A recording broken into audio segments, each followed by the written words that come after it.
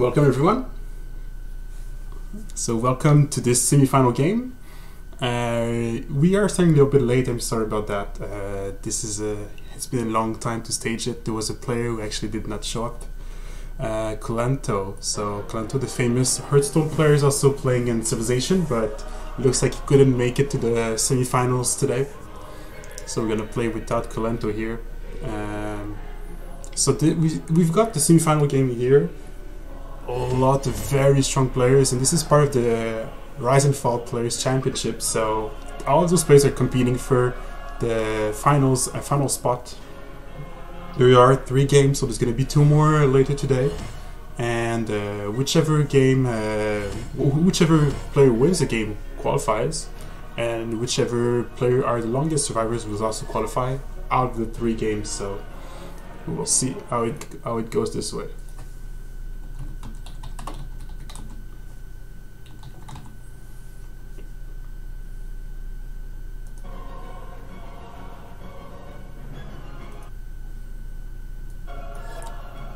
So they all want me to pick France, but I think Mongolia is more fun. Got a good music as well. So there you go. Looks like we're launching finally the game. Sorry for the delay, everyone. Sorry for I guess all this. It's just normal with Civilization. Sometimes we have to relog a few times. La vie sous l'eau. Jusqu'aux grands animaux de l'âge de pierre et à l'homme se redressant pour faire... For now, let's remove this sound. We are playing in the Rise and Fall Players Championship, and they are playing with 3 mods at the moment. So we've got the Better Balance Game mod version 9 for the tournament edition. We've got the turn timer also from sale to get the turns quicker. And we've got also a mod which allows me to watch the whole map, as you will be able to see. So I will be noticing everything on the map. The only downside of that mod is they won't be able to get the first meets on city-states, but besides that, it actually makes the game pretty fair. Removing those city-states may mean the map is a little bit more balanced. We are playing on a 10-player map with only 9 players because Karlos4 did not show up today. So it should be a very, very interesting game. I think they added 2 more city-states as well. And we've got probably some of the best players in the world that are playing in this game right now, so it should be very, very interesting to see. And looks like we're live. Let's double check this every settler right now. 1. Yeah. Well, I don't see anyone with no settler here. 2, 3, 4. Rome right there. 5, 6. Yeah, looking pretty good. The first thing we do when we are spectator, we need to remove the need to get the option here to activate the end of turns automatically. It's going to be much easier for us. And then we are live. So welcome to the semifinals, game 1. Should be pretty interesting to watch. We've got here the RageOfBoom actually playing America. Actually, he decided to settle on the Fate tile here, the instance, which I think is a pretty strong start really. He's going to probably get a Pantheon pretty early. And then he's got a decent continent here.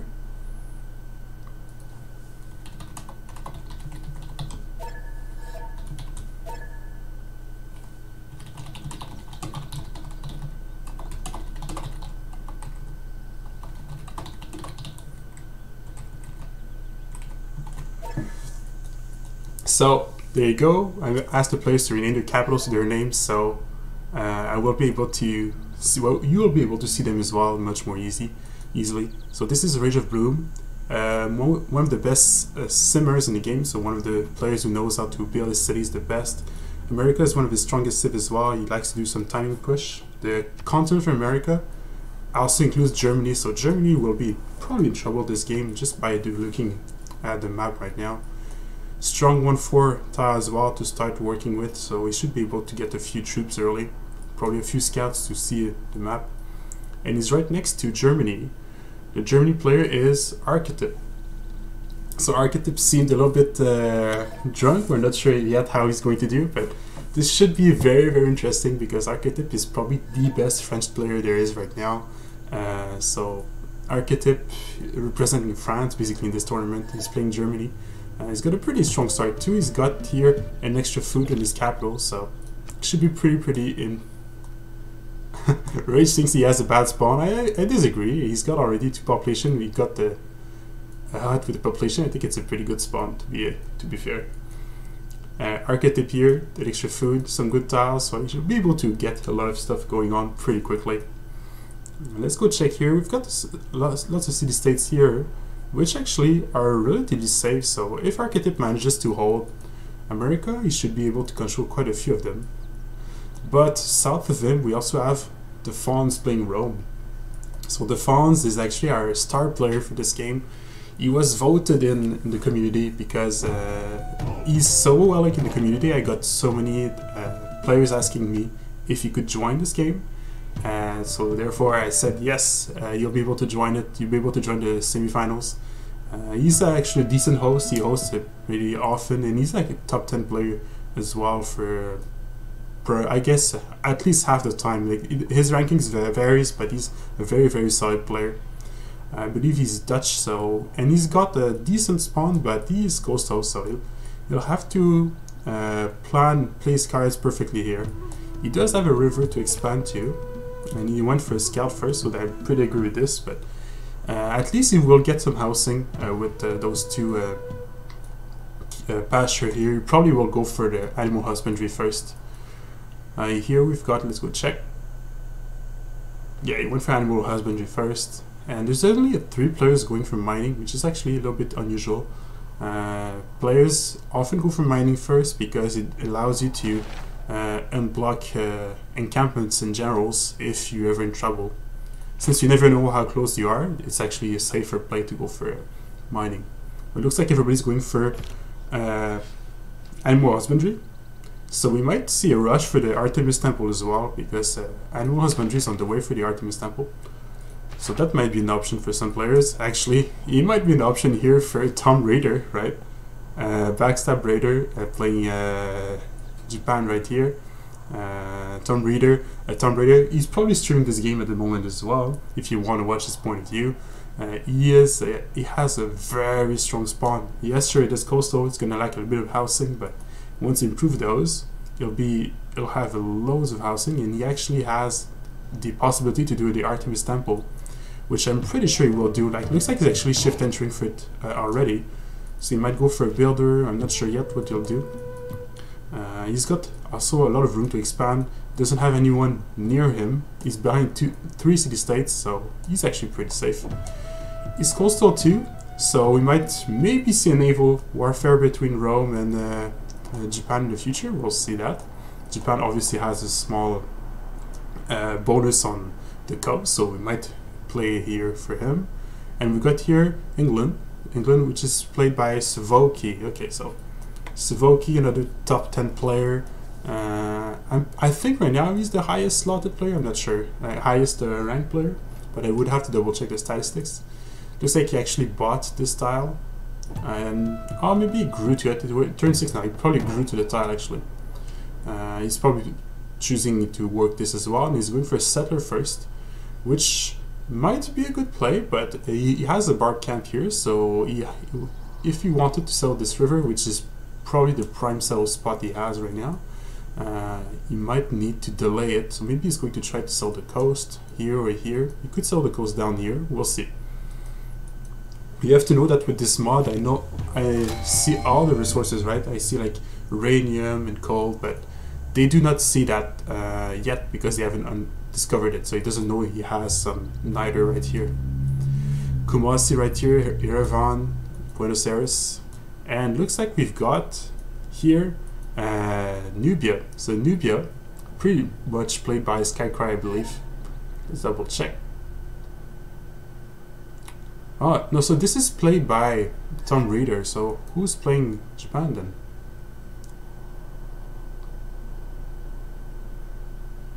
PrOPigandhi, okay. So this is interesting. So PrOPigandhi renamed his capital to backstab Raider. He has the reputation to backstab players, Tom, in some of his games. That's why he's saying that.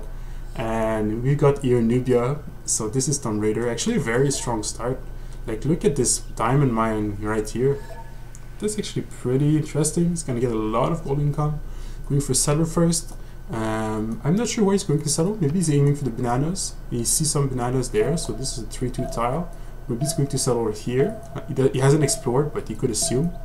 And I do think he actually went for a builder first, so that should be interesting.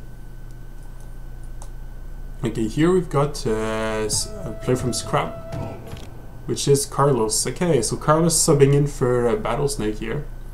So it should be pretty interesting too.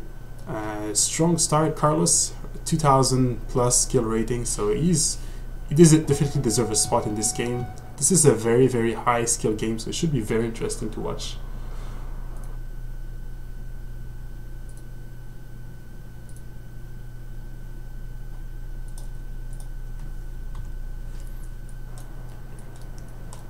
Right here we got Red Phoenix, which is also a constant streamer.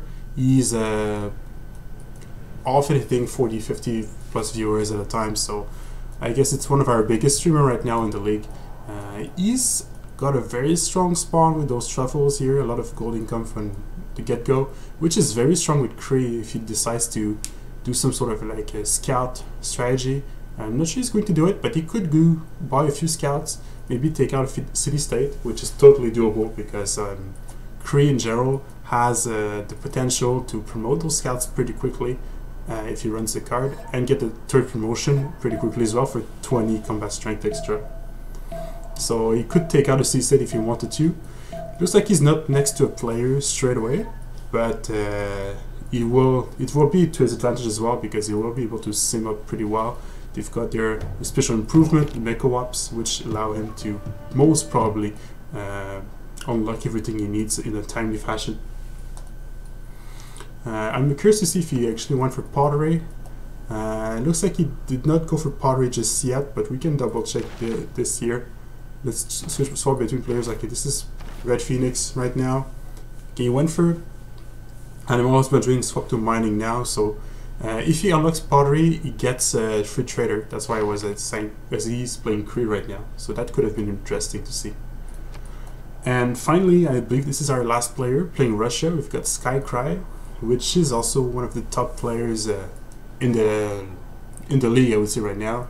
Very interesting spawn location with spices, so you should be pretty pleased with that. A 4-2 tile. It's actually pretty strong. The spice continent is the red one. So he's actually the same as, okay, that's very interesting, the continent lines here. The same as PrOPigandhi right here. He's on the continent split. Actually, he was on triple continent split, so he might not have found another continent for the boost. I'm not sure. Depends if you could see this continent at first. Maybe he did not see it first, so let's go double check. Kree, Japanese, Rush. So he did not get the boost for the Civic here because he spawned too close to all three continents. He probably won't get any boost unless he somehow goes further and beyond and finds this green continent, which is not impossible, but we will see how he scouts here. So this game is a Diplo Plus game, so they're allowed to have one friendship or alliance. So we will see some diplomacy, which will make the game pretty interesting, really. And it looks like a lot of players actually got a settler out already. And now we see the bronze working being prioritized by most players. Yeah, bronze working just to be very safe in case someone rushes a general, they can get the general themselves. However, there's only 3 generals available for the classical era, so I'm not sure who will get one and who will need one. Honestly, I do believe Germany would probably need one here. If he's planning to go for a general, let's go double check here. So he's going for a bronze working, so he could have the option because he's on the same continent as America, so it might be a little difficult, but if he holds the line, he's in a very strong position. And he's also surrounded by Rome in the south, so I think Germany so far is the most endangered player, but don't count him out because he's actually Arketip, the best French player there is, so that should be very interesting to see. And the settler is here going towards Germany. He's probably aiming to settle the horses. Well, so not necessarily on the horses, but have the horses in the city. Look, he's going to improve this. He might even, actually, he could settle on it and be able to produce horses from the get-go, which might be his goal here. What's America's tech tree right now? He's going for archery, so he is going for horseback riding right here. So as you can see, he's got, well, let's go on this tree. We're going to see pretty well.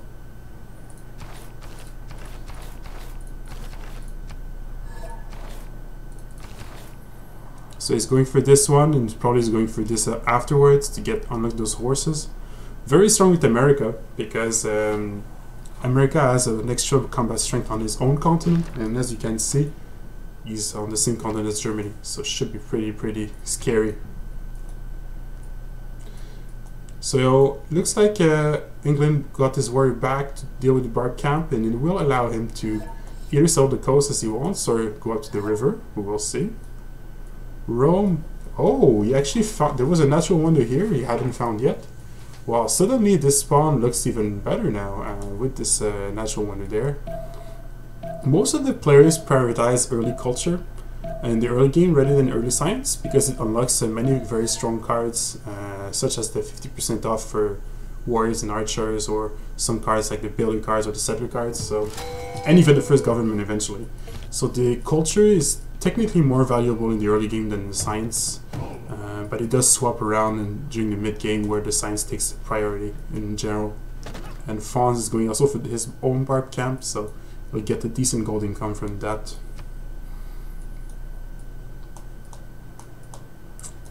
At least this German scout will find that here there's a whole area of not much really. There's only a few city-states there, but and he will be pleased by that. That means he can have as much room as he needs by back settling, and he just needs to hold the line here and survive against Rome and America. America is already shift entering, so we're definitely going to see some horses here. I don't see why he would not do that.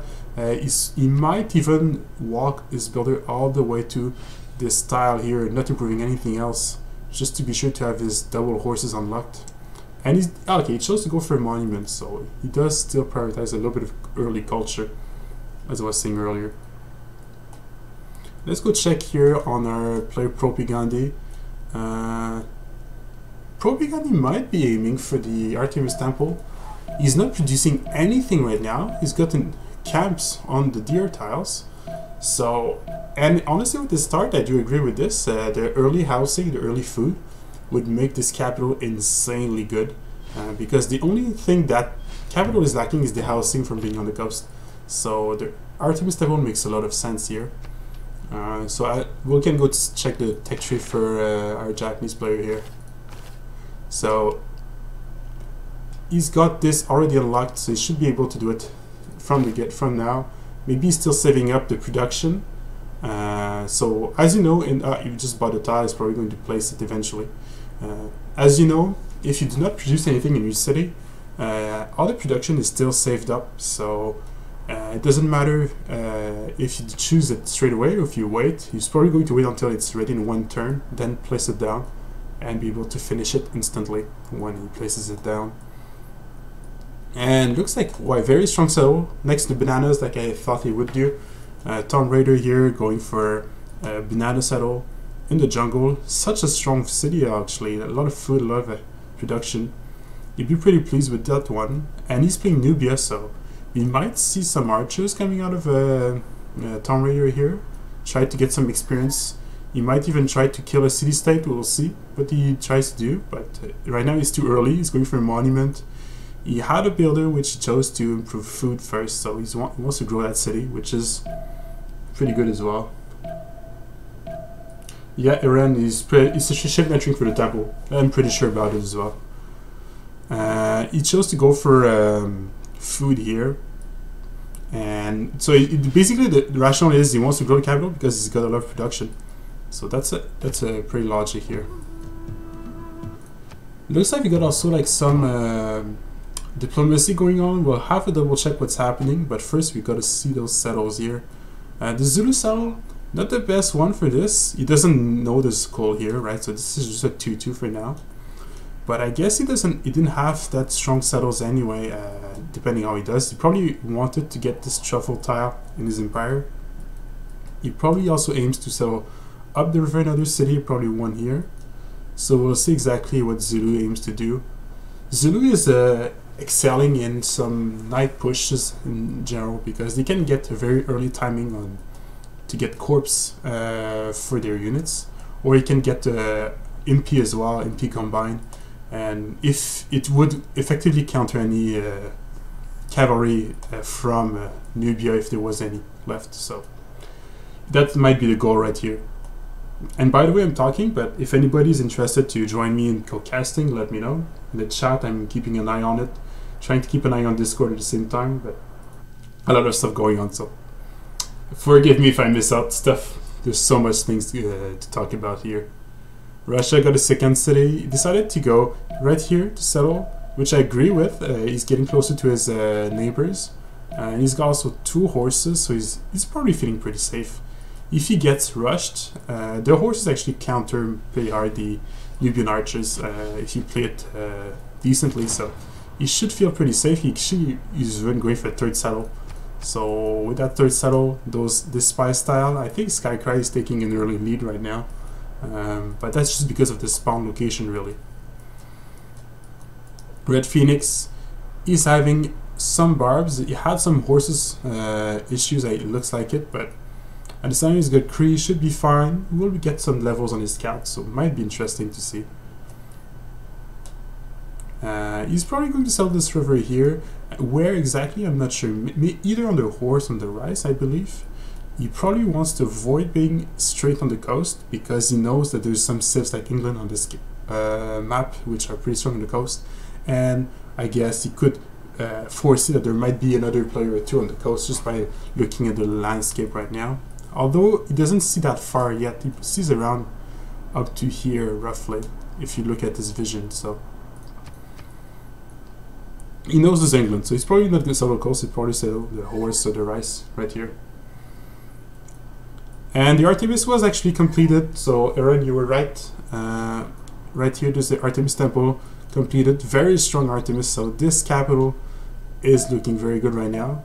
The only downside is he doesn't have any expand, but I think he's going to get one in no time here. He's actually even scouting with the builder. That's the confidence from PrOPigandhi here.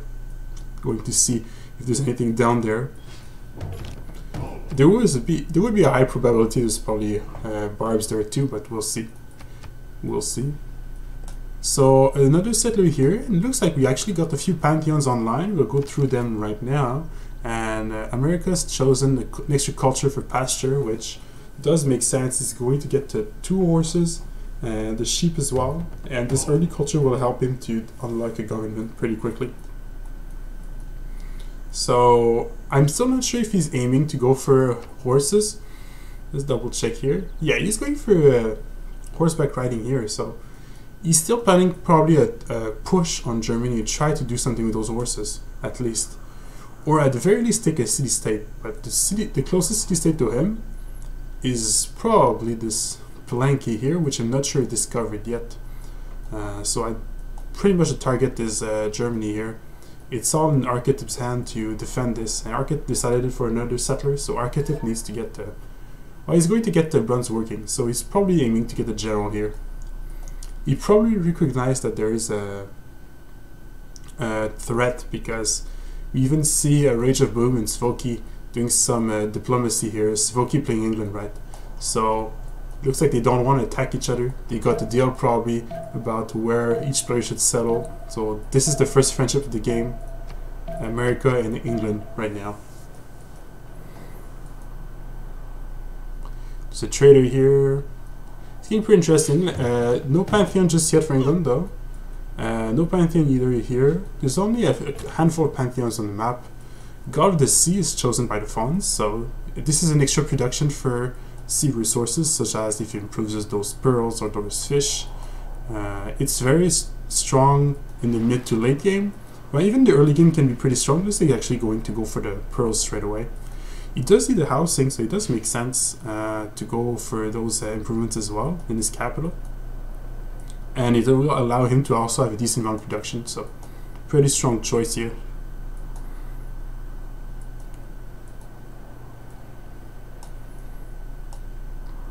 Let's double check there's actually a friendship sign here, because yeah, there's actually a friendship sign between America and England, so this settler is completely safe. It cannot be stolen. Let's double check here. Okay, this settler is coming out for Japan now, finally.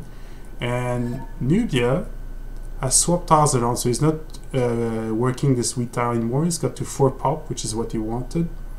He's probably working right now this wheat tile, probably working this here and a few 2-1-3s here for a lot of production. We don't know yet what he's doing in the city, but we'll find out soon enough.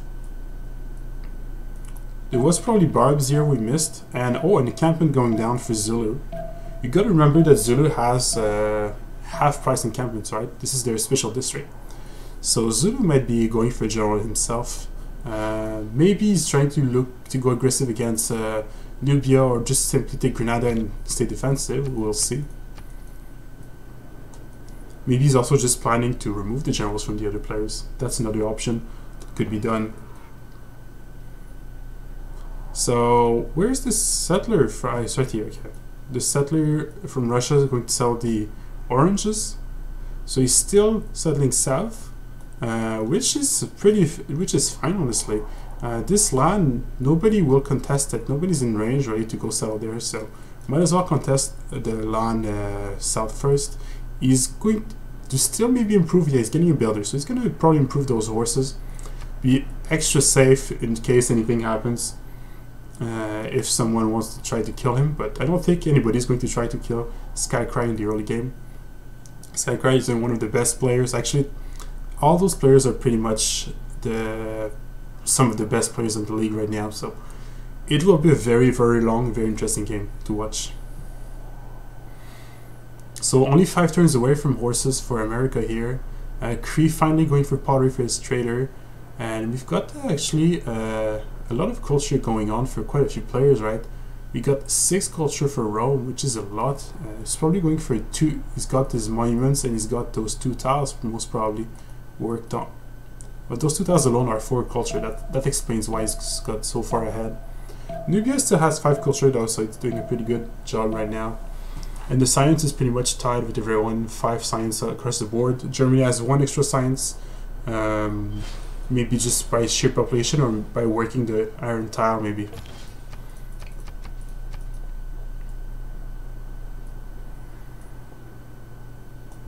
So another city settled by America, back settled this time, and another horses there, and an iron as well, but he doesn't know there's an iron because he hasn't discovered it just yet. He went for the horseback riding. Okay, so I see an encampment for Arketip, so let's keep an eye on the great people. So this is already a project made for Germany as well for the encampment. So Arketip doing exactly what he needs to. He's going to go probably for another project to guarantee his general, and with this it will be pretty safe. I'll show you what the Artemis Temple does as well. So Artemis Temple gives activities with all the adjacent, not adjacent, but within 4 tiles, all the camps and the pastures and the plantations. And it also gives 3 housing and 4 food.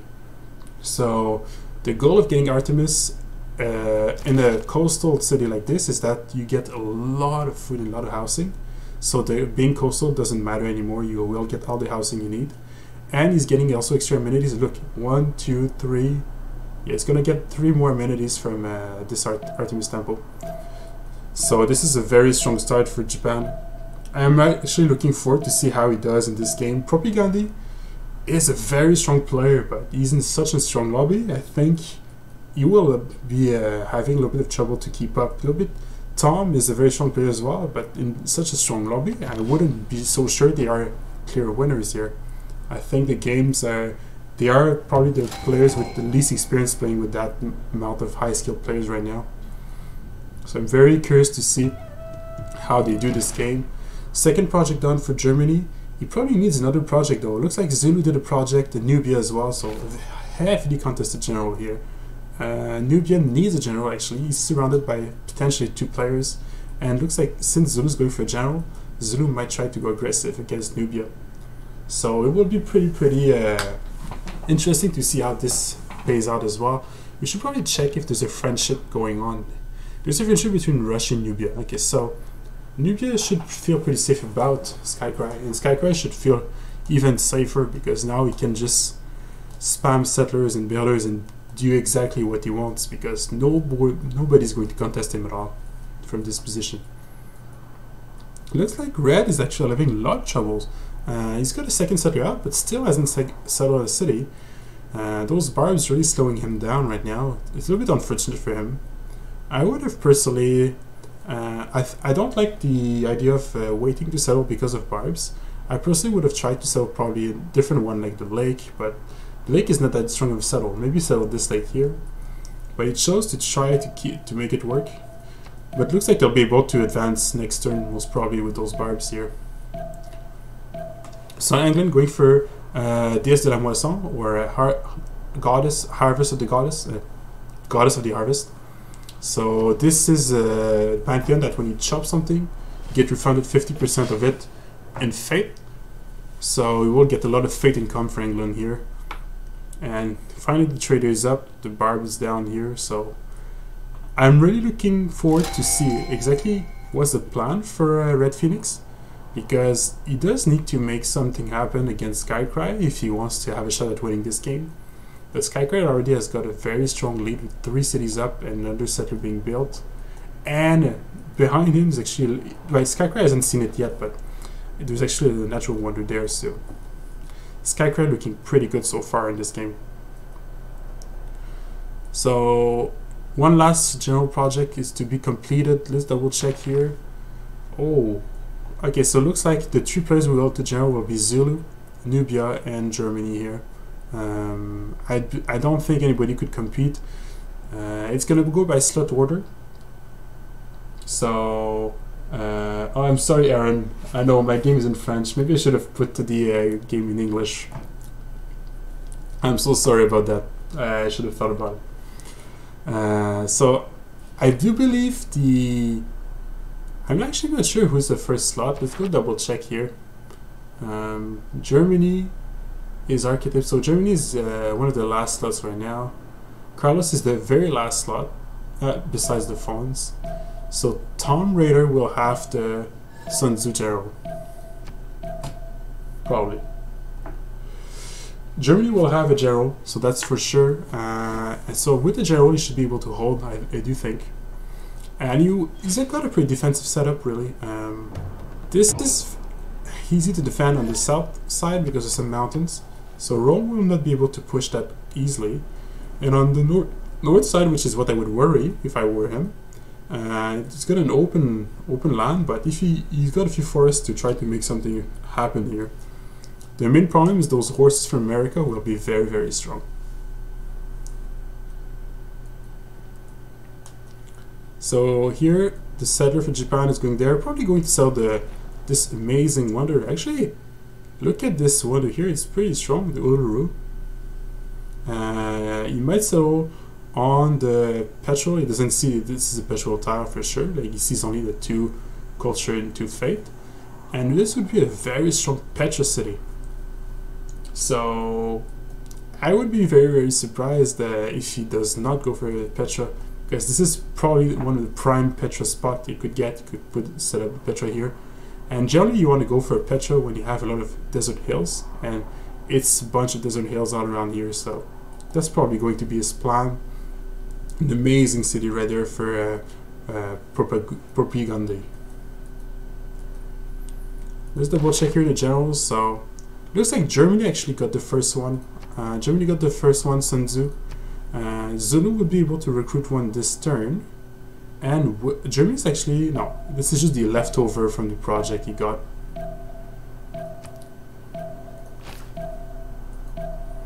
Let's go double check the pantheons as well now. So as we said earlier, England has got Goddess the Harvest, so he's going to chop for fate much more easily. We've got here Divine Spark for Russia. So Divine Spark gives an extra point for all your great people, so for your scientists, for your writers, for your artists, for everything. So it is more a mid to late game Pantheon, very strong on pretty much any civ, especially Russia. If he goes for some Lavras, you could get a lot of points from that. That could be interesting to see. Still no Pantheon from red, so he probably went for the production card to start with. And to be fair, it's a good decision with Kree because you want to get a few scouts early. So those scouts in this production is useful. Pantheon here for Zulu, got the Forge, so he's looking for to produce units. This gives a production towards ancient and classical era units. So with this setup here, it looks to me like he actually wants to go aggressive against Tom. So Tom needs to get ready. He doesn't have any units really back at home. He's going to get his general, which will be helpful, but a general alone is not what you need to. You need to probably get a few archers behind this. Let's go check if he's going for his Nubian archers. He's going for, okay, so he's taking towards archers right now. He's going to animal husbandry, so this should be interesting to see. I'm actually pretty curious to see his own tech tree right now. Let's go check for Nubia here. So this is what he chose to do. He went straight for encampments, and now he's going straight for archers, which is totally what most Nubian players would do in this situation. So the first horses are being produced here in RageOfBoom land. This early culture will really help America here. And he actually, did he clear the camp? Looks like he might have cleared the camp, or he might have lost a unit, I'm not sure. This is a strong wonder to have, but there's not much fresh water around it, so you probably won't prioritize it too much. I think right now his priority is to get as many horses as possible and try to catch Germany by surprise. Germany's going for a slinger here. I think at this point he needs to rush swords. We need to keep an eye. Yeah, he's going for swords, but he needs warriors too. He probably needs Magnus as well. He looks like he hasn't went for Magnus just yet, which I think is a mistake. I don't think Amon, he probably went for Mani, right? Or maybe he just doesn't have the culture for a governor title just yet. Let's go check his culture here for Germany. He's supposed to have one governor title unlocked, so... Or maybe we just don't see the governors in this version of the mod. It's a war between America and Arketip right here, Iran. That's the war happening right now. So Arketip is getting some troops, some slingers, but I do think he needs to get a few warriors if he wants to hold this. Slingers won't do it. Easy close archery, we could double check as well. Let's go check here, Germany. Not right here. So this is how is Germany looking right now. He's still far from any kind of stuff.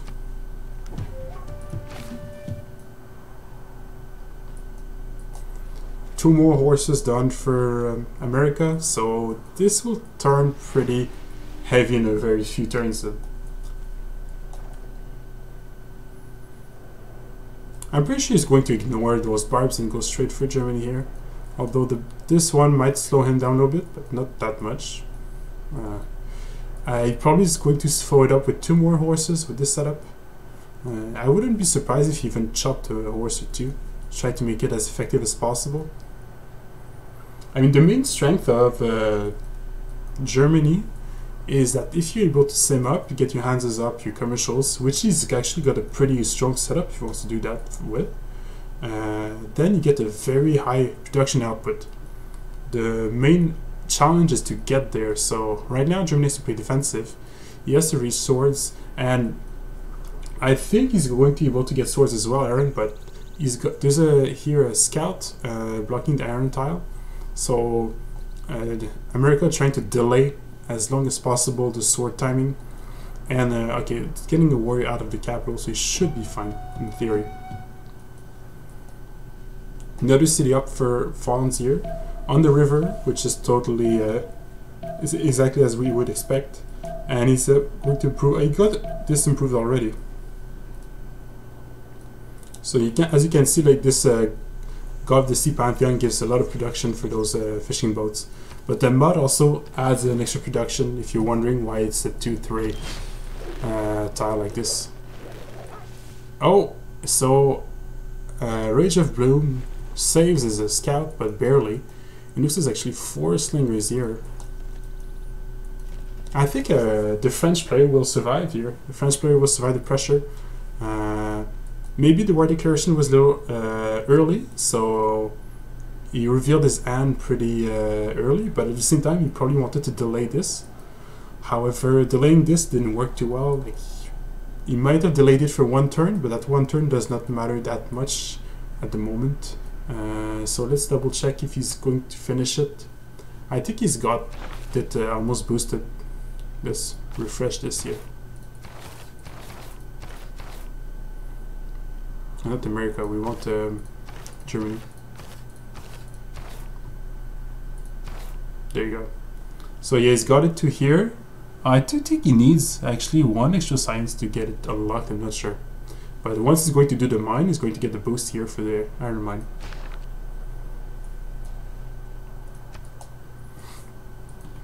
For those who are just joining us right now, like, look, this is the American continent, so a very strong continent for America. If he manages to do something, those horses are very scary with those movements and this extra bonus strength, but I do think with the general and swords, Germany could hold this. If he really needs to, he could invest into Victor as well to get an extra +5 for defense, but I don't think he will even need it. I think he will prioritize getting a lot of warriors up and try to sim up behind this, probably get another seat on the lake and on this river here. So we're going to keep the action on this side of the map for now, just because there might be some stuff happening. The first horse finally reaching the capital here, but as you can see, there's already 2 warriors. I don't think this horse will be able to do much, and there's really nothing to pillage. The only thing improvement is this iron mine, and this iron mine is heavily protected. So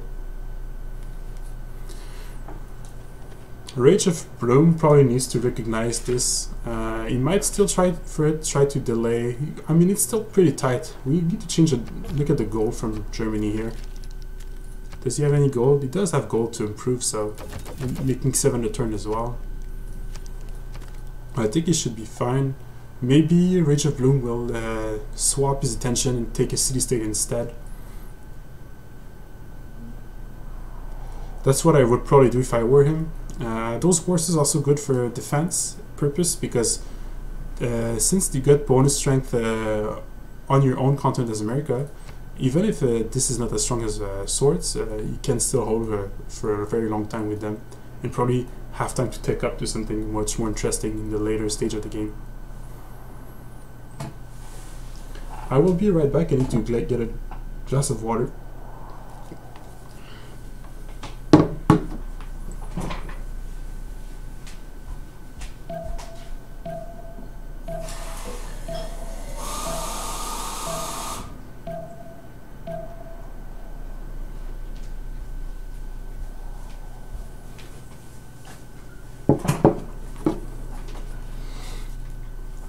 Okay, I'm back. There's still no Pantheon for Germany. That's interesting as well. So he probably did not prioritize at all the Fate card. He probably went for the Protection card early as well. And when I'm talking about the Protection card and Fate card, I'm talking about those 2 first cards here, right, that you get at the very beginning of the game. Now producing 1 sword, so it should be a goal. So even going for Settler behind this, which I think is a good play here. He needs to defend this and keep expanding, because he's still going to be in a 2 versus 1 position, depending on what the Rome wants to do. It looks like Fonz is now planning for his Golden Age, going for a galley here for those extra era score points. We actually, right now, everybody starts normal as usual, but we have to, everybody's have to make sure that they hit the Golden Age if they want, or go for a Dark Age if they wish to. Looks like England's going for Golden Age as well by going Stonehenge, which is a heavy source of era score. So the Stonehenge, you get era score from the Wonder and from having a religion, so This is the main reason why he goes Stonehenge in the multiplayer. I'm pretty happy actually to see him going Stonehenge. This religion might help him. Although it won't be a heavy religion game, right? You don't have to expect a religion game out of those players. And it's pretty hard to play religion in this stage of the level, so we probably will not see a religious victory. But, wow. Those fate tiles from PrOPigandhi here are perfect. He's going to give a lot of fate income as well, so he's probably going for a golden age himself. He's got the wonder there, settled the wonder there, and a desert tile, so he's probably got it secured already. And he's going to probably go for money mentality to buy some settlers and builders with all his fate he will accumulate. So very strong play from the Japanese player here. The Japanese player is actually PrOPigandhi, I think he's German, but playing Japan as of right now. So there was 2 hits in the city. So far those horses haven't moved. Yeah, I think it does not pass. This is enough to defend. So I'm not sure exactly what's the plan from RageOfBoom from this position here. It wasn't a big investment for Arketip to go for those swords. You have to understand that you need those swords at one point or another, so getting them earlier or later doesn't make much of a difference. And there's a card for 50% off for production, so I do think it wasn't that much of an investment for him, and it allows him to stay safe at the moment. Only thing I'd be worried about is this iron tile is exposed, but right now there's no units that could reach it, so this is fine in the moment. Another city here for Russia, going for this +5 holy site, like +4 from the wonder, +1 from those forests, so pretty strong +5 holy site here. Looks like it's going to be the only Lavra. It's going to give him some era score, but he's going to get it too late. 6 turn is too late to finish it for the next era. And another settler going out for Cray. Cray finally got 2 cities out, but he needs to... he got the Pantheon also for those encampments here to get extra fate, so it's pretty interesting. And what was the Pantheon again here? So Nubia went for City Patron, which allows him to build districts 25% quicker if it's the first specialty district in your empire. Oh, actually those horses hurt a lot. This is much tighter than I thought it would be. Let's check how it happens. So about the City Patron Pantheon, technically you could stack up the production if you never finish any districts, so we might see Tom going for some sort of strategy. Oh wow, this horse is down, so now I think this is not working anymore for America here. Perfect defense from Arketip, the French player, showing off why he's actually one of the best French players in the world, if not the best. See how well he's going to do in this position.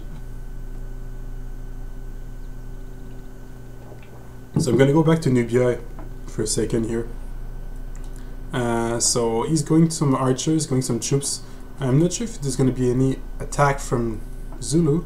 Looks like Zulu did not get a general. Am I mistaken here? Zulu is supposed to have a general, yeah. So I'm not sure where it is right now, but I don't see it on the map. Oh, he's exploring right here, okay. The City Patron Pantheon will allow him to place down districts and not finish them, and be able to complete them when he wants and stack up the production. And with such a heavy production capital as well, we could see something very fancy coming out. It's very hard to play, especially when you play something like Nubia, like this playstyle, but it's totally doable. And it looks like he actually levied the city-state for the era score. That's the only reason why you would do it at this point. He stole the city-state from PrOPigandhi most likely here as a suzerain. So Hattusa heavily prioritized right now by our 2 players here. We've got Kumasi, suzerain by Svoki. No surprise here, he's next to it. Probably the best cultural city-state in the game. As a reminder, it gives 2 culture and 1 gold for your trade routes, so it is very, very strong. And we've got Antioch, which might be suzerain soon by either RageOfBoom or Skycry, we'll see.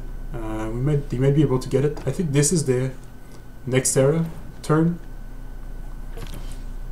So this is a new era. Let's watch this first maybe. I guess we're lucky we got the Golden Age as well, but we didn't. The only reason why we got it is because we spotted all those city-states first and we saw the whole map and everyone. So far, there was one horse lost by Germany. Not by Germany, by America. And Germany hasn't lost a single unit. So Germany, perfect defense so far. This warrior is a little bit exposed. He might want to either back it off or improve him into a sword. Because it's also on the march, so he's getting modifier. This capital is very low though. Oh, it's gonna be pretty tight. I'm not even sure how to play it myself. At this is such a high level of play. Like you can see, I think he's probably going to back off his horse to try to save him. Although I'm not even 100% sure for that. And if I were America, I would try to secure this marsh tile here to try to break the line. But we'll see. And you can see RageOfBoom playing very strategic here. He actually stopped making horses and keeps simming out behind this. So he knows that this might slow the player down, but it will not get him in the game here. It looks like we have 5 Golden Ages, so America, Germany, Zulu and Rome all missed the Golden Age, but the 5 of the players managed to get it.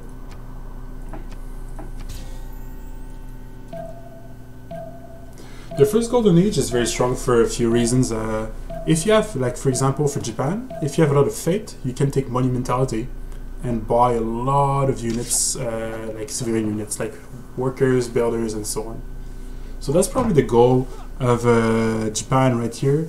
Or if you are Zulu, for example, you can go for pen and brush and have even more culture to unlock your armies and your corps much earlier.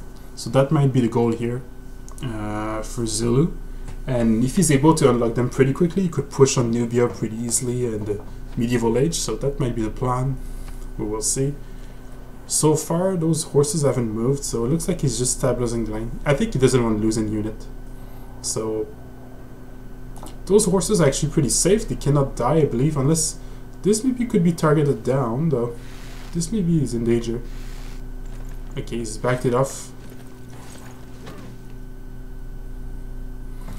He's prioritizing to keep a tile here to threaten to attack the city each turn, because with first moves and last moves, he could potentially take it down. The reason is, let's say he last move this, it brings it down to maybe 50% or 25% of what's left here, and then next turn he could swap his horse with this one and basically have a double attack on the city. So I think that's what he's going to try to do here. He's playing with the timer, so he's going to wait until the last second to do this kind of moves. So we've got here the Garden Plaza up for Skycry. He's probably going to go for the building that allows him to build settlers much more easier. 50% off for settlers. And when you build a new city, it also gives a builder, so that's probably his plan right here. Russia managed to get the Golden Age, so he's also got Lavra, so he might go for monumentality himself. So is he going to do it or no? Okay, so there's no last move shenanigans.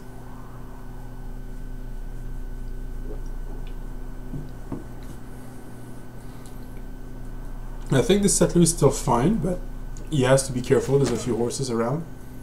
This thing actually attacking the horse here, which is a bit dramatic for him.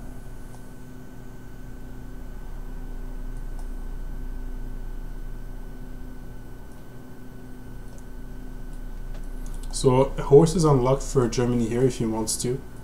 He has the option now to produce some in the capital because he's got an encampment. This horse has been shot to half HP, but he's still fine. He had promotion. Looks like there's actually some warriors being built from Rome, so maybe he's going to plan to pressure with legions, or maybe hold those 2 tiles here, so Germany will not be able to advance south. Although I don't think Germany has any intent of going south, but Rome really needs to block the space up, make sure he doesn't pass through. Another city up for England here. A few warriors, so he might go for some swords and take Yerevan. That's what I'm thinking right now. He's probably going to capture the city-state here. And you have to remember he's Suzerain Kumasi, so he's going to get a lot of culture from that. We could actually have a look at the religion he chose with Stonehenge. Let's go check. So he went for Defender, and you can buy with Fate buildings in the campus and the theater square. So he's not going to get... Oh, he has actually 50%. He got... I forgot about that. He's got the 50% of the amount he chops in Fate because of his Pantheon. So he might be able to buy a few buildings in the future. Although his religion won't be spread much because he doesn't have any holy sites, so it's going to be simply passive spread. So he will have it in 2 or 3 cities by the medieval ages unless he decides to invest in the religion, which I doubt he will, but we'll see. This horses actually delays this settler, so that's a good move from America here. The goal at this point for America is just to not lose any unit and delay as much as he can Germany to try to get timing late in the game. I still think Germany's in a pretty tough position, but he did a very good... yeah, I can check the war declarations. Sorry, Aaron. I still think Germany's in a good position, but it's going to still be pretty tough for the mid to late game. There's a war declaration between Cree and Russia here. And there's a war declaration here. Oh, wow. Okay, Zulu and Nubia are at war.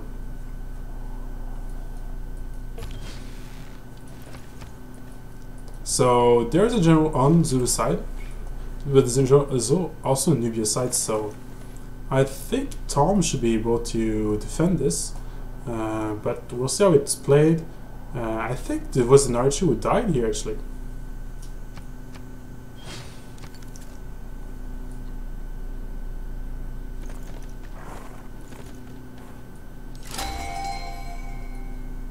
So we've got 1, 2, 3, 4, 5, 6, 7 horses right now against 2 or 3 swords and then an archer. He probably is going for another sword here, which is perfect.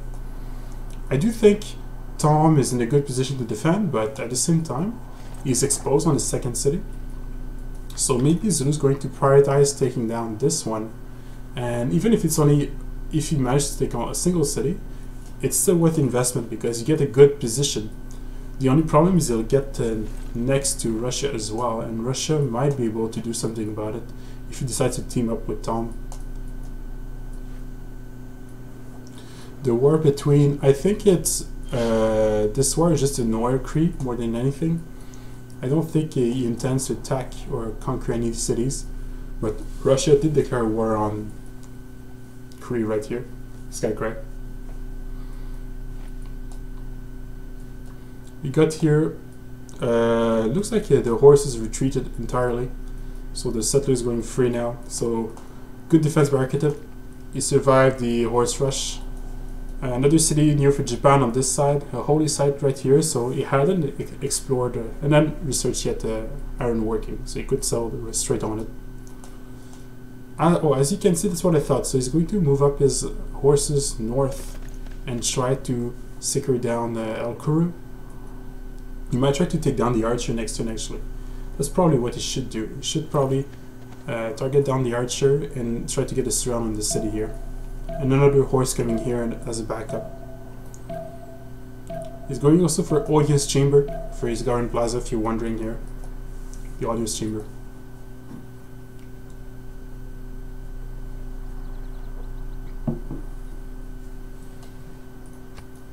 So 2 horse rush this game.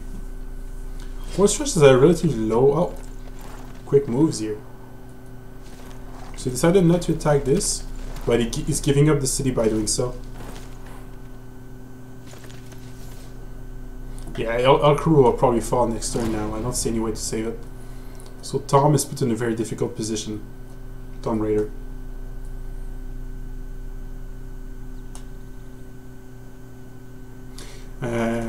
The horse rush generally don't have a very low success rate, but at the same time it's still a safe play. And the reason why it's not that used in FFA is because if you fail, you don't get any advantage. There's all of those other players that you didn't put behind. So it's not the same mentality as team games exactly, but this is a very strong move, I think, from Zulu. And especially this position, if he can keep it. I'm not sure actually if with the loyalty-wise if he'll be able to, because he doesn't have a golden age himself. But if he manages to keep it by putting a governor here, by putting maybe getting a monument and keeping a unit inside, maybe potentially even run a card for loyalty, you'd be in a very strong position. Because from this, it's very hard to recover as Nubia.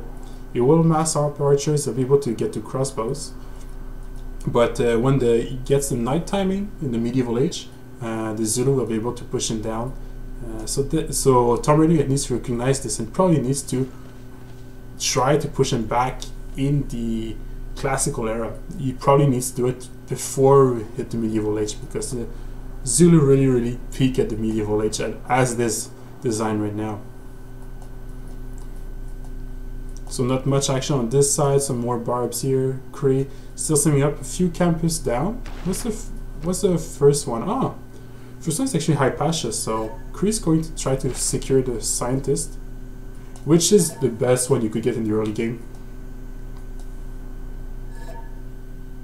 There's generally 3 scientists that are prioritized in the free-for-all games. Well, actually, pretty much any multiplayer game. They are Hypatia, which gives +1 science in all your libraries, which is very strong. And it also gives a free library. There's the same thing, Newton for universities, and Einstein for labs later on. So those 3 scientists are generally the main factors to... Oh! This settlers... Actually, we missed the settler steal from Germany here. Looks like Germany managed to... Oh, and deletes the settler too. Wow. So Germany had a scout, went all around and stole a settler from America. Suddenly, America is not looking so good. He failed his rush, and here the city falls as expected. It looks like... is there a friendship sign? No, he cannot sign to friendship, so he cannot have it. His friendship expired though, so you could swap it to Zulu if he wants.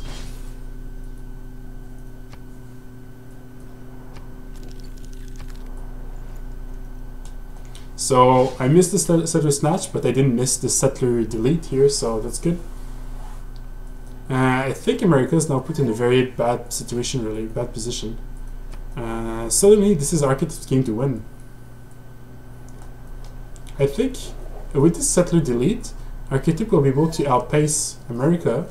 Most likely will be able to defend against the Fonz. So the Fonz, if he wants to have any impact, probably needs to go Navy, but the problem is there's actually Japan here and England, so this sea will be super interesting to watch when we see naval warfare really long.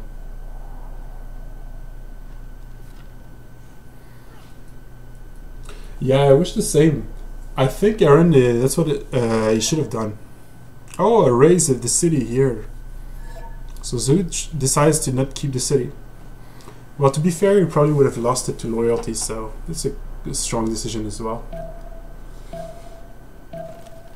So RageOfBoom is not... Rage is not known as a good war player. He's known a very strong sim player. So if you let him do his thing in his corner, gets his cities up, he can get very scary. But I do think RageOfBoom has put himself in a very difficult position for this game here.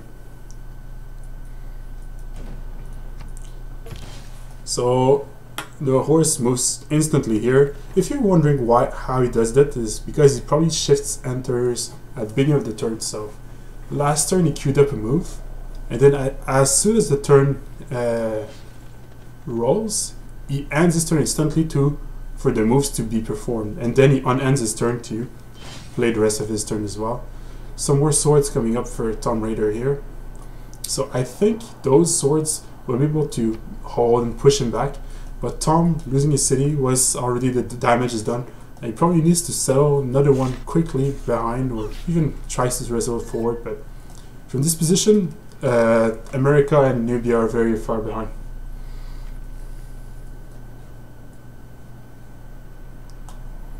Another city for Kree settle. I personally love the setup from Japan here. I think he could do very well as well, depending how he plays it. It looks like he's going to go for a district. Is there some projects done for the scientists? No. the scientist is a high priority, but since he is the only one with the campus, he doesn't have to do projects just yet for it.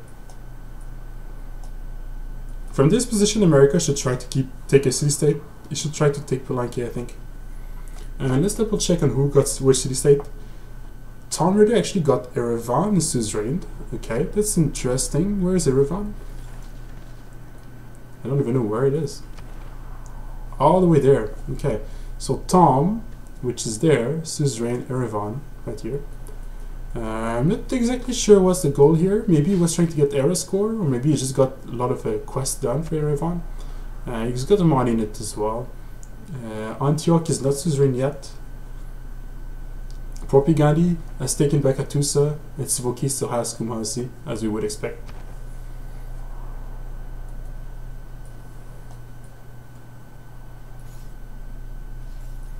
I think America was blessed with a very good content spawn, but I think he made a few mistakes as well. I think right now he does need to go for a few more settlers. He still needs to settle that city he lost, and probably needs to secure that river to at least put defensive line here. And we should double check if Arketip managed to get the government, because if it did, we'll check next turn, because this is the rollover. We can't check during this. But if you manage to get the oligarchy, for example, actually we could check with this here. Yeah, he's got oligarchy, so oligarchy gives a card that gives your mini units +4 strength, and the oligarchy itself also gives +5. So those swords combined with the general are very, very strong. And you have to remember there's no generals on America's side here, so technically Germany could potentially push him back. So this is getting very scary right now for him. Can check here. We've got oligarchy for Rome as well. Pretty much everyone's got oligarchy on this map. Maybe I have a look at the Zulu still warfare. I don't think there's anything else, but yeah, he's backing off, so not much happening here. It's probably now going to be Germany's turn to show up, show what he's going to do. I think the 2-3 players at the head right now is England. So England, Sentez-vous. He's got a very strong setup. Looks like he's got a few more cities as well. Builders coming up in all the cities. Although he does lack a little bit of room, but I think he's going to be able to make it. He can get a few cities down behind the city-states. He can get Erevan capture as well. The second player I think is Russia, Skycry. For me, it would be my top pick to win this game, but I'm not sure yet if he's going to do that. He's got so much room, completely uncontested. His closest neighbor lost the city. So Skycry almost handed the win on this point, but at the same time, if he gets teamed on by both England, by all the players around, he could get in trouble. But do not count Japan out. He's got a very strong start. This Artemis Temple, lots of settlers and builders is going to buy. Like, he's got 2 settlers out already coming in. He would even get another wonder there if he wants to. So I think Japan still has the potential to have a pretty strong game. So Zulus captured Grenada now, so he's going to for the war here. Looks like Sentez-vous is trying to do some diplomacy with Japan here.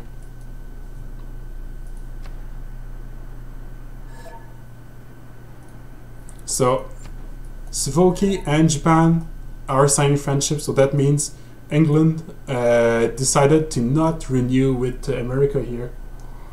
So America used to be the friend of England, but they will be once again enemies, so we might see the Revolutionary War all over again. The new ally for England is now Japan, which actually makes a lot of sense considering their position. Japan doesn't need to war anyone in this position. He could just sim up, and if he wants to go naval, he doesn't want to mess with England's navy. He probably just wants to. He doesn't know there's Fonz here, but he might suspect there might be another naval play on the map.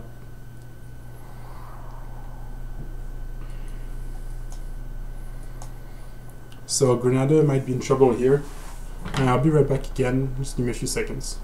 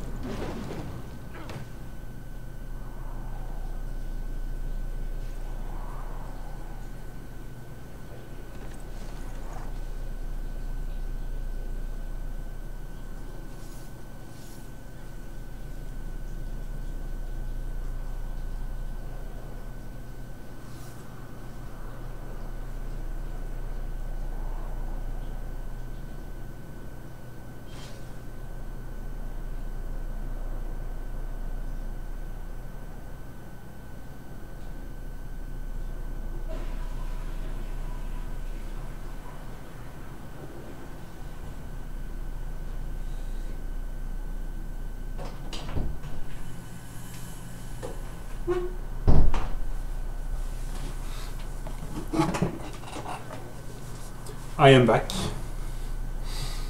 Yeah, that's interesting you say that, Aaron. You think Japan does not have a good district setup, and the river in the middle of the cities could have been settled for a really strong government plaza and districts around. That is true, actually. He probably could have planned this much better. But he still has some good campuses potential. Where is this campus? Here? No, it's a theater square.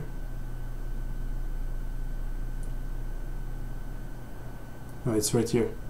Okay, next to the mountain, I see.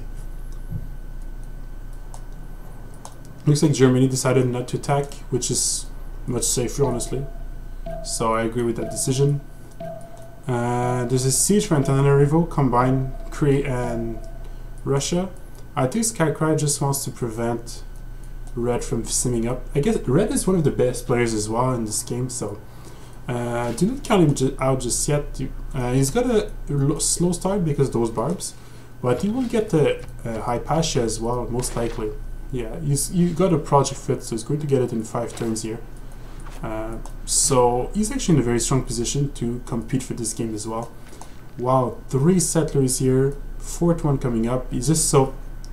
What Skycry did here is he got the Garden Plaza, he got the building to get 50% off for settlers, the Ancestral Hall, and then he went on and with Magnus put the card for settlers and went to chop settlers. So 1, 2, 3 is going to be a 4th one next turn, and those settlers, when they settle, will also get a free builder. So this is a very, very strong setup, very strong strategy, and that's on top of having already some districts up in some of the cities, and because he went for 4 cities in the engine era. So Skycry right now looking like the player to win this game. Svolky could potentially compete with him, and since he is the direct neighbor, then we might see a war later in the stage, later in the medieval era. Looks like Germany is going to settle forward, the instance right there. And Rome probably needs to keep settling as well. So yeah, I see some settlers. Okay, 1 settler there. Fonz doing pretty well from his position. Although he's lacking a little bit of room, but that's not necessarily his fault. It's just because how the map is set up as it is right now. You have to remember this is a map for technically 10 players, but they added 2 city-states. I do think there's a blank spot here with no civs, and there's a little bit too much room on this side here. But overall, it's a relatively fair map. I think Russia had the best spawn just because of his location. Unless Nubia was going to try to attack Russia, it would have been pretty hard for Russia to really have a bad start. So Tom is attempting to push on those units here. I'm not sure if it's the right play. I think I would have just stayed defensive if I was Tom, but quick moves, he saves the archer. I guess Tom needs to secure another city forward, that's why he's trying to set up position right now. So if he wants to win this game, which is right now unlikely, but if he wants to try it, he needs to probably settle back, say in this area, and most probably try to back settle at the same time. And then hope for maybe an alliance with his enemy. If they both ally together and go for Russia, then Russia could be in trouble. Actually, they should recognize this right now. There's going to be very little coming out of this war. If they would to peace out and go attack Russia, they could stop Skycry from expanding this heavily, and I don't think Skycry actually has the potential to defend this. He doesn't have builders here, he doesn't have enough units to defend this, so if they were to do that, I think Skycry would be a lot in trouble. But obviously, it doesn't look like they're going to do this at the moment.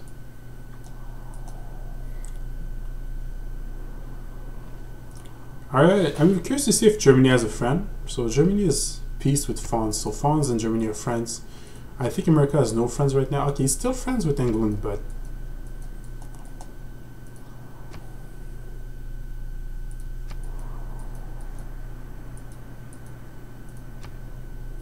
Here, friendship between Russia and Nubia. Zulu has a friendship with Cree. Okay. So everybody's got a friend.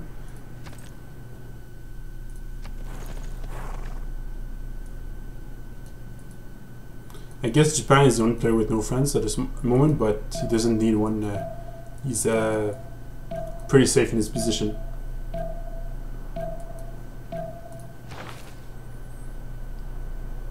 Good point, Aaron. I missed that. So Russia indeed is doing some merchant projects.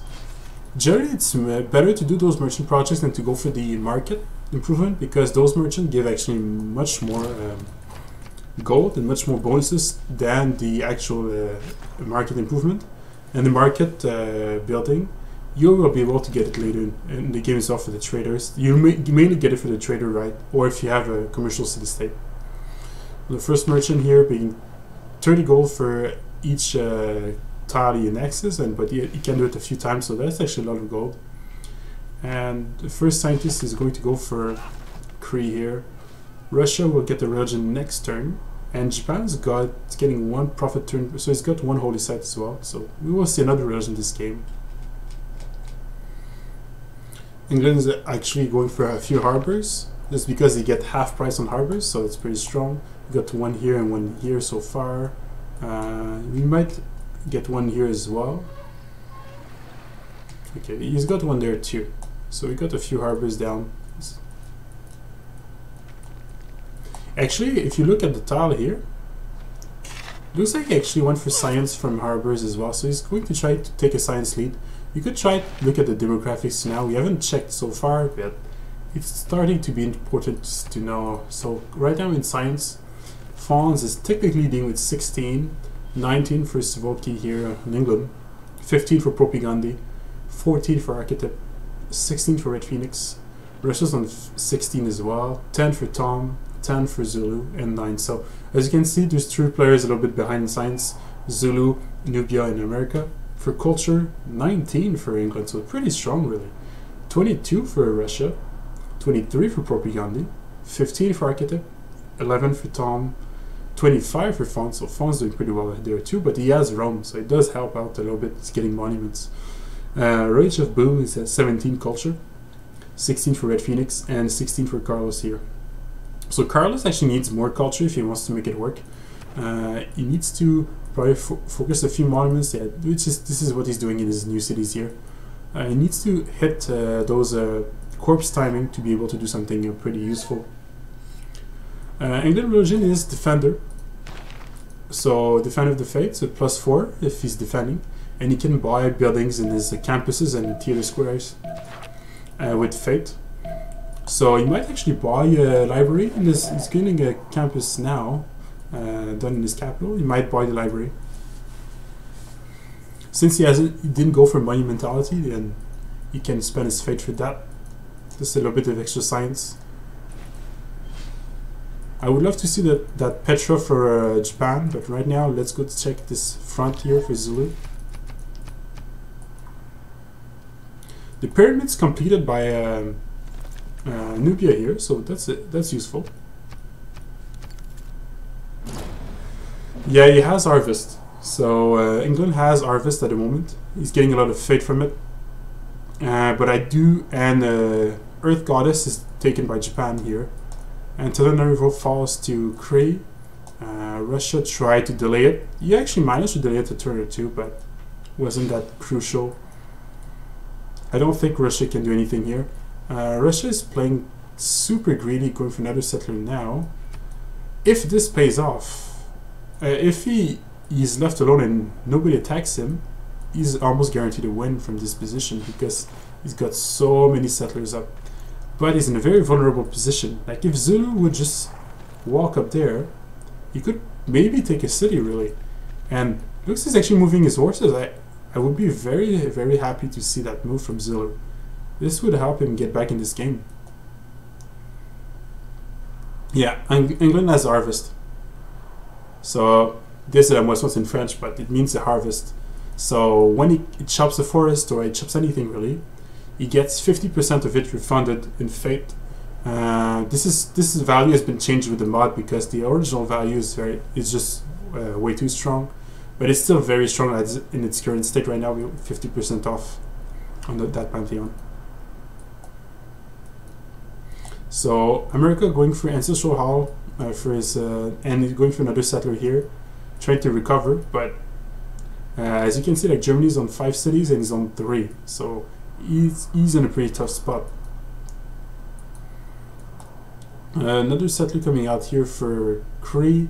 Cree has the potential to settle a few more cities, but he purposely stayed off the coast. He knows there's England in this game, so he's probably going to try to settle another city inland, so probably in this river here, or settle this inland lake. Is it the lake? No, this counts as an ocean. Okay, so this is a, let's go check here. Yeah, it does count as an ocean.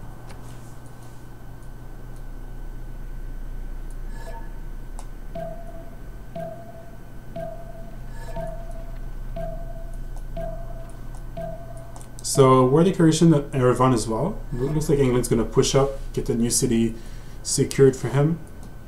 So Tom will lose his reign. The loyalty was actually pretty low here. We should check the loyalty lens sometimes. I think it's the 8. Yeah, it's now back to 50, but the loyalty was pretty low for Grenada. He almost lost it. If you want to check the continents, that's how it's looking right now. Green. So England hasn't gotten any free unit by settling a different continent yet, but he's getting close to the red one, so he might potentially get a few swords by settling on it. A lot of horses here, so it looks like Japan is going to try to take Muscat down.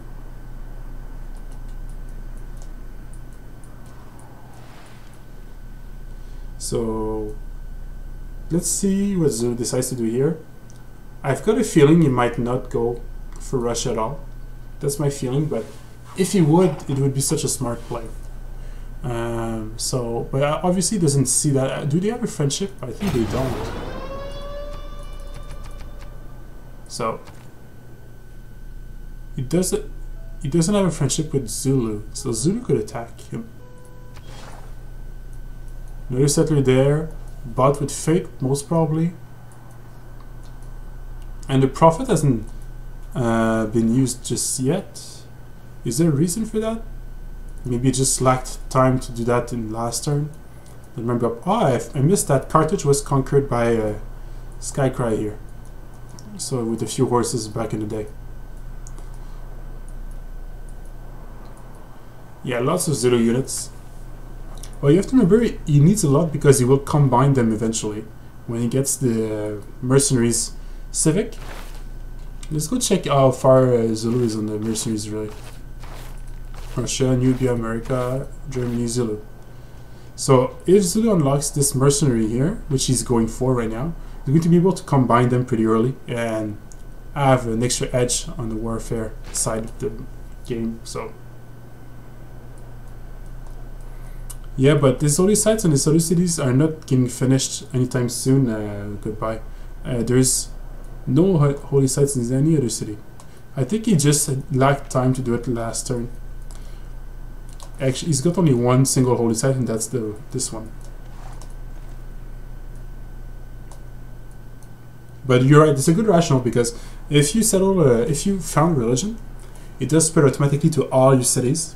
So all your cities that have a holy site. So if he had a holy site in St. Petersburg, he would get a religion instantly. If he had one there, the same thing. And looks actually Skycry is going for more commercials here, more commercial projects, really prioritizing the early merchants, which are very crucial in many strategies. Looks like there's a pause. Okay, it was a mistake, I think. It was on pause right now by Carlos.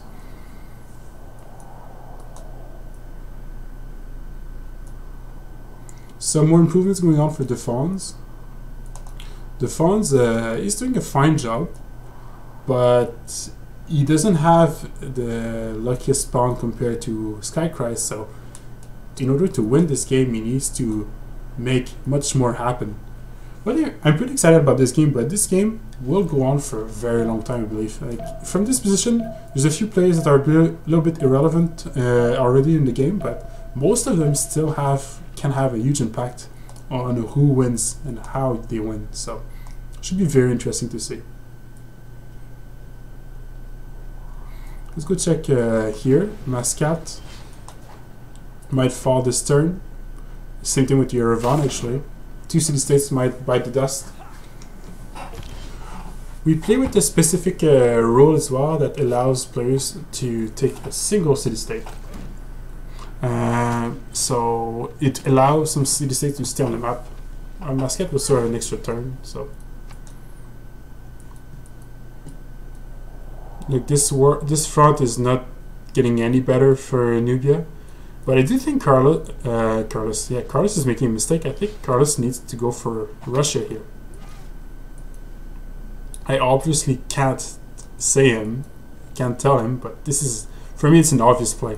Like, if you look at the military score, which you can see, you can hover down Russia, see 217 compared to his 526, right? So he knows he's got the military to do it. Yeah, the main problem with Zulu is the culture right now, but he's going for monuments, so it will help.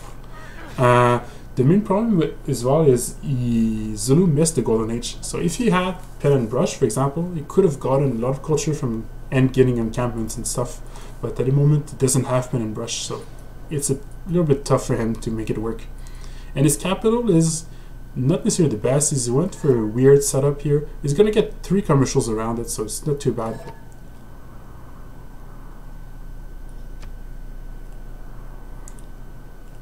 TOMBraider declared war on Carlos, but they were already at war, so...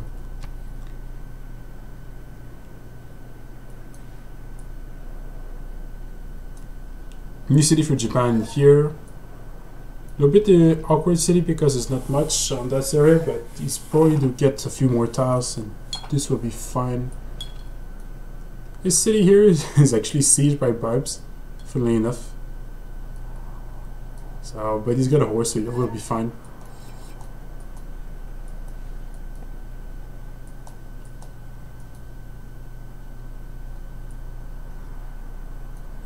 So America still hasn't settled his 4th city.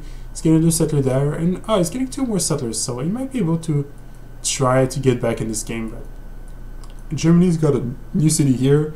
Germany must be getting close to Hanses. Let's go check. This is actually Germany. Oh, this is me. Yeah, this is Germany here.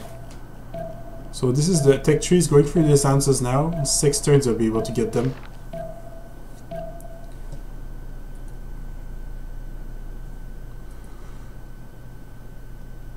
Yeah, no ancestral hall yet for America, but he's probably going to wait to settle before he settles, and he's going to get this everything he needs.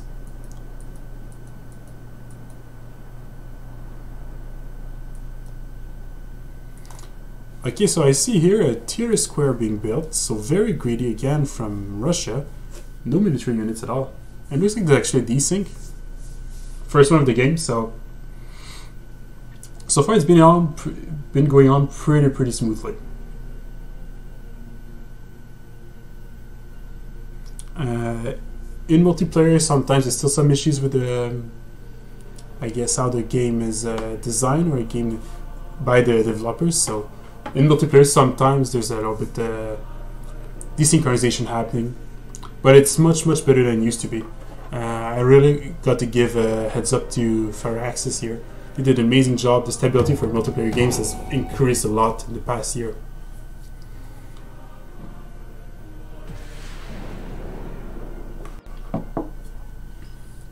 So the standard procedure, we're pausing the game just in case it let everybody load in, then we come back to it, because otherwise Zulu, for example, could do a lot of moves against Nubia. So Hypatia was recruited by Cree here, so Cree's gonna get some help in science. He actually needs the science if he wants to stay competitive. I think Cree probably needs to recognize that Skycry has been free simming, so he needs to do something about it.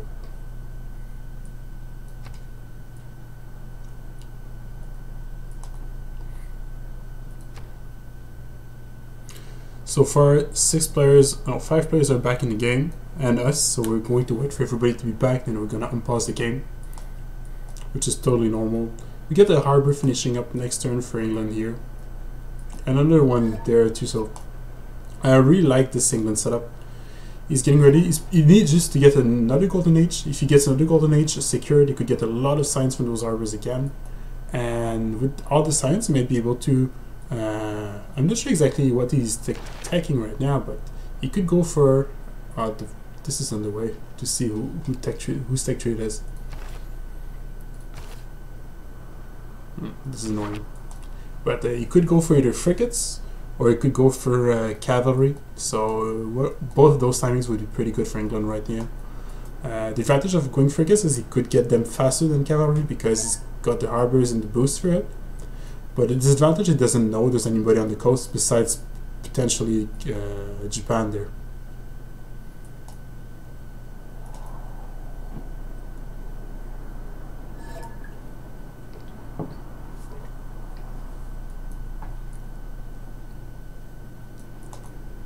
So, by the way, if you're wondering, America is taking out Palenque, which is the right move. So, game is on pause right now. All the players plussed in, so everybody's back in. Probably, I think one player said vocally 1, 2, 3, 4, 5, 6, 7, 8, 9. Okay, everybody was back in. Palenque falls here. Muscat as well. And Yerevan will probably be the next city state. So, there's only going to be a few city states left on the map. PrOPigandhi still holds 2 so strong with 6 envoys now in it. RageOfBoom has got Antioch secure, which gives an extra gold for each luxury resources when you do traders in the city destination. So a little bit extra gold basically. Lisbon, chosen by Arketip. I think he's mainly taking it because it's a gold city state. It doesn't really need the bonus as it stands because it doesn't have any traders in the water. Kumasi is still held by Svoke.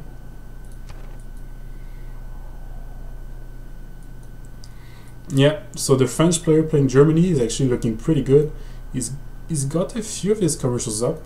I wouldn't be surprised if he sets up his Hanses pretty soon as well. He's got a pretty good river here to work with. I'm guessing he's going to put the Hansa right there. That's my guess. I'm going to put it. I'm guessing going to put a Hansa there, and probably one there as well. But I might be wrong. He might intend to put one Hansa there, because he could put a second Hansa here from this city as well.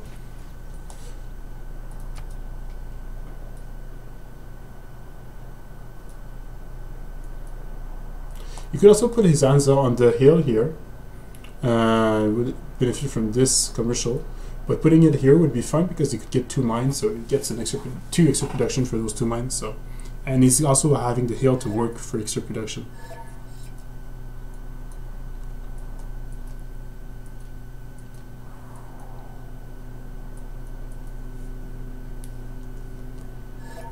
Those commercial hubs actually finish up soon, but I do believe Russia got the first merchant. Yeah.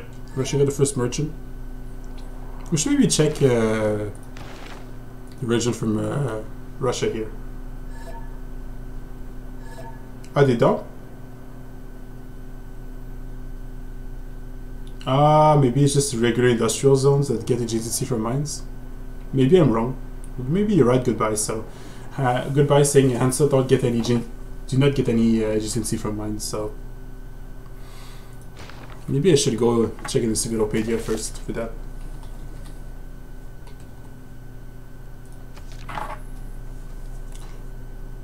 Two production for being next to commercial, 1 production for next to 2 resources, and 1 for. Okay, you are right. You are right. And if you check the regular industrial.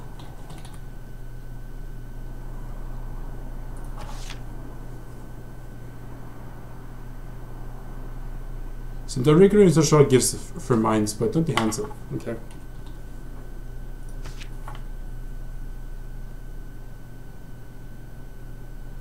Yeah, you guys were right.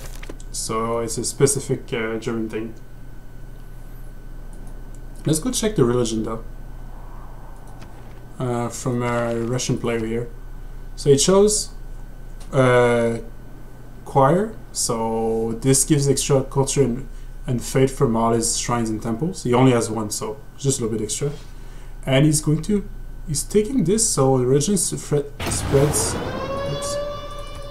There's no emergency, by the way, because we're an observer, so it just bugs out, but there's no emergency. This religion here will spread 30% away, which actually makes sense. You will be able to spread to those cities. Wait, let's check here if is there any war first before we discuss about religion. Can I also put the religious lands? So this is like this. So the spread here is doing his job for England, so he's going to be fully converted to his own religion. But the religion is spread to, if I'm not mistaken, 9 tiles out for the Holy City. So 1, 2, 3, 4, 5, 6, 7, 8. So this is in range. 1, 2, 3, 4, 5, 6, 7, 8, 9. So this was in range as well to spread. In theory, yeah, this is in range. This one was not in range, I believe. 1, 2, 3, 4, 5, 6, 7, 8, 9. So yeah, so getting the 40% extra makes that the city is in range now to be passively spread to.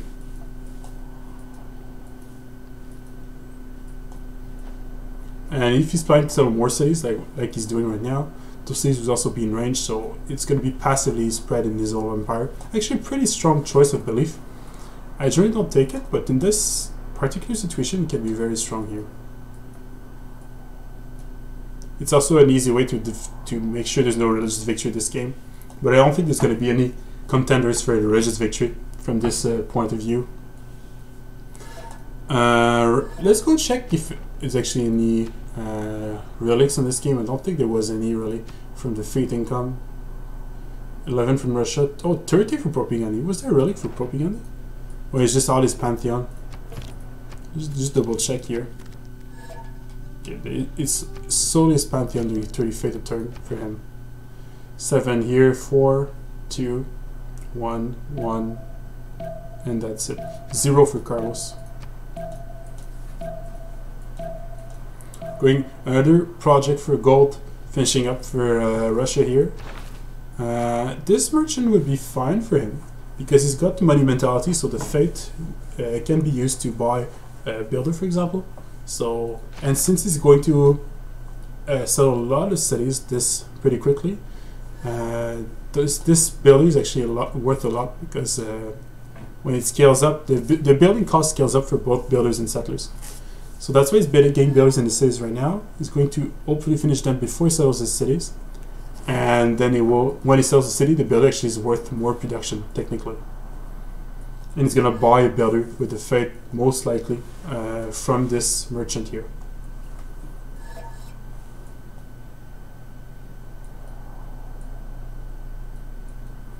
So there's some diplomacy going between the Arketip and RageOfBoom, which RageOfBoom is the American player, Arketip is the German player.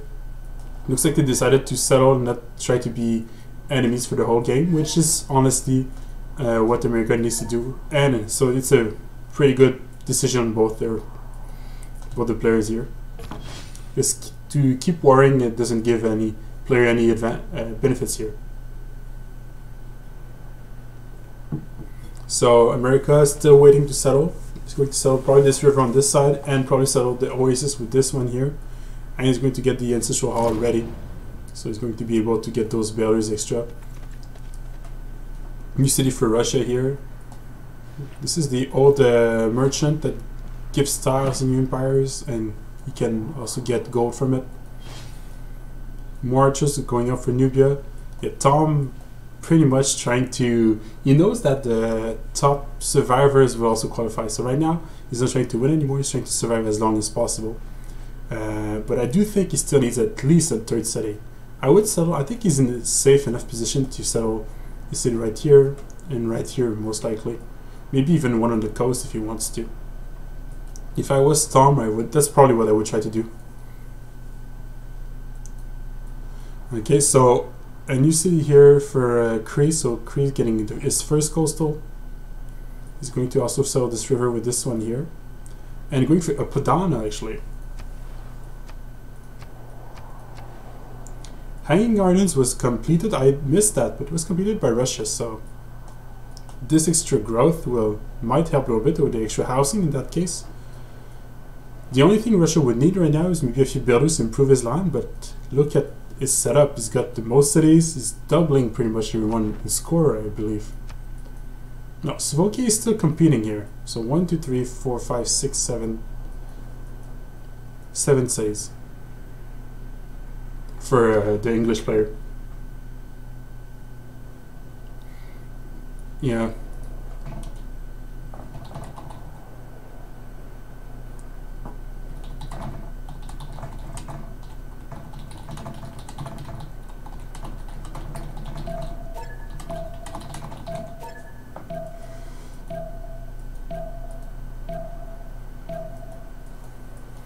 You're right, I should ask them again. I asked them in the early game, but some, I think, missed up the opportunity.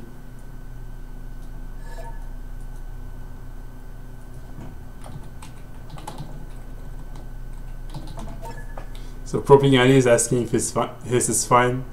Yeah, for a while on the server he was called PrOPigandhi, so his name is capital PrOPigandhi, but his name is PrOPigandhi. Sentez-vous here is there. And this is Arketip for all the French players looking right now, looking for France to maybe win this tournament. This is your hope. The only French player. If you're Dutch and you want the Dutch to win this tournament, this is the wrong player right here for Fonz. TOMBraider is an English player, so representing England right here. Karlos is subbing in for Battlesnake, but he is a German player. You've got the Skycry actually. Skycry, I think he's Hungarian, but I'm not exactly sure. Eastern European, I don't remember exactly which country. And he's looking to win this game at the moment. Red Phoenix is a Swedish player, so representing Sweden for this tournament here.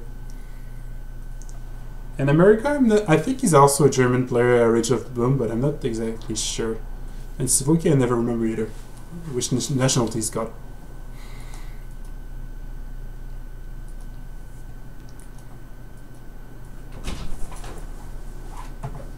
So we've got here Japan with a pretty good setup.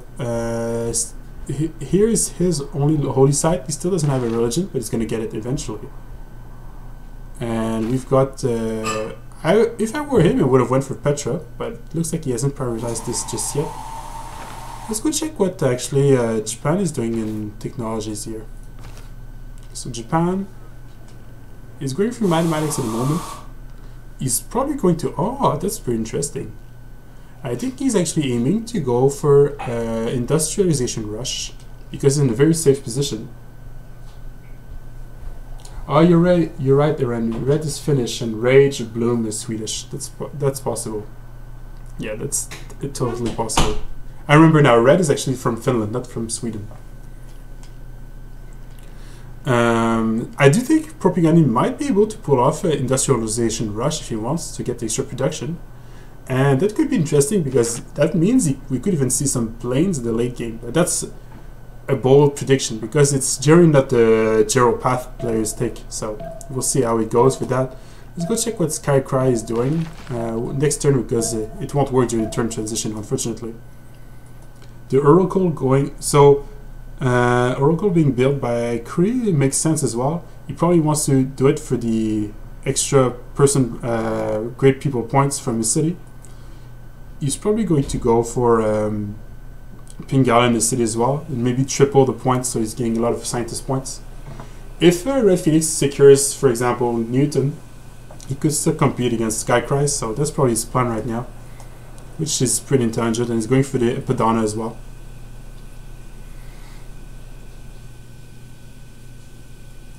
Looks like there may be another desync.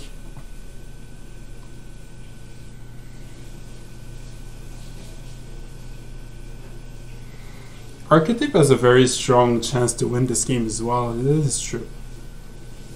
Arketip really defended perfectly in the early game against the American rush, the horse rush. But since the since it was a fail, now he's got a lot of room. The only disadvantage is he's surrounded by 2 players, but America is pretty much getting irrelevant at this point. And what might happen is Arketip might be able to take over America in the later stage of the game.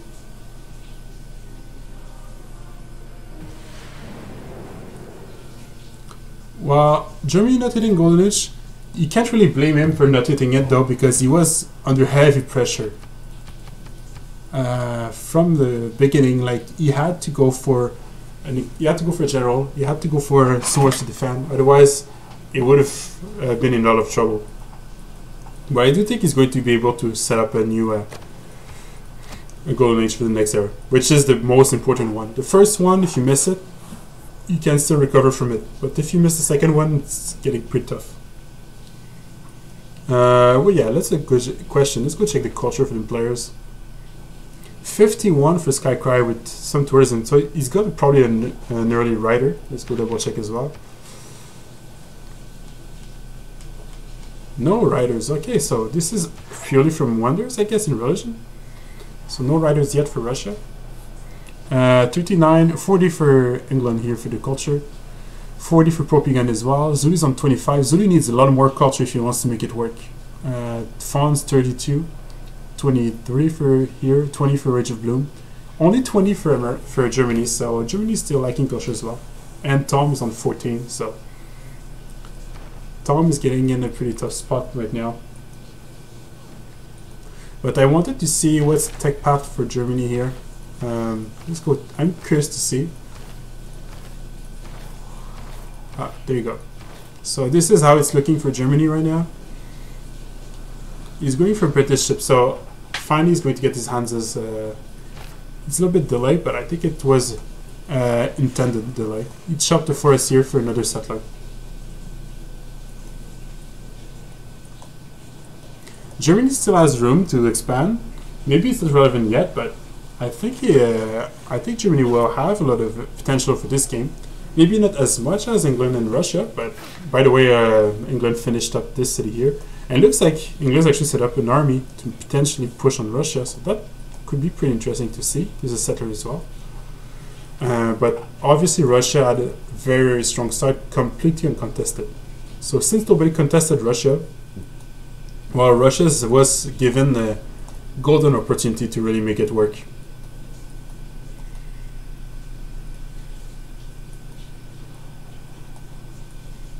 Some love being sent. Tom, I love you from Zulu right here.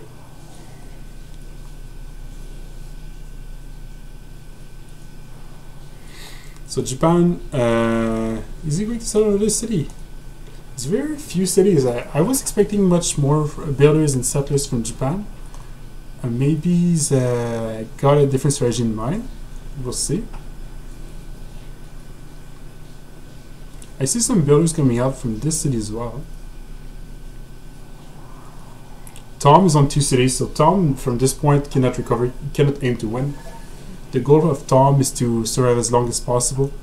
This is the semi-final games, by the way, if you're just joining up right now. So there was a tournament for free-for-all to celebrate the end of Rise and Fall, and this is the semi-finals, the first game. It's been very interesting so far, and the winner of this game will qualify for the finals, and potentially up to 7 more players could technically qualify, because the longest the game goes on, the more odds they have to qualify. So it's the 7 longest survivors that do qualify for the game.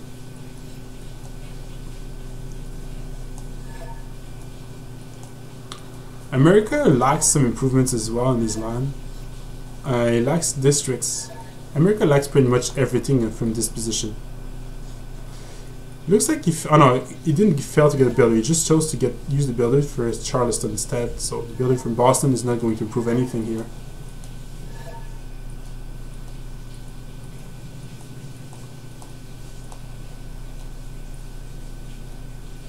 So it looks like Sentez-vous is trying to do some diplomacy with Skycry here.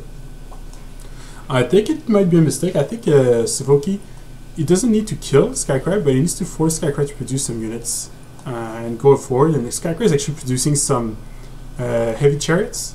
That means knights, knight pre-builds. So eventually we'll upgrade those into knights if he's getting attacked, and he will be able to defend it. Another holy site being produced in Smolensk here. This is a plus 4 holy site, pretty strong as well.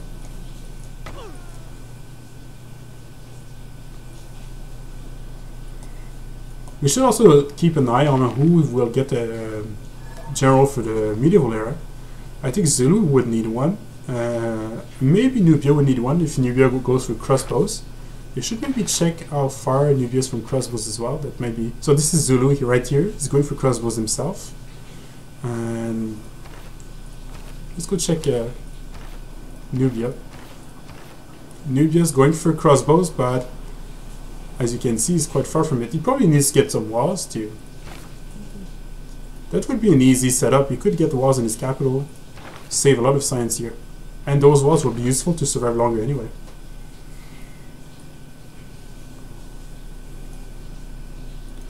Let's go check what's the plan for Skycry, technology-wise as well. I think we missed it. No, we didn't. Right here. Okay. So that's the plan for Russia. He's going right now mathematics. Might be going for education early. Not sure yet. Well, we'll see. You have to remember, this is the government plaza for Russia here. He's got theory square around it. He's got, I think he's going to get 2 commercials around it as well. And this is the encampment, I believe. Yeah.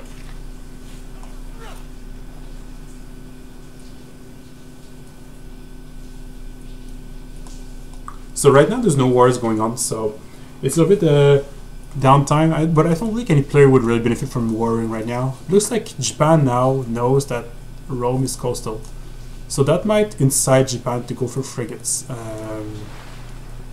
And since Rome spotted that galley from Japan, and knows that England is coastal as well and close by because he saw unit before, right? They met, like if you look at the city here, he met England, so he knows that there is England close by with a lot of harbors, so he knows that there's another player coastal. So I think all these players actually need to go, yeah, he's going for galley, need to go for a few boats to be able to defend their land.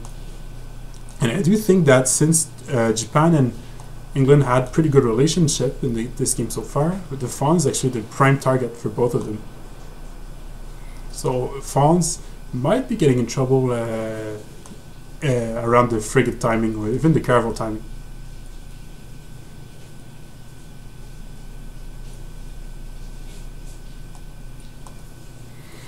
So those units here, those archers are not farming promotions, but you cannot blame them too much because it's against Nubian archers, and those Pitati archers are very strong. And the extra movement makes it that they can move up and potentially damage and kill those archers if they were to position on the south shore here of this river.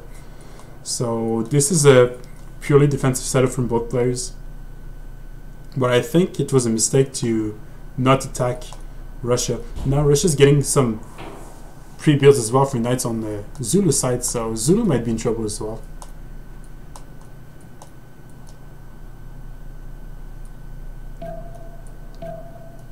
Looks like nobody's contesting both Oracle and Pidana, so I think Kree will manage to get those wonders.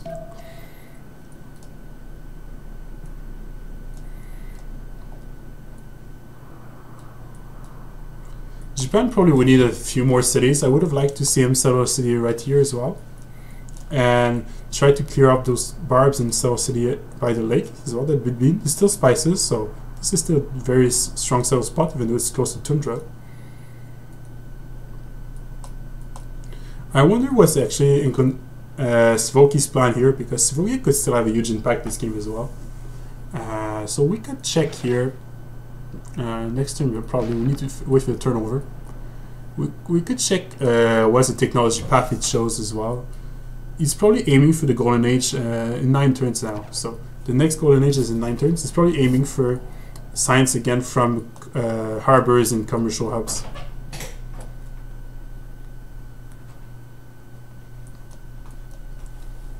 Ouais, c'est la partie.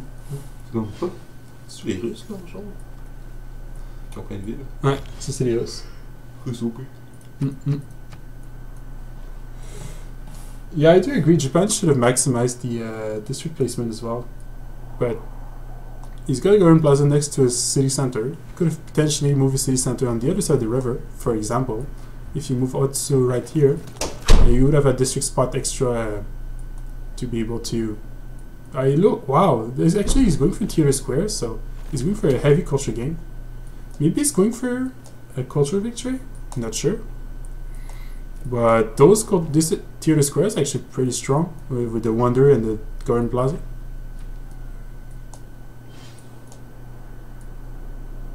I wanted to check the tech path for England, so let's do that. Oh, this is Kree, if you're wondering. So Kree is going for knights, so he's probably going for knights defensively in case anybody tries to attack him, since he's next to Zulu and Russia, so he needs to get knights. Let's go check here Japan. This is the plan for Japan right now.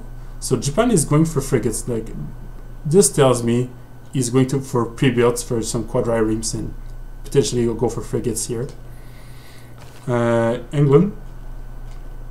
England's going down here for crossbows. Okay, so England's probably planning to go for a more traditional route, which is around getting cavalry eventually and field cannons. The crossbows are just on the way, so that's what he's taking right now. And I'll take intense. It's also useful to defend against potential knights if Russia was to attack. It's interesting to see. Korea going, we saw that. Japan, England, Russia. Russia chose to go masonry, then is going for knights at the moment. He's probably getting masonry because he needs to chop a stone somewhere, probably this stone here. Yeah, he wants to chop this one. He's probably running the card as well to build those chariots pretty quickly. And it gives him more time to give more pre-builds for more knights. How much gold does he have? That's actually quite interesting to see. He's only got 28, but he's doing 57 a turn, so he should be able to get a lot of gold here. How much gold for Zulu here? A lot of gold saved up, so it's not too bad. We've got Nubia here, still defending. Still no more cities. I think it's a mistake. I think he should go for, Tom should go for at least 2 more settles. He's got enough troops to defend pretty much anything. And honestly, he should go for a wall as well for the boost. Since he's going for crossbows, so that's another mistake on his part. I think after losing the city, he went in a full defensive mode, and well, I won't say he gave up, but I'm just saying maybe he's trying to look as irrelevant as possible, so players don't target him, so he could survive longer. Maybe that's the goal here. By the way, I do believe Tom is streaming this game. Maybe I'm wrong, but if you want to see his perspective, he is called TOMBraider on Twitch, so you could always spot him there.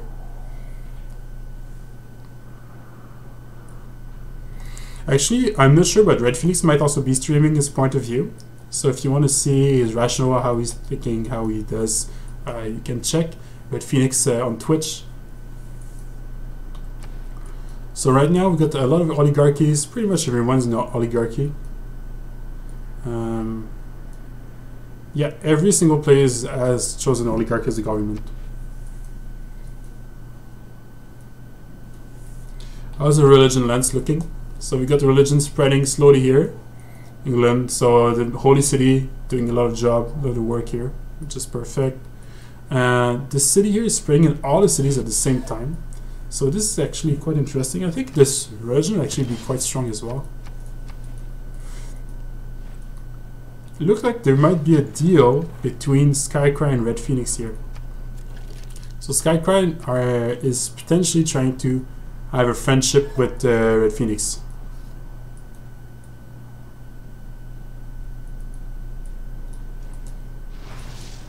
A scientist was recruited here. Let's go check.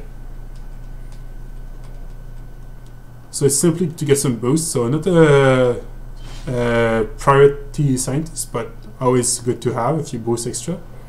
Anyway, in the ancient era, the good scientist already gone. The High Pasha was already picked up by Kree.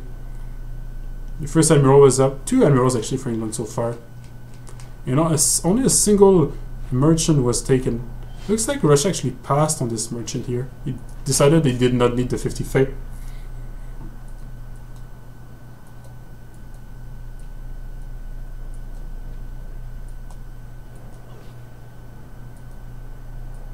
So, oh, I see the Petra now. Petra being built. And with probably in this city, but I guess this is not updated. Sometimes it's still a bug with the mod, but it shows a horse introduction, but I do believe it's the Petra right now.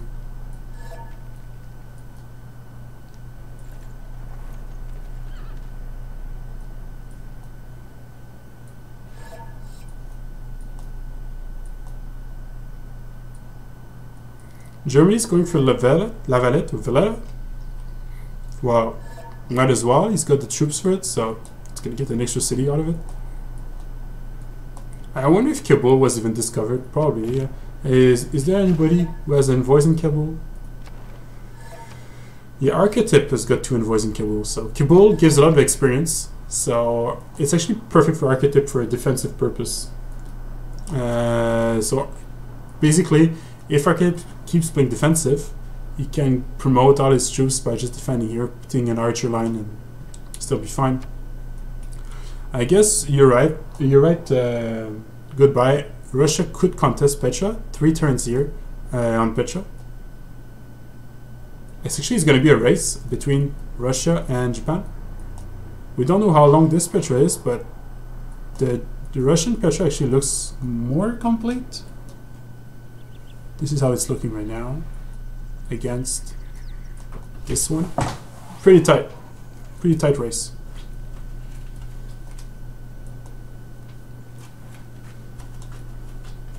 Got a holy site coming out for Cree as well, so you might try to pick up a religion.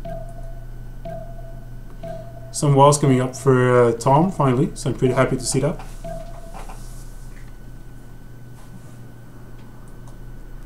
Oh, it's 19 turns here. Oh, actually, Japan will miss that Petra. I think Russia will get it. This is actually a very strong Petra city as well, with all those hills, so... I mean, if I was to choose which city would have been the best with Petra, I would have chosen the Japanese city, but this city here, with the lake, and all those hills, very strong Petra. Unless he chops for it, which I doubt he can, but he's got Magnus, he's got the 1 forest, so he could chop 1 here, potentially 1 there, but he doesn't have another builder. I think he's going to fail his Petra, unfortunately. Spent too much time getting horses. The last horse, he didn't not really need it. To be fair, he's got enough already to clear the barbs here.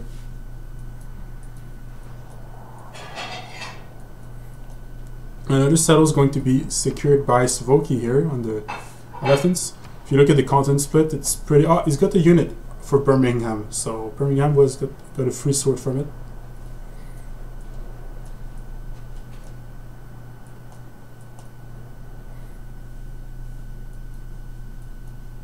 But Russia doesn't have any chops left, unless he buys 2 tiles here for the Petra. Yeah, you're right. He has the 1 here.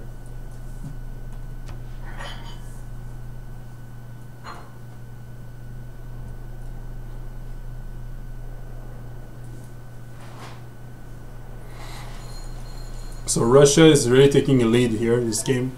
Let's look at the score. 292. Svoki is still keeping up though. 274. PrOPigandhi 215, 212. So yeah. TOMBraider. There's 3 players a little bit behind at the moment. There's TOMBraider, RageOfBoom, and Karlos. Karlos had a relatively strong game, but to be fair, he invested a lot in military and got very little out of it. All he got is secured a few more settling spots. If he would have been able to keep the city here, it would have been much stronger, but at the same time the loyalty was too much of an issue for him to keep the city. I'll be right back as well.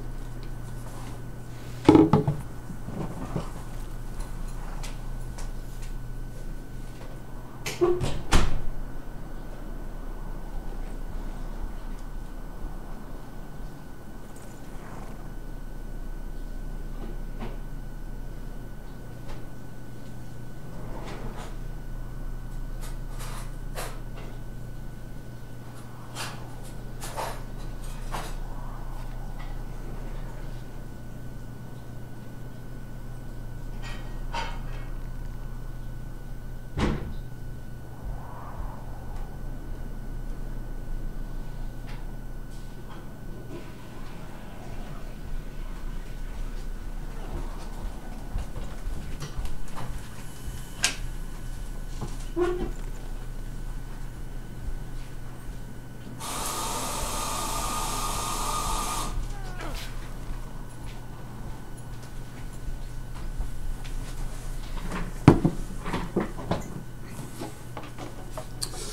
am back. So, by the way, if you're just tuning in, welcome to the semifinals for the Game 1 of the Rise and Fall Players Championship. Did I miss the Petra? 2 turns here? Not yet. I haven't missed it just yet. So there's 2 more games planned this weekend, both at 1 p.m. Eastern time on the East Coast, so 13 EST, or if you live in Europe, it's around the 7 p.m. CET, for example. They will be casted as well by one is actually supposed to be casted by TOMBraider, one by a player called Strike, so you'll be able to watch them as well if you want. This is the last tournament for Rise and Fall before the new season. Oracle was completed and Pidana as well, I believe, yeah, right here. So Red Phoenix secured those 2 wonders. It might mean he's going to get a lot of riders as well, agriculture, which could be useful. Let's go check the demographics quickly here. We have 52 science. Wow, Svoki really stepping up his science game right here. 52. You got. He's also on 46 culture, which is very strong. 35 for Red Phoenix. So Red Phoenix has got the Hypatia, he's got a few things, so that's what's helping him keeping up in science. Fonz 21, 41 for PrOPigandhi, 35 here for Russia, 18 for Arketip, 19 for Karlos, 17 for RageOfBoom, and 10 for Tom. Next age is in 5 turns, Aaron, for after this turn transition here, right here. So we'll check the error score after the culture. First, let's check the. So Russia's on 64, 46 for England, right here. 70, wow, 70 for Japan, so a lot of culture right there. 27 for Karlos, 35 for the Fonz, 23 for Arketip, 18 for Rage, 28 for Red Phoenix, and 15 for Tom. Looks like there's some desync issues this game. I guess we could check the RS score now. So, actually, I think it's right here, right?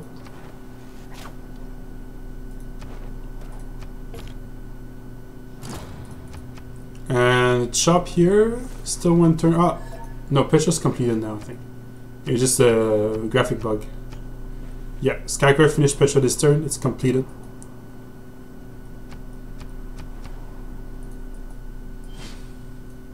So unfortunately for Japan, you won't have any Petra in this beautiful city. It would have been beautiful though. Imagine this Petra here. It would have been amazing.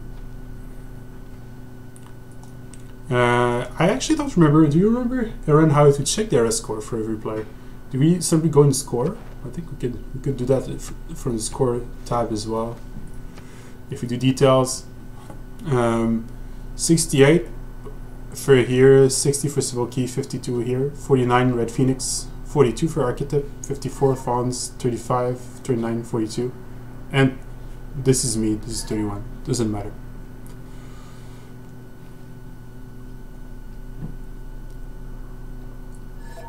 By the looks of it, I think Tom might be able to get their air scores, and Rage, I'm not sure he's going to get the golden though. Knowing those players, I'm pretty sure Svoki and Skycry will hit golden. I believe, since he's got 2 wonders, Red Phoenix will also hit golden. I'm pretty confident here. PrOPigandhi did sum up pretty well, but I'm not sure if he's going to hit golden or not yet. And Arketip needs the golden age. I think he will get it because he got his hands up. So I think actually most players will hit the golden age this one. The only player I'm worried about is potentially Japan and America here for the golden age. Potentially Zulu. I'm not sure Zulu's gonna get it.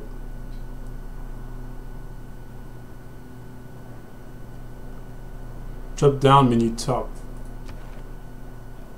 This menu here. Alright.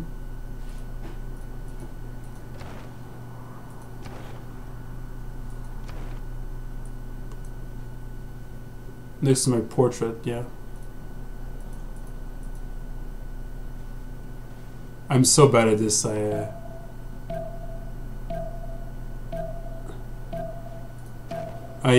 For all the what here.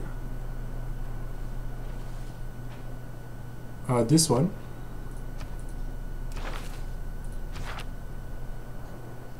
Next to my portrait. My portrait is right here. Ah, the arrow scored. This one. This one.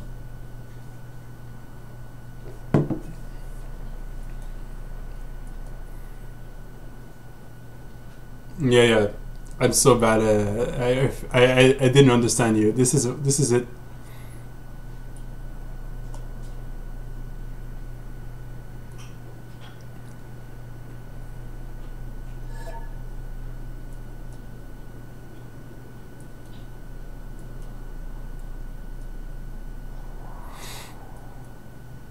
I'm actually pretty surprised by Japan game, really. PrOPigandhi coming in, I would say a bit as the underdog. He's a very strong player, like, don't get me wrong. He's won many free-for-alls in the past, but compared to the level of this game, I think he had an extra challenge and still stepping up and still doing a lot of culture, a lot of science, so don't count him out just yet. And if he does a decent frigate timing and takes out the Rome, for example, he could become ahead pretty quickly.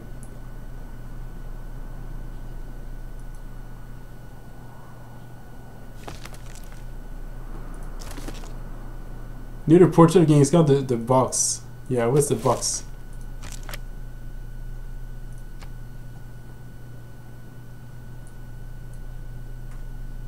Okay, open the technology. And you can switch there.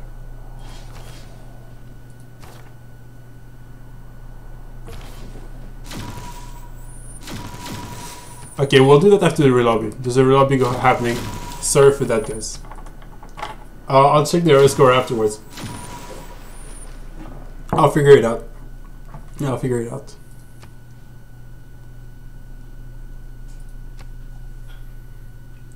Yeah, Russia, England, and Rome are hitting Golden Age. But I think Arketip will get it as well. He's Germany. I think he's going to be able to have it. I'm not too worried here.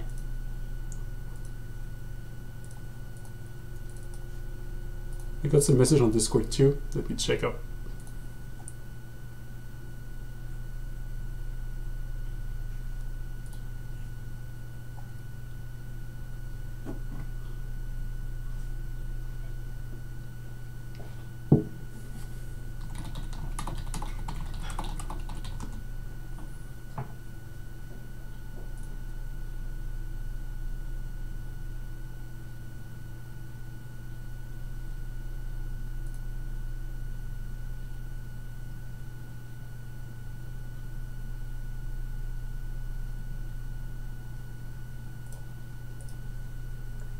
So sorry for the black screen right now. It's gonna be up back in a few seconds.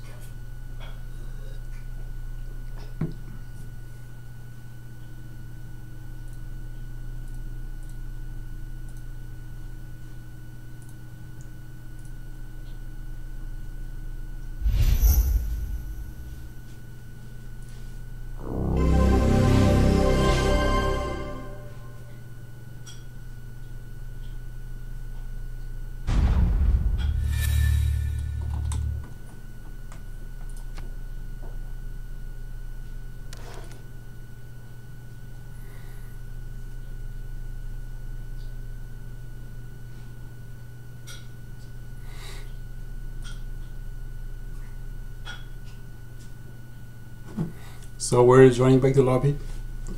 So we relobbied because there was some stability issues. Skycry kept desynchronizing, so we should be all good now.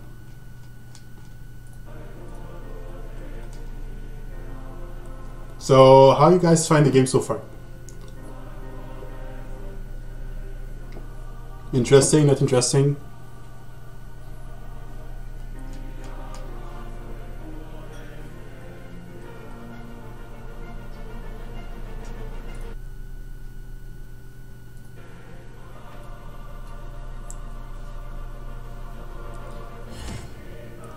So after we get back in the game, I think we're gonna talk about victory conditions here. We have to start thinking about it. We're getting towards the medieval era, so we need to see what to plan for each player.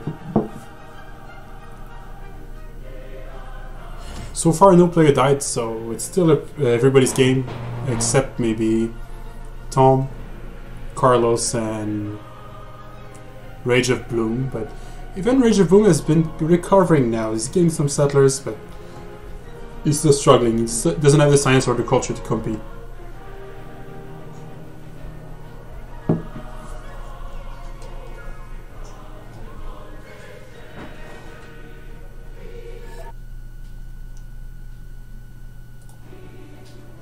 I'm gonna post back again this stream link here, so maybe some people want to watch this stream.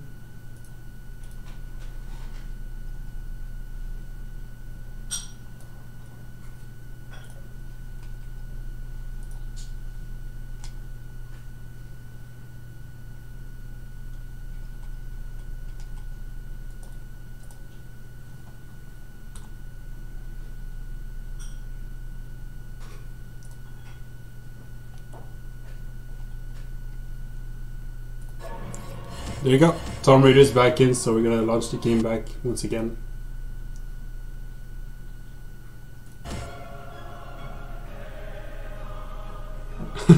Not as interesting as the card game you played in. Probably, I don't know, Aaron. I don't know which one was the most interesting. It was a lot of very good qualifier games. I didn't get to watch all of them though, but a lot of very good players competed. But this one is interesting because this is pretty much all winners, right? You got Red Phoenix, who won during the weekend too. He won 2 games actually. PrOPigandhi won 1 game during the second weekend as well. Auguthy won during the first weekend. Skycry during the first.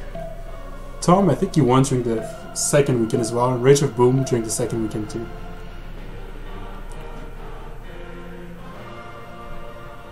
The only players who technically did not win any game are the Fonz and Karlos. Carlos is subbing in for Battlesnake here. Battlesnake could not make it, unfortunately. Vous avez bâti de grandes cités de pierre et assisté à la naissance et à la chute des premiers empires. Bientôt, vous chevaucherez sous les... And we've got the Fonz, which was a committee choice, so he decided to accept the offer. I offered him to play in the semifinals.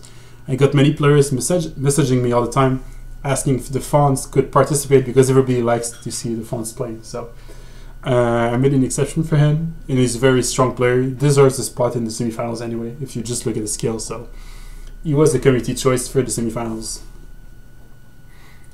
Faire grossir vos rangs. Puissent vos archers kéchiques, véloces et puissants. Aidez vos cités. Looks like we're back in. So, good morning for the Americas now waking up. It's almost 8 a.m. so we might see some more players coming up. I guess good afternoon if you're in Europe. So, there's going to be a reload. I think this was a war move that was not respected or something. I'm not exactly sure, so we're going to have to re-lobby once again. Sorry about that, guys.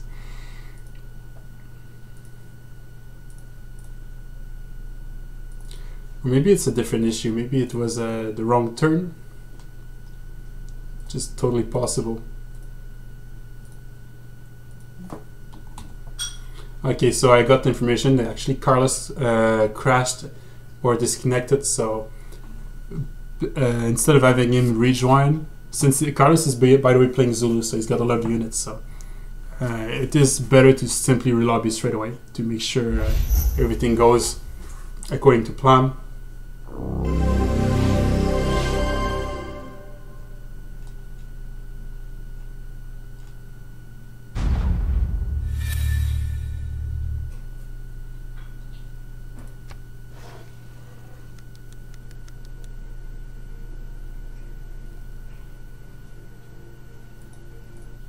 So I'm gonna join a new lobby now.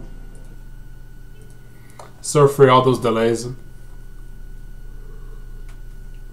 So far, we haven't got exact words on whether the new expansion or not will be more stable, Bertrand, in multiplayer. But by the sound of it, it might be.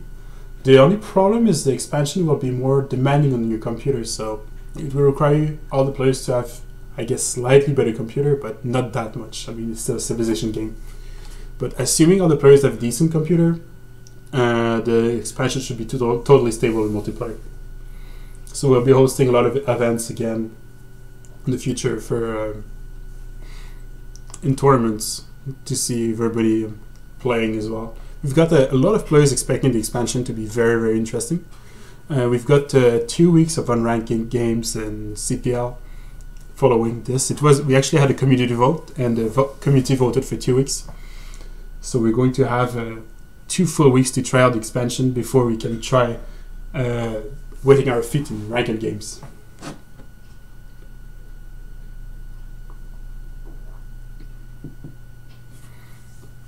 We're still waiting for a few players here to connect.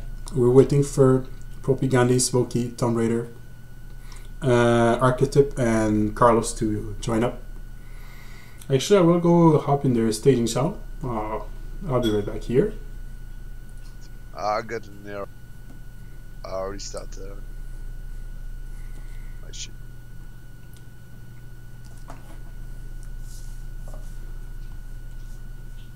Well, good job. Nobody's dead. I'm dead on the inside. Auguthy, are there many viewers? And Karlos is dead to me, so that's 2 of us that are dead. Oh, yeah. Well, there's been like 70, 80 viewers on my stream. Oh wow! Oh wow, that's a lot. Red is streaming? Yeah. Arketip I mean, I don't care. Like, I'm just hoping nobody's cheating, and like, well, I don't care who wins or loses. That's not what I meant. Not cheating. We like playing. Arketip We can like watch war this. game. We like war. Holy shit. I thought you asked that am I streaming due to the competition nature of. I mean, I always stream. Wait, Arketip's not in yet, right? In TOMBraider? Not yet. I don't see Tom and Probi either. I'm coming. I'm coming. I'm coming. PrOPy's already in. That's I guess I'll need to rejoin then. No, everybody you don't see is not in. yeah. I'm coming. Alright, just kick Pro and Tom and it's all good. Guys, I play Apex and Shift Enter till I die, okay?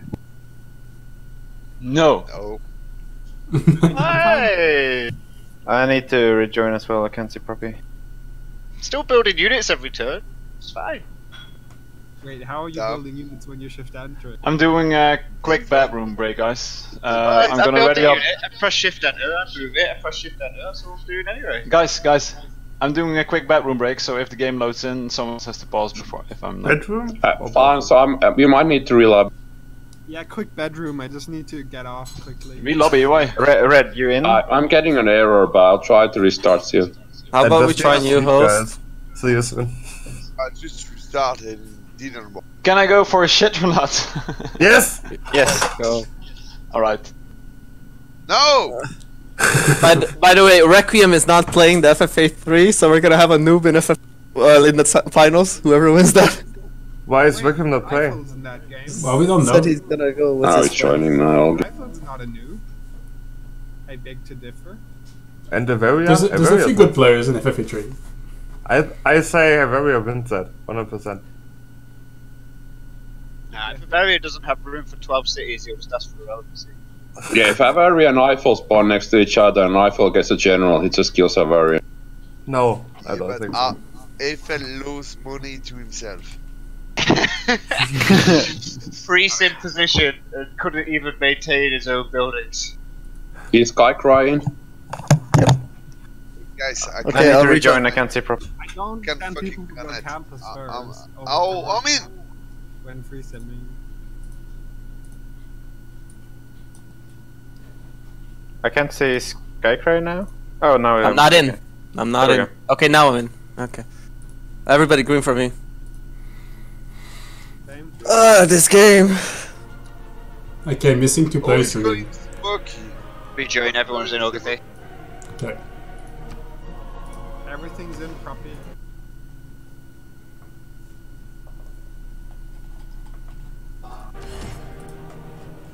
So, Auguthy, what's the stream? When are they enjoying this game? Yeah, people actually are enjoying the game. What You should be here to listen to our pro player Arketip. He's a pro commentator. Yeah? What does he say? Yeah. I am. Honestly, Arketip, you should Pro, are you here? I'm connecting, but I'm not going in. Can you ready up? French. I'm not in! Oh, it shows you in. I said I'm connecting. Can you restart your connecting then? I will try, yeah. Ugh, opening the witches like broke all the resolution. Skycry? Yes. Ready? Ready. No. Grab it. That Grab it. A lot of love there. Is it possible to block somebody in game? I've already done that. No. I'm gonna reactivate my Facebook account just so I can delete Karlos. Yeah, it's okay, don't worry, just let it stand Facebook. like that. Like the countdown went down, just wait. I haven't used my Facebook in like 2 years and Karlos now. Oh wait, you never actually got a countdown? Is it okay? So okay. Yeah, Then me click on either. game setup, then staging room and re-ready up. Not sure if I Don't ever did re-ready up. in the lobby. I don't remember hearing it. Yeah, I'm still in staging room as well. Yeah, we're all still in staging room. Scrap! Okay. Scrap! Okay. Fonz, re-ready? Yeah, I did. Ah, I don't see it's working for Spooky me. ready up. Nice Good for you now, Sivoki. There we go. Oh. My god. Almost loaded. Scrap. Game, guys. Yeah, scraps plus. Alright, ready up. We scrapping? Yep, scrap. GG guys, thank you. We map, guys. I We saw map. I guys voted get plus for this love, fucking forgiveness, and okay. friendship, not for scrap. Just to Let's do a we Let's map just vote, scrap guys. and play No, a team here. Everyone map. just shift enters until like turn 200 and then And we you know we could also just shift that until turn 100 and then call it a tie, and then all of us are tied, right? Yeah, yeah, I'll technical moderate- tie for first. I'll moderate or approve that tie. But I tell you, Yeah, Tom, you want to prove that tie, huh? I will approve that tie, yes. Vous avez bâti de grandes cités Tom de is pierre. playing Nubia, Et by the way. assisté à la I'm also descente going et to à put la Karlos chute up des for a premiers permaban from the server. Bientôt, vous chevaucherez sous les tours. I've got enough friends on the mod team. I'm not too worried. Yeah, scrap is now fully modded with Waza. yeah, we've got that. We got more mods than CPL itself. Scrap is slowly eating CPL. Are you trying to imply that the mod team's crooked and biased? Maybe. That would be a wise observation. Oh. Wait, but TOMBraider is not a mod. He's an admin. Yeah, on So passes. I should be afraid, right? Bet my authority. TOMBraider used to be a head vice admin. What happened? I didn't. I turned it down. Oh, okay. Too much power. It would corrupt you. It would corrupt you. Sorry guys, my game just bugged out. I might need to rejoin the game in a little while, or maybe we need to relobby again. You know. What? Otherwise, on my stream will be completely fucked and nobody can like really enjoy it. Well, it's paused. There's 80 What did you do? viewers on it anyway. His units will move, but it doesn't really matter, does it? Do you have any builder or settler movement that you want to do, Red? Because that's the only thing that's important. No, I mean, yes, I can't hot join, but let's see. Okay. I don't need to do it right now. Probably in like 10, 15, 20. I have the alt tab bug. I can't like Oh, do okay. anything with You my can't stream. alt tab. Okay, that's. Yeah, wait, let's do your moves and then leave and hotline. No. Let's just play it until it becomes a problem for me. So some pause. Okay. Alright, everyone's in. It only becomes a Pausing, problem guys. when my music shuts down and everything on the stream, like, and now how to restart it, which will happen in like usually like every half an hour or something. Let's go! I want to see my Pausing picture in titles. 3, 2. Hey, I pillaged that last time. You did, which was a dick move considering I left that kind of alive. Gave it the opportunity. So we're back online. So sorry for the delay, guys. We're back on this game here. Very interesting. So we might have to relobby again in the future, as you heard from Red Phoenix. He's streaming right now the game if you want to see from his point of view.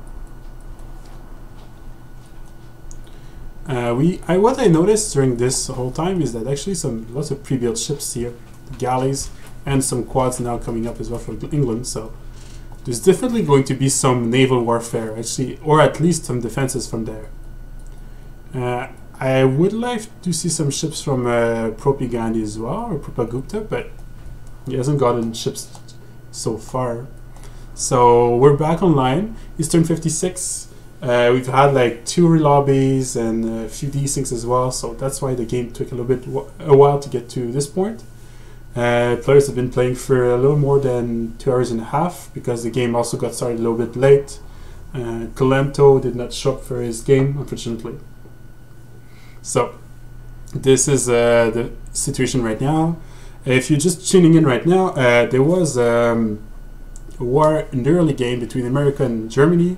America failed as a horse rush, and Germany actually got the upper hand. So, but now they're at peace. They actually have pretty good relationship. I think they agreed on that settle for America. So, and Germany needs to just sim up. So he's pretty happy with that deal. There was a war which is still happening between Zulu and Nubia here. More troops coming out from TOMBraider playing Nubia against Karlos playing Zulu. Honestly, Tom lost the city, so from that point he decided to go full on units. I still think he could have went for 1 or 2 settlers, but decided not to. This way.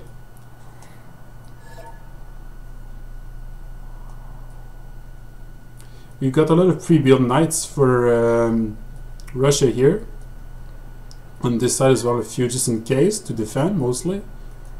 Same thing here, those troops are to defend for England in this position.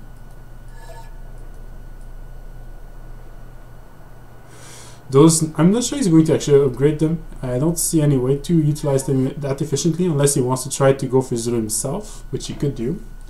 So I think he's going to wait for Cossacks before attacking anyone at this in this game right now. So this game should go on for still a while.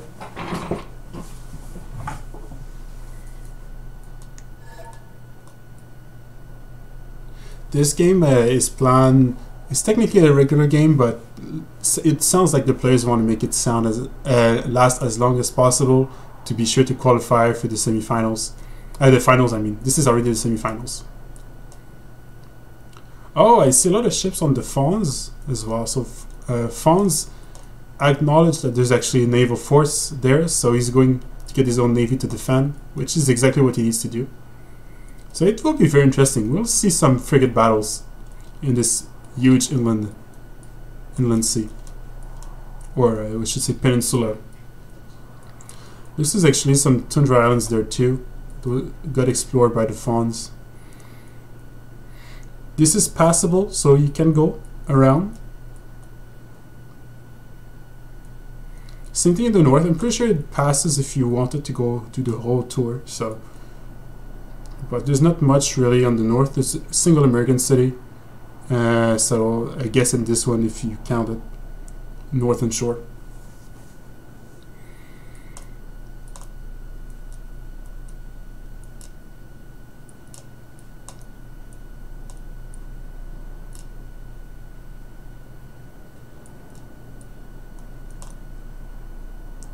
We've got an encampment here coming out for a crate.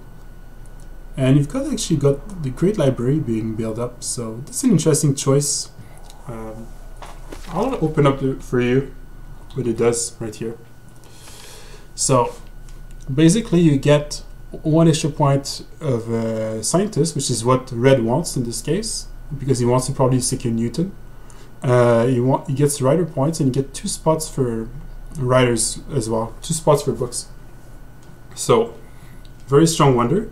And on top of that, you also get optimization. So when somebody else recruits a scientist, you get a boost given to you. So pretty strong wonder, especially at this stage of the game. It is worth it to get, because there's going to be a lot of scientists recruited in the later stage of the game, and those boosts may really have a huge impact.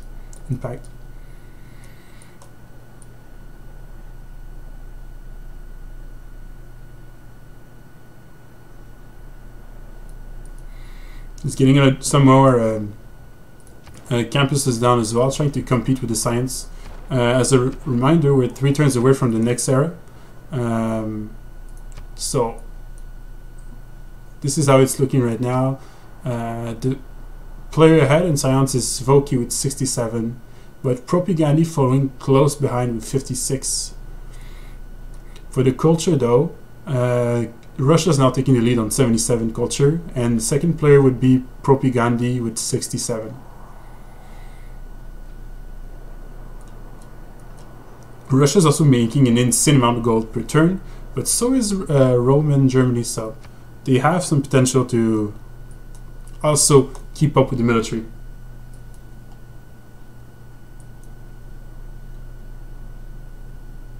Let's go check the tech path here of our friends. So Red Phoenix is good for education. No surprise here really. He does need the science. He will try to get those universities up online as quickly as he can. And he's got already some tech up for the knights in case he needs to get knights quickly to defend. And with those universities up, it will help him vastly to keep up in science, which is his main concern at the moment. Japan going for cartography and then probably for frigates as well to defend or to attack, we'll see. Sentez-vous is much further though. He's only 5 turns away from frigates, so I'm not sure if he's going to finish it or he's going to wait for more pre-builds, but for now he's taking frigates. Russia simply grabbing the crossbows here as a standard build. He's probably going to rush his Cossacks, which are right here, military science. So in order to do that, he needs to start getting technologies on the bottom side of the tree. I already saw Red Phoenix, so Japan, we saw that. England, what's England's plan here? This way.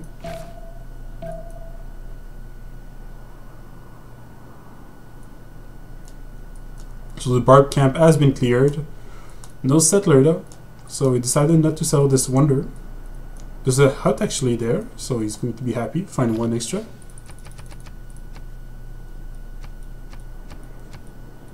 So far pretty much all the classical era wonders were built.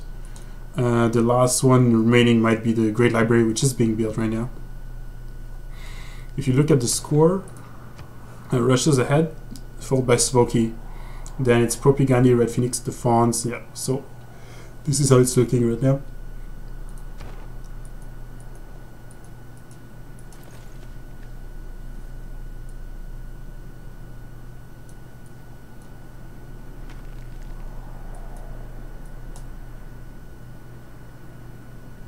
Theater square right there. Oh, it's pretty strong. 2 wonders next to it, so pretty strong theater square too. Good simming up by a red actually. If you look at his planning, it's quite intelligent in many ways. It allows him to have a lot of room to do what he needs, have a lot of good tasks to work, to produce, and also allows him to have good district placement. So far, no player died, but Nubia is pretty much irrelevant. He's only on 2 cities. I think he could have been on 4 though.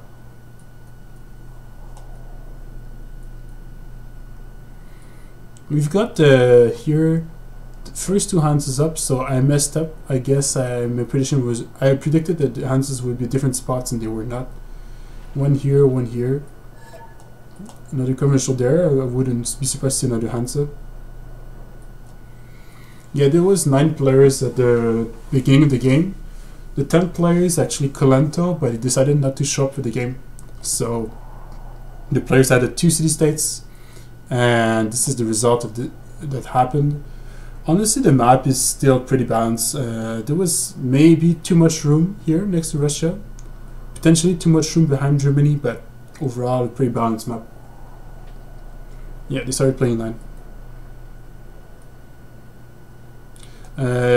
You missed also that Japan missed Petra, so wasn't Petra. Petra was built by Russia here for Smolensk. Pretty strong city, really.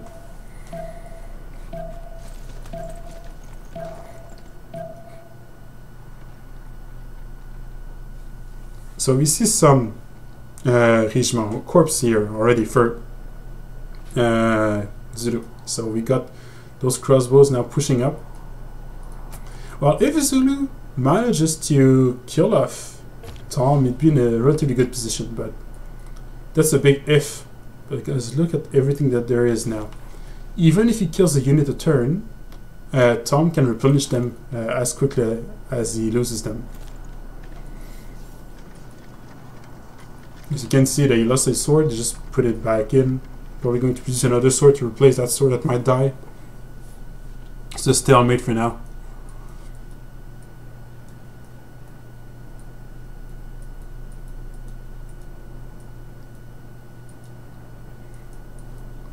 I think I would love to see a last city from Red, or maybe two more cities. But at the same time, he's been playing pretty well so far. I think a city on the southern side here is worth it just because of a few chops, so you could move Magnus. And I would have thought a city more north here could have been possible. There's a decent amount of hills. Not the best city necessarily, but can be done. Or you can do a city in this area here. A few hills as well, a few forests, but I sometimes they're not the best cities, so I understand why he did not settle them. At least not yet.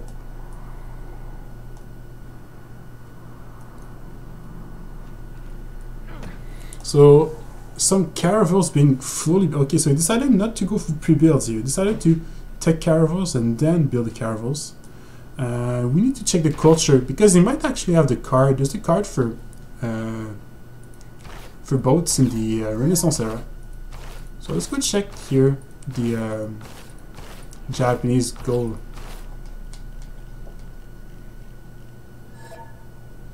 Like if he reaches this government here, 100% for naval units in the Renaissance era, building caravels will be fine, but he doesn't have the government just yet. Looks like he hasn't chosen what he's doing yet. He's probably going to go for an exploration.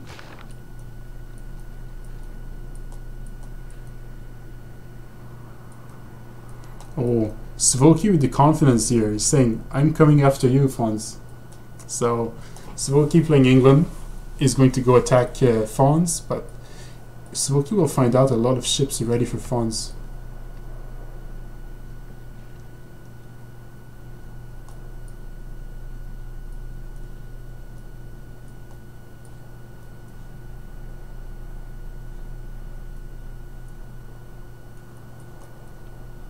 Fonz always has a good city name, so as you can see. Fonz is bad, Jukebox, Drunk Fonzie.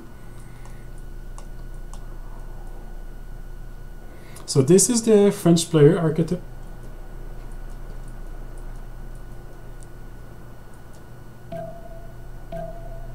He says, I'll not go after you, by the way, but I'm not sure if that's true, because he said in the early game that he would not go after Japan. But this tells me he's going after someone. So if it's not Rome, it's gonna be Japan.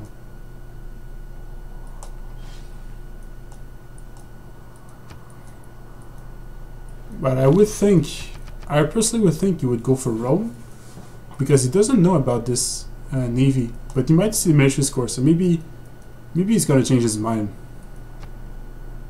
So everyone except Nubia went for Golden Age this era. So nobody missed it.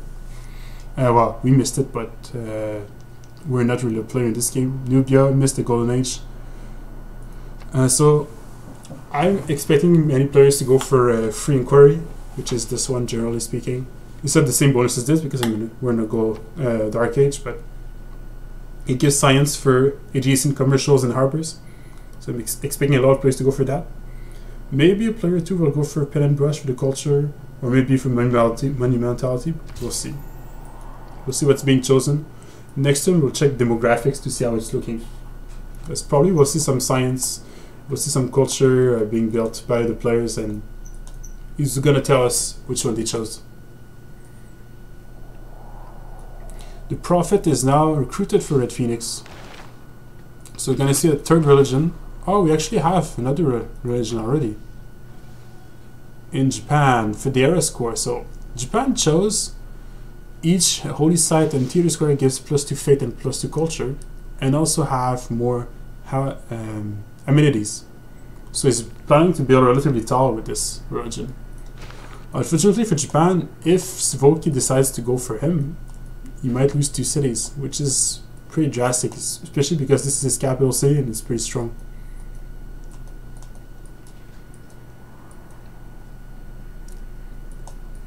You have to remember, Svoki got Defender, and also he can buy Fate Purchase buildings in his cities, so the Theater Square and the campuses.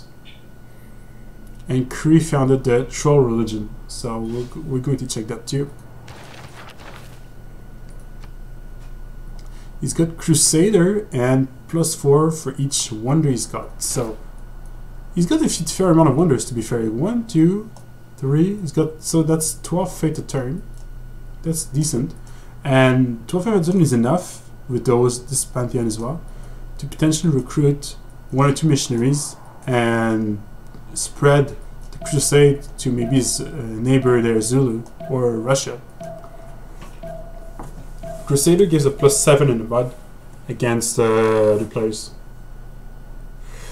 At the moment, there's only 2 players at war. It's Zulu and Nubia.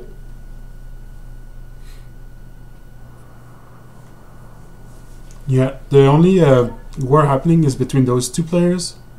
Nubia is pretty much irrelevant in this position, unfortunately. But Carlos isn't doing that much better, to be fair.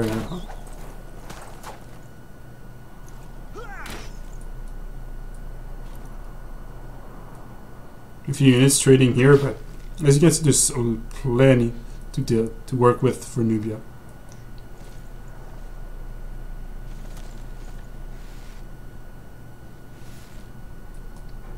Eventually, because Zeus got the crossbows here, he'd be able to grind enough units. So Nubia might slowly fall off here, but it's going to be a very slow process. I'd be curious to see if Zulu's actually got knights soon. So let's go check this. Okay, Nubia, what is he doing right now? In 3 turns he's going to get crossbows, so in 3 turns he'll be able to defend. And Zulu right here, he's got the knight technology, so he could get some if he wants to. Is anybody going for a general? It looks like Nubia might grab a medieval general, which will be very useful with the crossbows. So Zulu would need a general if he wants to keep pushing as well. In 2 turns, we'll see a general from Nubia.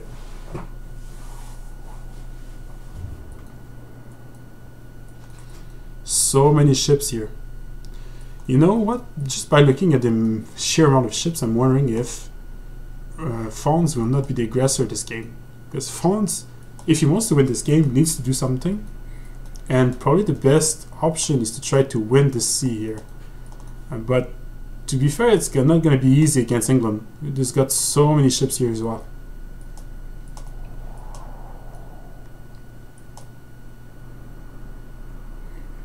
Looks like it's the battle of the settlers here, but this settle will win. They are technically at peace at the moment. Let's double check, but I'm pretty sure they're at peace, yeah. They don't have a friendship signed though.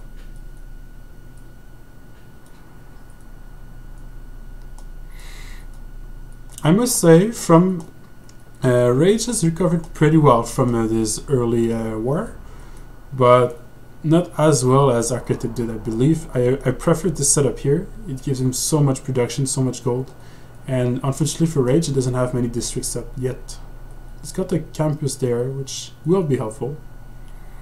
Let's go check the demographics here.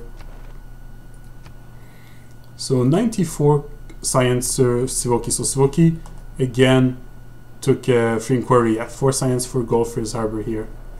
53 for Red Phoenix. So Red Phoenix might not have taken free inquiry. Anyway, it doesn't have much commercials to make it work, so Skycry on 75 science, PrOPigandhi on 84, so very good saving by PrOPigandhi so far. 74 for the Fonz, which is pretty good. Karlos 44, 38 for Arketip, 32 for Rage, and 11 for Tom.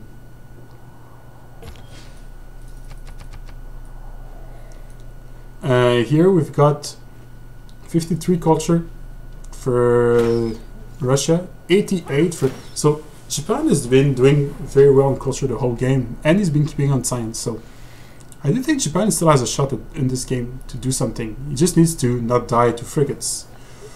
England 71, 24 for Zulu, 36, well 27 actually for Germany.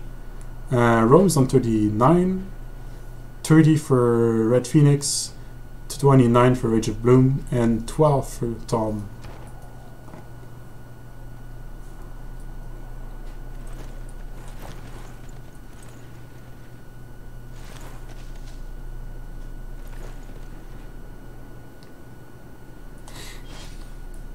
So from this situation, Skycry dictates the game. He's ahead technically, so he can decide what's going to happen.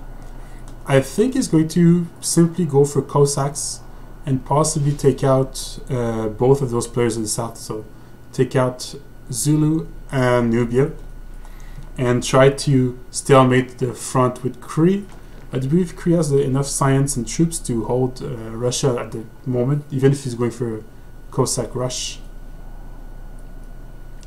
What we could see is England also trying to go for muskets. That's a possibility. He has a good position for it, and if he manages to take cities, he will gain muskets as well by capturing cities.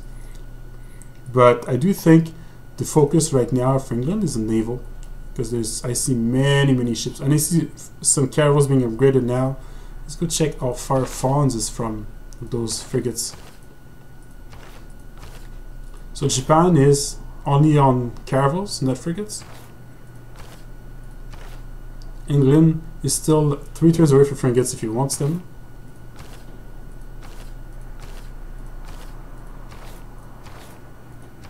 Where is Rome?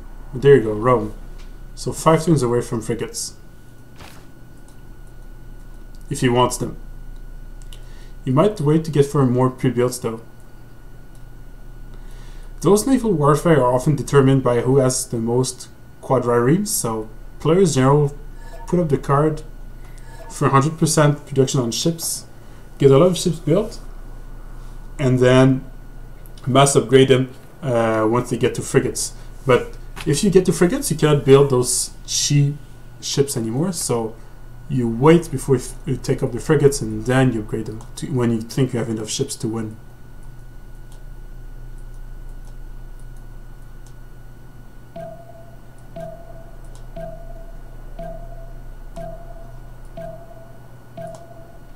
There's a war between Buenos Aires and PrOPigandhi, I believe.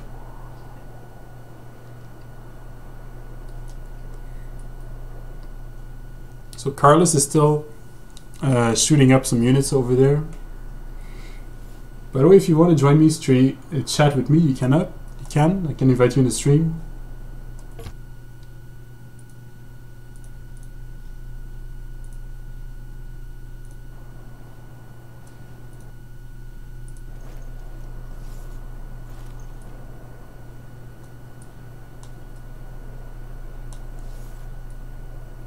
Let's go check the alliances as well. It might be interesting to see.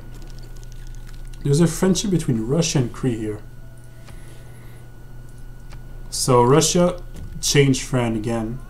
There's no friendship for Zulu. And Nubia has no friendship either. And at war with both Japan and Zulu. Do we have a friendship here? America is now friends with England, so still from the beginning. And I bet Rome is still friends with Germany. That would make a lot of sense. There's actually an alliance between them. An alliance between Rome and Germany.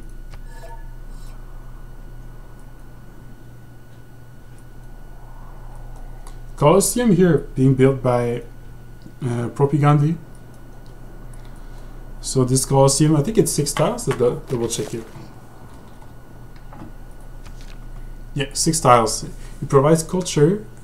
It does provide loyalty too, but it provides amenities. But you often do it mostly for the amenities here. So you get many cities within 6 tiles. How many? So this one, obviously. This is far too out. 1, 2, 3, 4, 5. This will count. This one as well. This one as well, and maybe this one. Capital as well.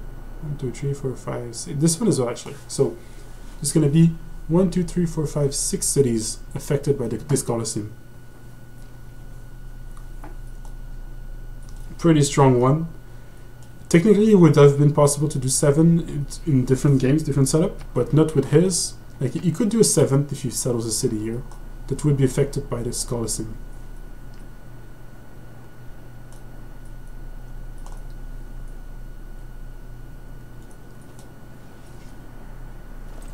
So more units are getting combined now. We can slowly see there's less and less units for Tom, but it's just piling them more in the back here. He's probably got Victor promoted as well. If you want to see like the promotions, he's probably got the +5 combat strength here. He's gonna +5 as well. It's pretty strong, and it's probably going to get double shooting from his city because he will have some walls as well.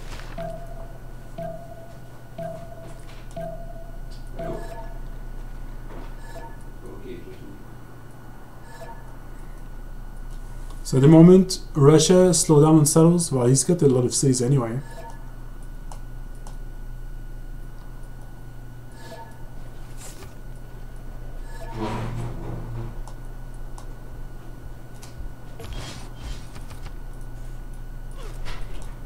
Well, actually, I'm saying that, and there's actually 2 settlers here being produced, being chopped possibly. Looks like there's going to be a military alliance signed between England and America as well.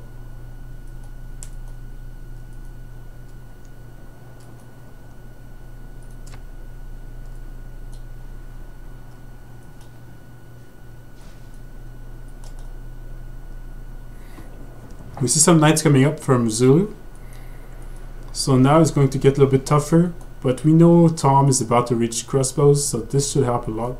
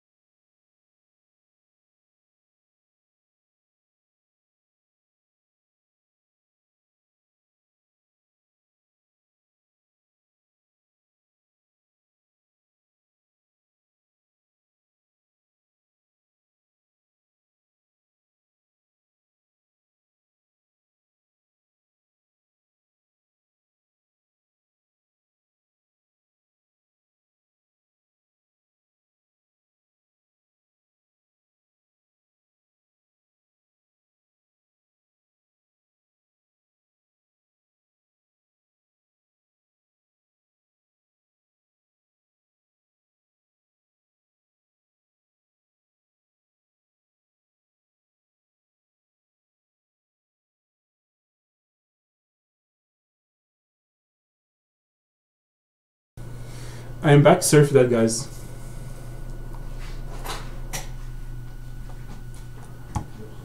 So this setup is pretty good. We've got like Japan here in the south, pretty safe except for Navy. We've got England here on the border here, so I'm expecting a war between Slovakia and England at one point. I think it's going to be very interesting to the Renaissance era. We just have to wait a little bit longer for the action to pick up.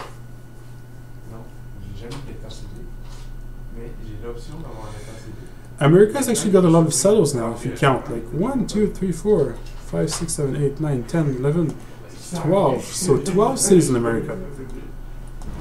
He hasn't slowed down at all to get his settles up. He's gonna get another settler here. Where will he settle this one? I'm not sure yet. Maybe the lake to grab those wine tiles? Possibly. Or maybe he will settle on the pass here, which could technically be possible. To hold the path so nobody could pass here. Some settlers from Germany as well.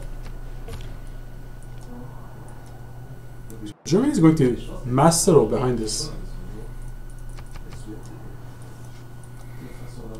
Oh wow, okay, so we got one corp as well for Nubia from a general, most probably.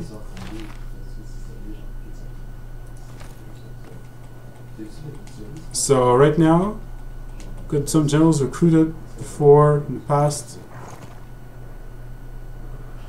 Zero from Germany, yeah. And from Nubia, I mean. Germany will get probably the last general as well for this era. We got the medieval general here for Zulu, so Zulu should be able to also compete. I'm a bit confused why Tom decided to combine units. Maybe he should have kept it and have good crossbows behind to defend. Maybe he just doesn't have the gold to upgrade. That could be an issue.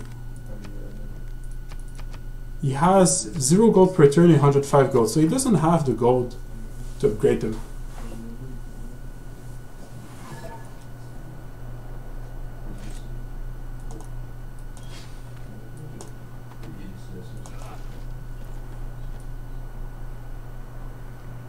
The caravel has been spotted. Some caravels there as well. The Fonz is, I think he is scouting as Sentez-vous says, but he is scouting for someone to kill. He says he's just scouting. The player who needs to get a little bit more navy is probably Japan in this situation, but a few caravels should be enough. And he has good position in the city, so he could probably get some catapults if he needs to defend. You're right, he already has a classical medieval. You're right, so he doesn't need a medieval generally at all. You're totally right.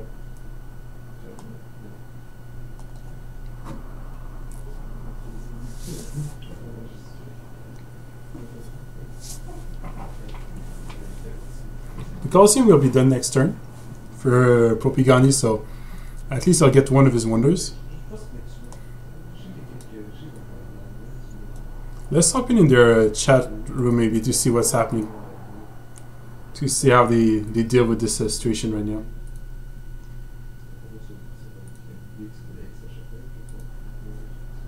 Sivoki does it? What? Yes, he has writers? Okay, I didn't know he had a book. I think he has Oracle.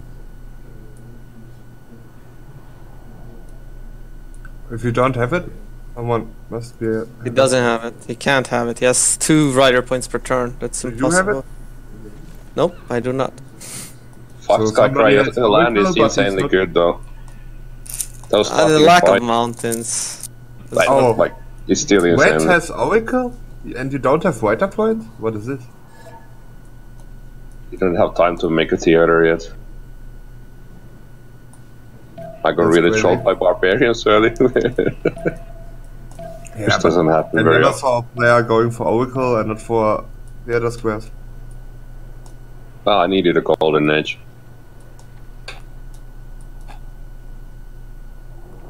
Moving after the turn, lovely, lovely. Yeah, that just means you can move at the start. Like those few seconds you get at the start. You've been first moving me. Oh really? I don't see that sword dying.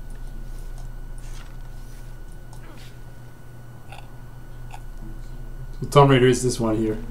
Let's not fight me. Carlos. And last back then, I never beat them. Fuck me. I'm an idiot. This is Russia speaking right here.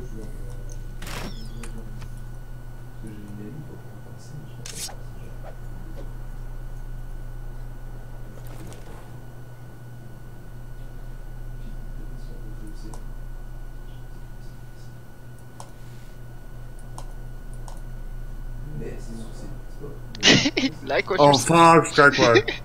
What? Oh, you took it? Wait. Cossack train. Oh! No, wait. We do it other way. Is that okay? Yeah, that's fine. You can keep the other one. Just because you were normal, like, fine. And honest about it. Okay. Yeah, really, I was just like... Yeah, I believe you. You said it instantly, so... I believe you. Pal. That cow friendly? Yeah. Scouting mate.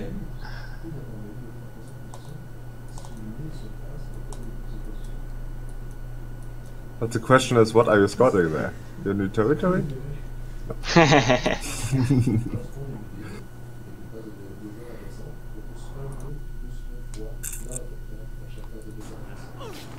So they can't hear me, by the way, when I speak, unless I press my... I'm on push to talk right now. But we're still with them at the moment.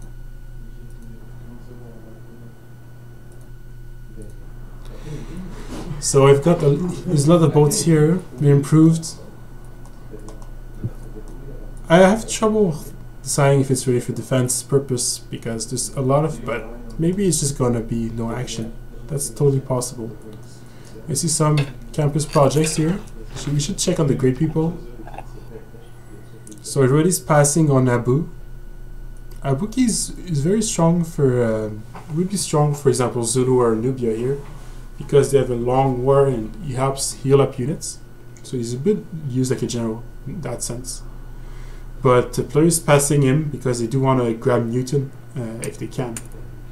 So they need to get keep their points for it. Catapult does damage. Wow. You brought it in earlier. Sorry for screaming. Yeah, that's good. I was a bit too excited about that catapult. Gosh, I wish this was a teamers. Then all this Aureling would make sense, right? Why did you do it? My land shit.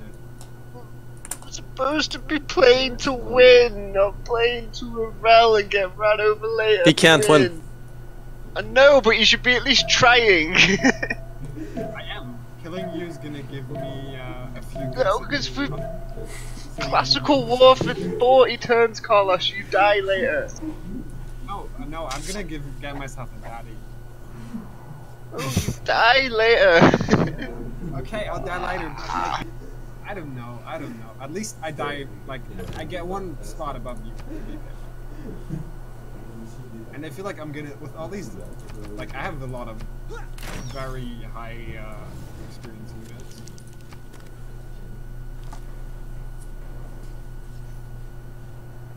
I don't know what I'm doing or saying. So Aaron says, I can see that England's strategy is to own the sea later in the game, to have nuke control. You can have nuke access to all the players except Russia, I believe. Which is true. I mean, well, America, he still has good nuke access, but it's very close. Nubia, well, you would have nuke access, but Russia's a little hard.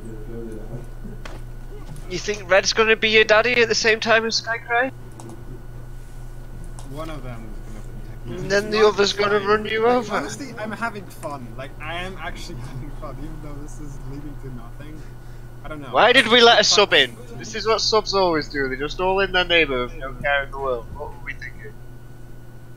True.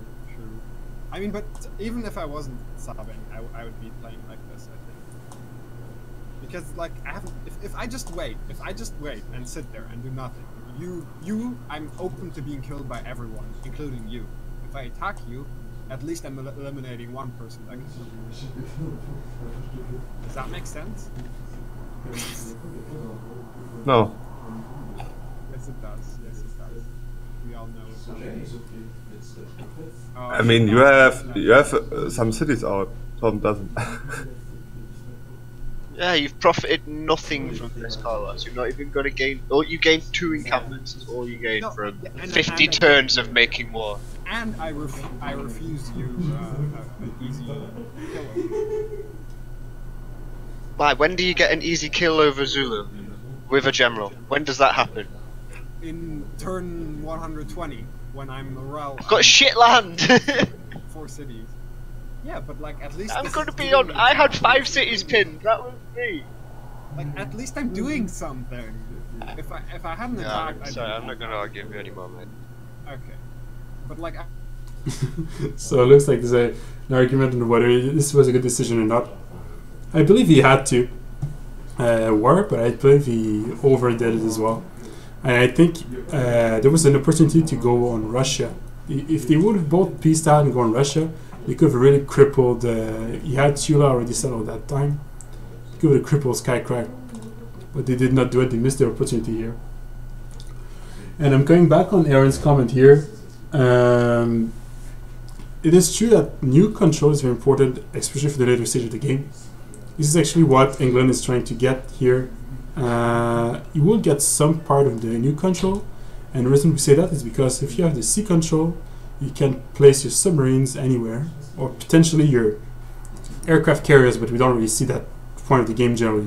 It's more about submarines, and the submarines are able to launch nukes if they become nuclear submarines later. So I think the sea control guarantees you being able to control any nuking opportunity. And if you have the sea control, you also prevent other players from nuking you with submarines. So in that case, for example, Russia doesn't have that many coastals, although you would potentially be able to get one, like get some units out of those cities if you wanted to. So Zulu is still pushing up on Nubia here. We got some crossbows, we got a lot of units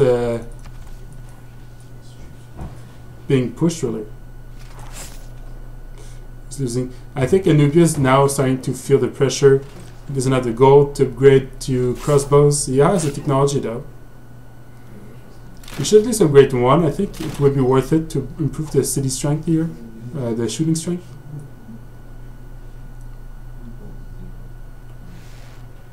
Unfortunately for him though, I think it's going to be the end for Tom. Tom will be eliminated. The first player out of the game.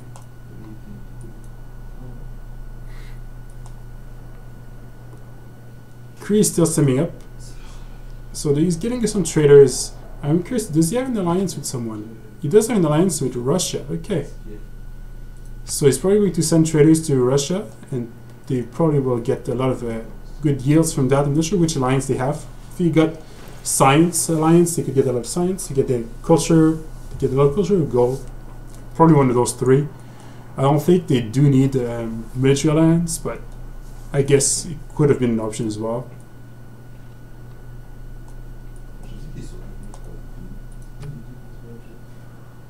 So Cleveland was founded in Tundra.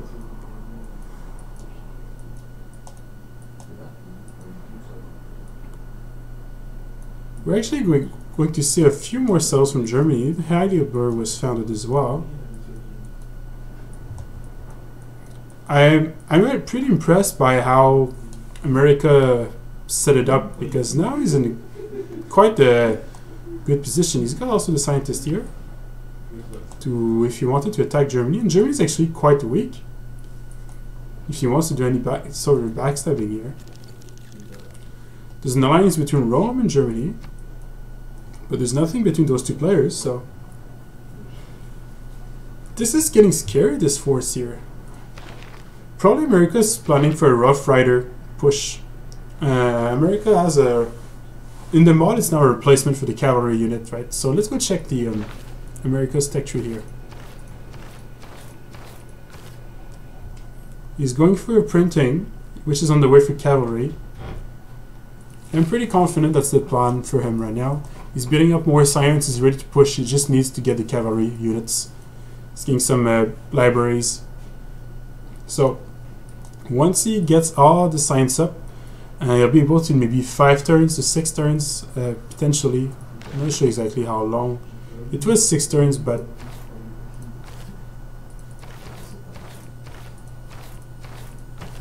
right here. 1 turn for this, 7 for this, 6. No, it's going to be a little more. Maybe 5 or 7 turns. Because the extra science will help him like gain a bigger opportunity.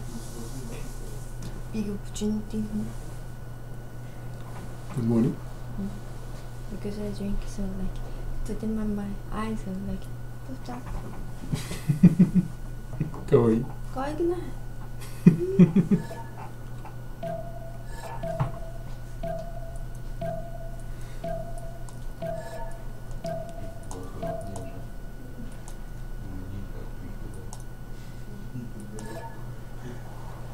So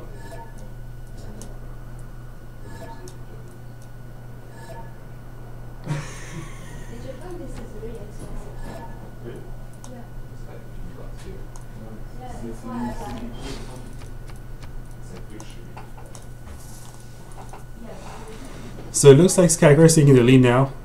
181 science against 127 for England. So pretty definite lead for Skycry.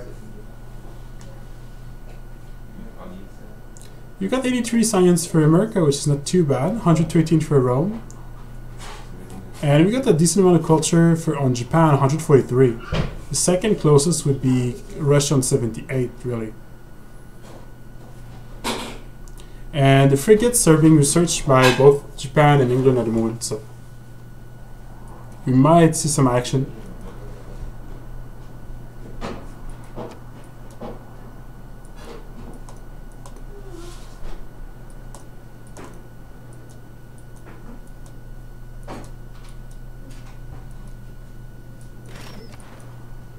Let's go check on the city-states as well.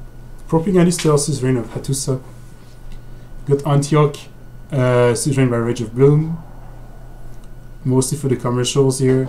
Svoki is still suzerain Kumasi, and TOMBraider is suzerain of Buenos Aires. Okay. Kabul still has no suzerain.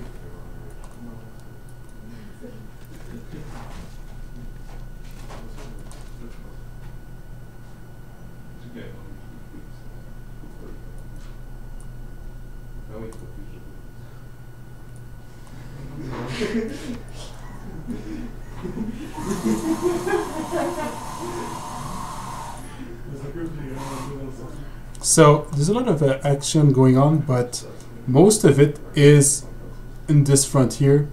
We will have to wait. So the plan right now is Cossacks for Russia, Rough Riders for America, and afterwards we'll see who dies next. You have to remember there's still some part of strategy. You could choose to kill a player to eliminate him to be sure he's not in the finals. So this is still a tournament. The finals are planned for tomorrow. So maybe Skycry has an idea. I don't want to see that player in the finals, so he's going to hack that player, or we'll see. But there's an alliance between Red and Russia right now. So I believe the two obvious targets are Nubia and Zulu at the moment.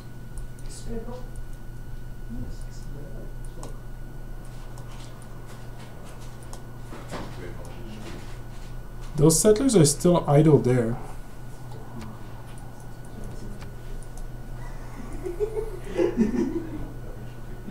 Actually, Arketip has a lot of idle units.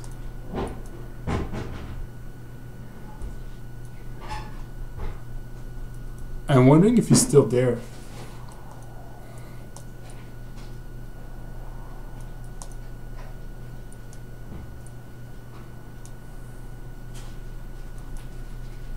That could be a problem because he needs to defend, and he probably can't defend.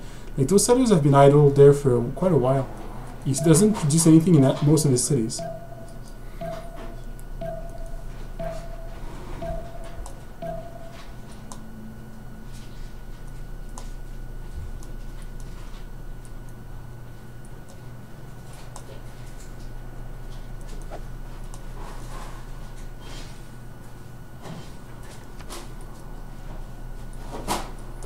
So finally, we got the Zulu reaching capital here.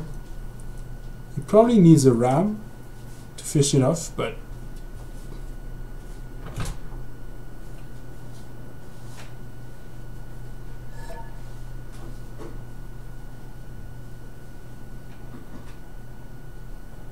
there's a pause right now, I'm not too sure. Let's go check out. Like 12 turns ago. Yeah, Auguthy? maybe Auguthy could be subbing him. Yeah, Auguthy, do you see if Arketip is TOMBraider AFK? joined back in. TOMBraider joined back in. I think Arketip is AFK or Yeah, I do think so as well. I do think he's not here. He's shit. He's shit. I think he's asleep. I'm guessing. Like he seemed pretty happy. Well, maybe we should find a He's sub. vomiting on the toilet. Do you guys think we should find a sub? Wow. Yeah, sub would be good. Oh yeah, he left the channel as well. Jesus. Yeah, he's been AFK for a while. But that was ages ago. So much for free simming. Yeah, he has amazing land. I don't know. Yeah, and he's my ally, and I'm suffering from it. Yeah. I mean, it's sub or it's but I mean, yeah, calling would be so stupid because the whole how the whole system thing works. Of course, we can't call it. Yeah. No, I will never call it now. Yeah, I think we should fight this up. Yep. Because I'm pretty sure that Yeah, if Arketip falls asleep, he won't get back fast.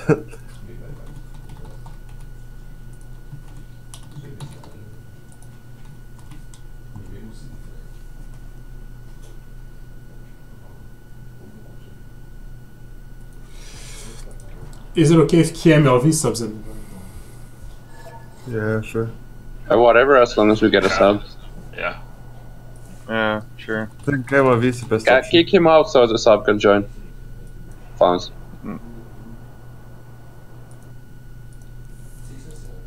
Is it okay if KMLV subs? No. Did you saw the stream, Karl, maybe? Yes, I did. Kick him out. No, then you can't. Yeah, no, he can't sub if he saw the stream. That's No, that would be ridiculous. No problem.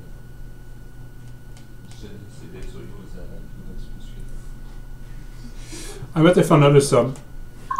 Yes, I did.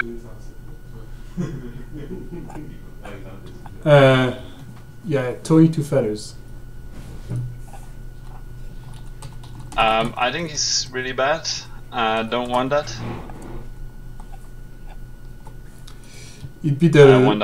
next one on the list, the player participation list. But or you can play with AI if you want. No, no, that would be stupid as well. No. Sam's up pretty decent. He's not Arketip standards, or he's not bad. Sam is on the list too. Sam would be If better. Sam gets to sub, does he get a shot at going to the final? I haven't ruled that. It's on the rules. I would say maybe. Almog's in stage another with Yoshi and Reki might do it. He's actually good. But they are playing Apex. Yeah. Just get somebody. I'm gonna.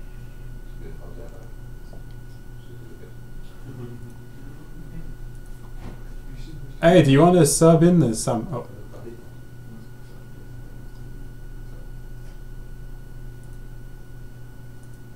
Did you get the? Yeah, looks like he doesn't want to sub. He went away. He just left. I think so.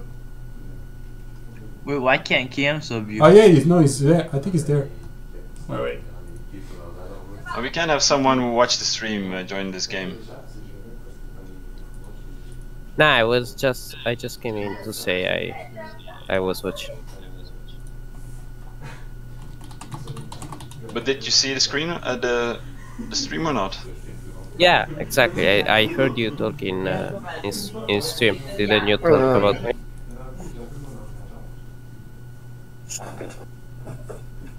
We need to find someone who didn't watch the stream. That's really hard, I think. Well, Tony watched 3 minutes of it. So if you don't want him, we don't have to take him. I haven't seen Tony appear on my viewers list personally.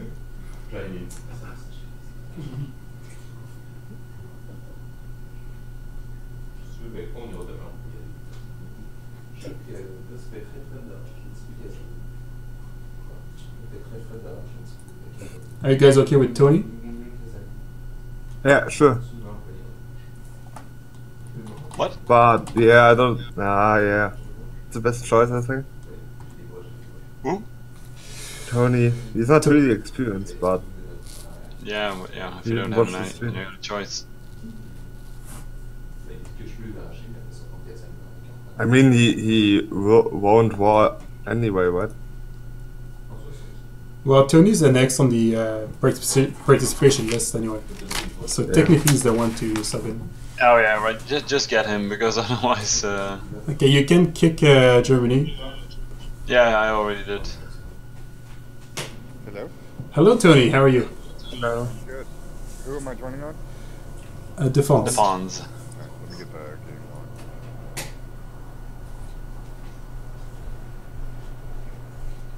Guys, what are we doing?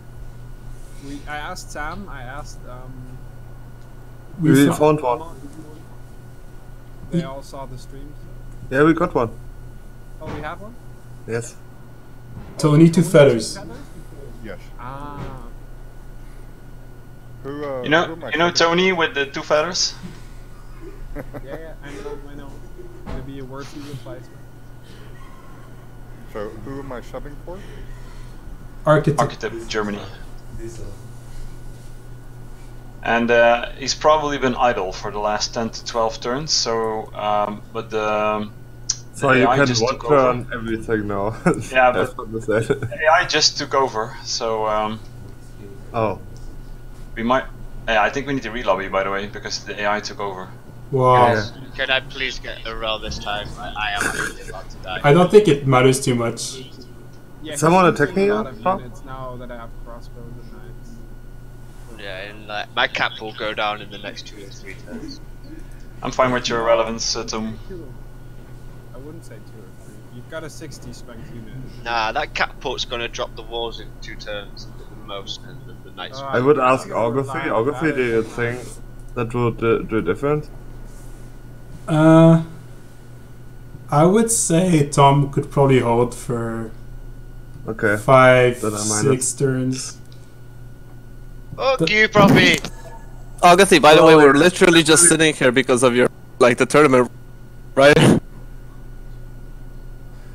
Like, we're just waiting here so it ends. Okay, joining on Fonz. The only reason why I'm not killing people here. If I can peace Buenos Aires, like, you can leave. Guys, I've got knight cores and crossbow cores surrounding my city. I'm going down. Please don't make me go through them. He's going down, down, down. I don't even control the tiles next to my city center. Anything new happening? I was unable to join. Oh. Yeah, just relobby, guys. Why do we need to relobby? To get Tony to in. You can't join, and you wanted to relobby anyway, but... Oh yeah, I can restart my game. Sure. So that's forgot about that. It would happen at some point anyway. Let's just do it right now. There's an irrelevancy vote in the RFPC chat. Come on, don't start doing the irrelevance. Guys, I die in like 2 turns right now. I don't want to come through. You have my So plus why 2. can't you just die then? Okay, I'm gonna grab coffee real quick while we're relobbying. I don't want to be... Auguthy, man, just give us the 8 spots and let us leave. Yeah. I can't change the rules, you know? It's too late. It started now. Okay, guys, everybody load in and just go AFK. Everybody do the Arketip move? Yeah, like Arketip. Do the Arketip. If we go AFK, Auguthy will start kicking us. I mean, the game is over. I don't want to kill people, but I will have to. What's going on? What's happening? Lobby's back up on me. I mean, you have still the most points as Russia. You don't need to kill anyone. Yeah, but You're the fate maker here, Skycry. Yeah, but I don't want to like risk anybody rolling anybody else. Like, you know, you have to punch when you have power spikes. I'm gonna be tanks earlier than anybody hits steel. So obviously I should be rolling 15 tanks on people. But I don't want to kill anybody, because I want them in the finals. So this is a stupid system. I hate it. But why do you want them in the finals? You want less competition, right? If the more I want a good game, I don't want a noob lobby. I mean, that's a good game here. There will be. Yeah, I mean, it's gonna be a really bad final if we have like 1 or 2 new players, since some good player lands next to the new player, and then that player wins the game. And that's exactly what's gonna happen, because look at FF8. No, I'm not sure about that. Not necessarily. It may not happen if they like die in that game, so like then they won't reach the final. Turn 100, okay. But if we I think we need to just to be safe. I mean, it's okay to have a game where half the players are new, but when it's like 1 or 2 players are new, it really unbalances the game completely.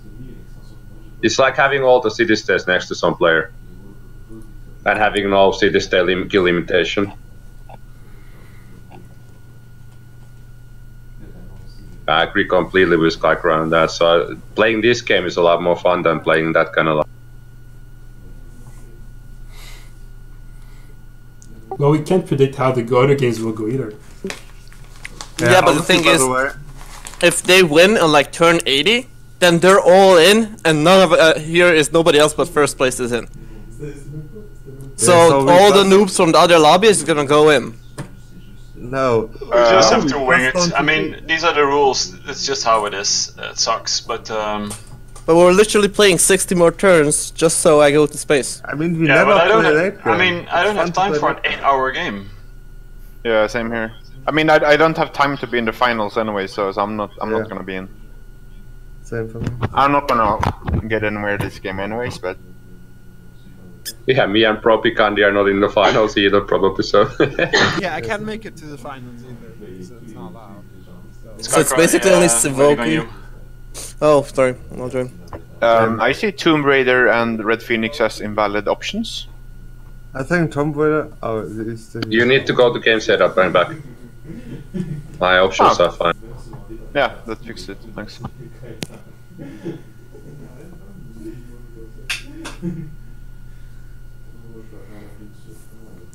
I mean, I wish I could change the rules, but I really can't.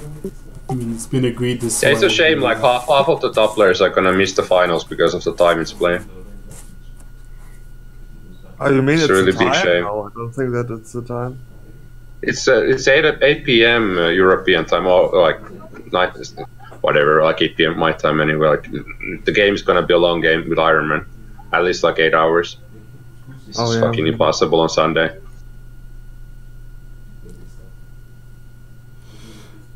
You want to vote on time change for the finals? So, well... If we could make it a couple hours earlier, they would be like possible for everybody. It's not a huge change. Yeah, I think the Americans can play too if it's because it's Sunday, right? I don't think it's a problem for any Americans to play 2 hours earlier. We could 2 vote, hours would make a huge difference. It needs to be unanimous though, but we could vote. Just vote here. Maybe you just wait for the people who qualified, and then I think the qualified people will be 80% Europeans anyway. But out of the 80%, maybe some won't want to play. Guys, ready up. I mean, there's only like 2 Americans that have a chance to qualify at this point anyway. No, out of the semifinals. Yeah, Wamba, CSOP. Well, okay, 3. Yeah, CSOP is interesting because he's. I mean, it's gonna be super early for him if we put it earlier. But super early is better than like game that lasts until Monday morning when people are going to work. Like I don't know, 5, 6 in the morning, I think. Yeah, I think it's better. It's just I'm not sure Hawaii? He's not Pacific. He's in Hawaii.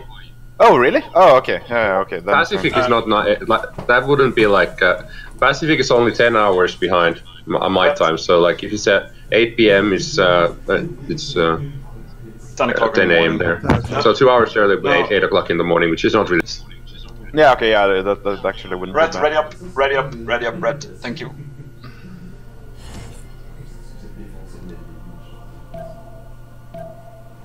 And ZSOP is usually playing at that time during weekends anyway, or a bit earlier. Teamers and stuff. That's not a problem. Well, we can Tony, vote on it later. Tony, you and I are allies, by the way. Okay, what server you on? Of course, Tony, you're not obliged by that previous player deal, but I'm sure Fonz will be happy if you are. De nouvelles puissances émergent, depuis le canon des mousquets jusqu'aux traînées de feu. I'm Rome. Même les mots qui peuvent I mean, you will see it anyway because you're the only player you have friendship with. Le monde, autrefois si vaste et mystérieux. Yeah, I remember his Max Fan one friendship, but you should know the Tony rules. You played a few games before. Tony, can you hear us anyway? Yeah, he's talking. Yeah, I'm here. Gengis Khan. C'est par votre ingéniosité Just asking because I don't hear Tony. Oh, you might have him muted maybe? N'ayez de cesse de charger. No, it's really low volume. Increase it to maximum, but it's still really low. Grossir vos rangs. Puissent vos archers kéchiques, véloces et puissants.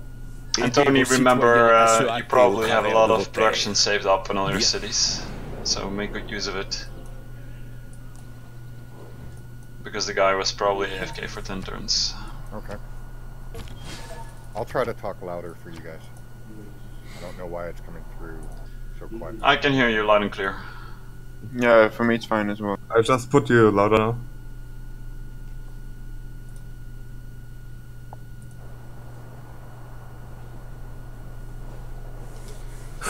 TOMBraider, what is this? Why did I make friends with a drunk guy? So it looks like everything is resolved. At least that's the impression we get. So as a summary, we lost Arketip as well. We're not sure why, but he's not been there for quite a few turns. We found a sub, 22 Feathers. So 22 Feathers has been the player which was in the priority list to be subbing in as a player. He was available, so he was the first one to get in.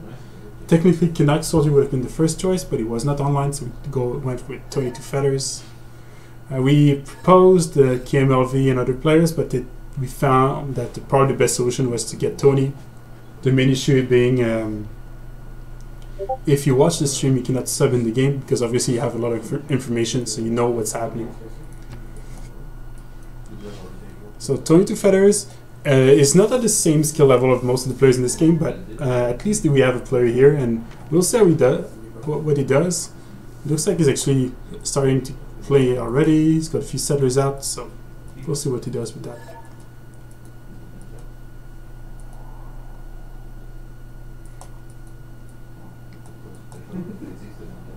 So I'm expecting still the train of the Rough Riders to come towards Arketip.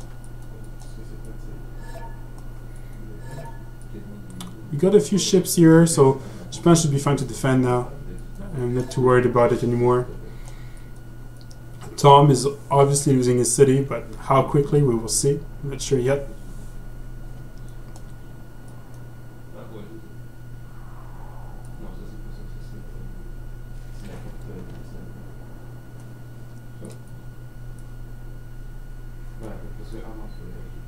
There's an extra settler here for Russia, so Russia is still aiming to settle a few more cities. Shouldn't be interesting to see what he does. I really expect Russia to simply go for tanks and kill everyone as well. He's got a lot of pre-builds here ready to probably roll over Carlos, roll over Nubia. So most of the players wanted to concede the game, but it does sound like many of them want to get in the finals, so they might keep playing for a little bit more.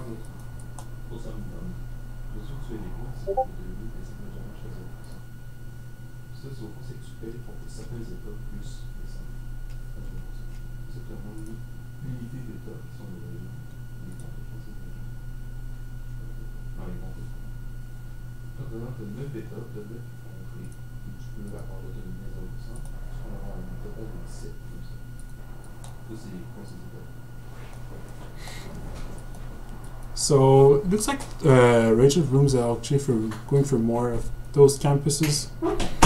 This one is a government plaza, so it's pretty good, pretty decent. This campus here will simply be for the extra science he needs.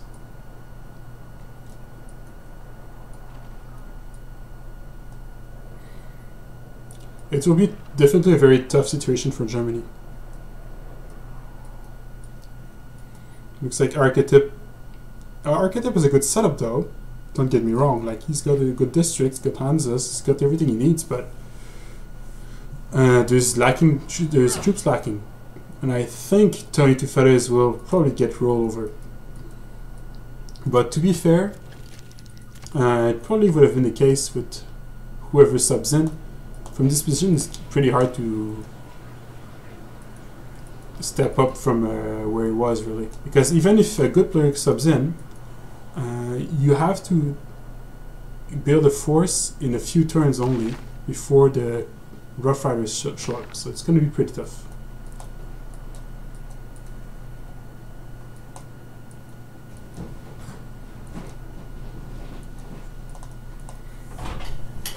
He's got a lot of choices to make, so that's why the Germany's turn is going to be a little longer right now. Still a new city there. Okay. Well, he's got the settlers, so there's no reason not to settle.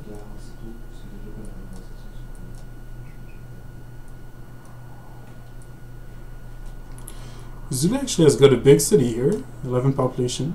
That should help a little bit as well.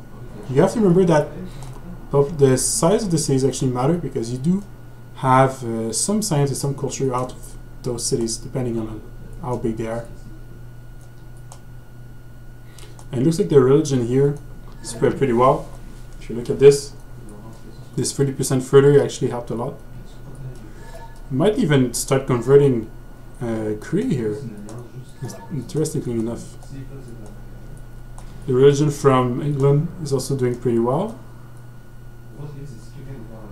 And religion from Japan, right there.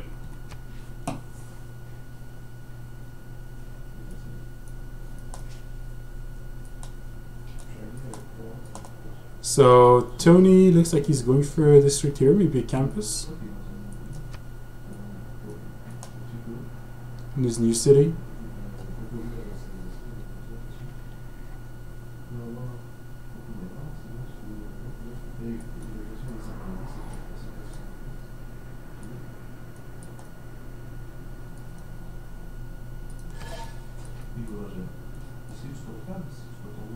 He still hasn't produced anything in those cities though.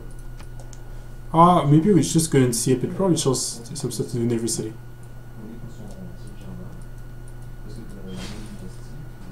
Okay, a general is recruited by Germany here.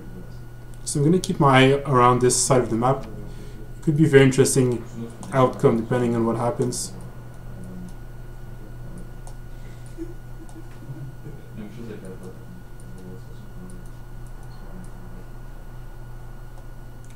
Germany is now a player called Tony Two Feathers.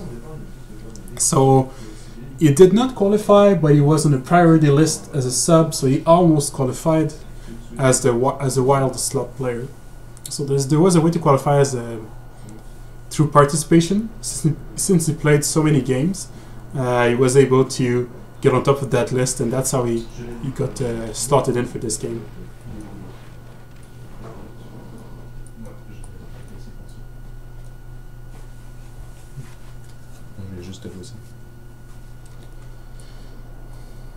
So look, interestingly enough, we see Moksha here. So looks like Russia is trying to spread the religion even further. You have to remember that Russia has the belief that gets 40% further spread. So this Moksha is actually pretty strategic in that sense. It's gonna compete the religion from England here. And England has defenders, so ideally Russia wants to prevent England from having his own defended belief in his cities. And since England has no way to actually produce any religious unit because it doesn't have a holy site, then it means that you will never get defenders in his border cities. So it's a pretty smart play from Russia, the Moksha use right here. The siege is now up for the capital of TOMBraider.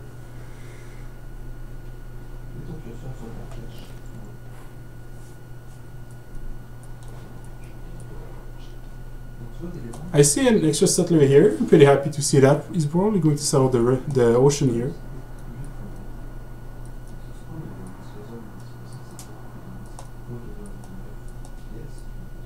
Oh, I see some, wow.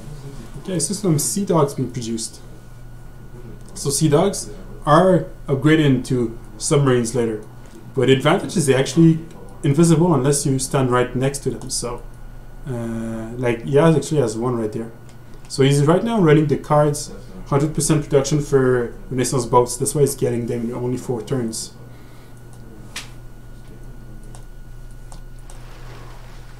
We've got the universities coming up online for Slovakia as well.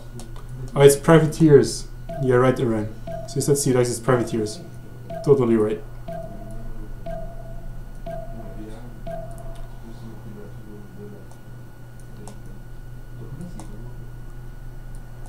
So we've got here America still summing up, getting closer to his Rough Riders. This is how the technology is looking. Rome's finishing up the frigate tech in case he needs it.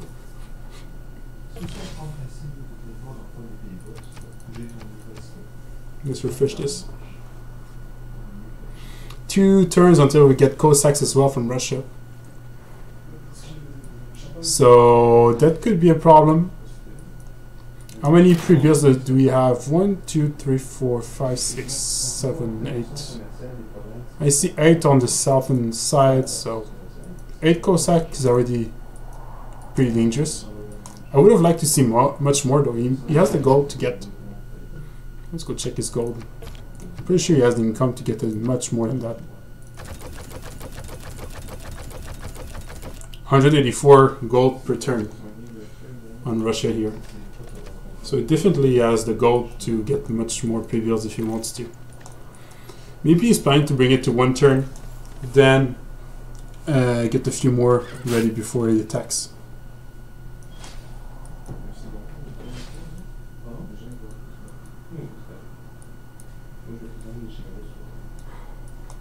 I see also a lot of swords here. Maybe it's gonna become muskets. Let's go check the tech path of our Red Phoenix here. So he's going down here as well. So he's not going towards field cannons. He's already got the musket technology.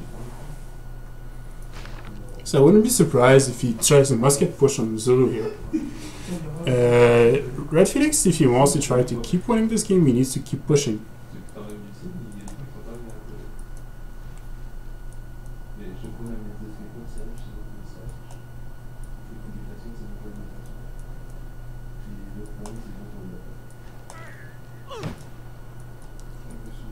So Tony going for some walls, going for some chips, so maybe he's going to be able to hold. He needs to get a lot of those knights though. He needs to get a lot of those heavy chariots. He's getting walls in his cities.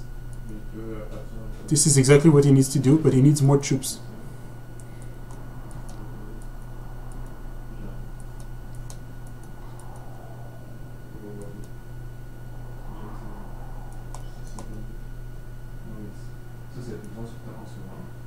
As you can see, England actually has a lot of production in his land. So many mines. Like, look at this. Imagine if that was Korea. You could put someone right there. Get so much science.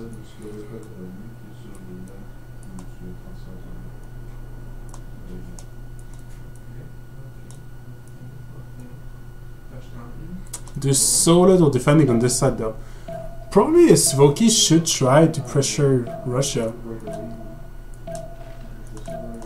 Muskets can hold Cossacks if you play it if you play it nicely. You obviously need a lot of troops, but and from this position, he doesn't have much to lose because at one point Russia will come for him. He's the main threat, so better sooner than later, really, for him. I think he's already waited too much not to pressure Skycry. Skycry has been given free reign this game. He could have been pressured by so many players at so many instances, but they always chose not to do. Is this going to fall this turn? And TOMBraider loses capital. Turn 73.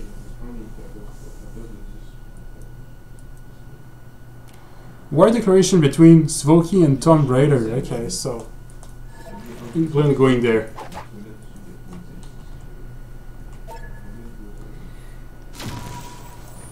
TOMBraider is now eliminated. Turn 73.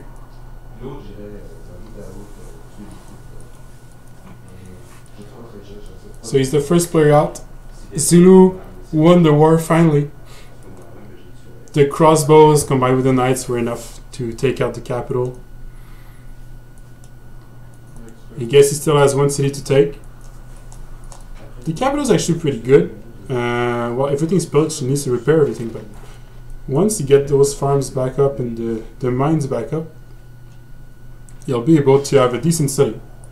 The problem is he's quite behind in science and culture, and this will be pretty tough to recover from Russia, from Zulu's point of view, because of Russia.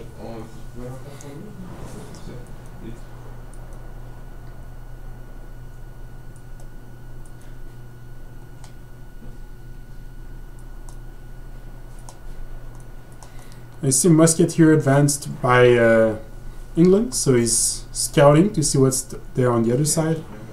He sees 2 of those chariots. He's actually pretty intelligent by Skycry to position a few units this way, because it does infer that he might have a lot of units around. So, because what England sees is this here, he doesn't see that there's nothing around there. So it does show much more than he actually has.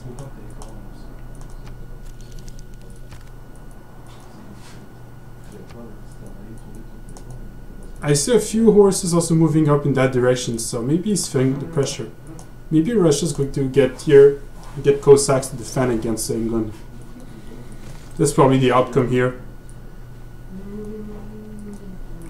Okay, we see some knights being built by our new German player, Tony Two Feathers. And a knight being chopped up. Or is it a slinger? I didn't see, but there's another knight coming out. I think it was a knight coming up here.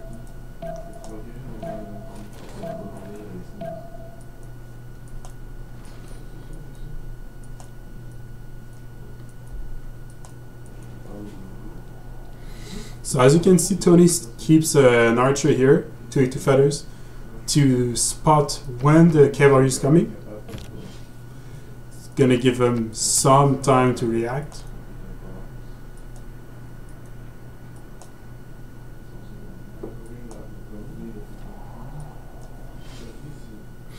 Okay, there might be a lot of action soon. We have to keep an eye on it, everything around. So we've got some missionaries for crusade here. I think he's going to try to spread to Zulu. We've got lots of pre-built horses now, right here, right there as well. He's probably going to get a few more. Let's go check the tech tree for a Russian player here.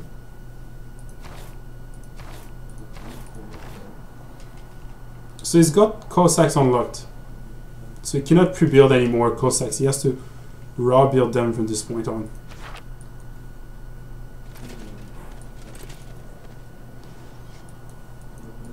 So how's the fleet for Japan looking? Looking fine. So all those boats were simply to defend because they recognized that they had naval neighbors, so they had to invest in navy.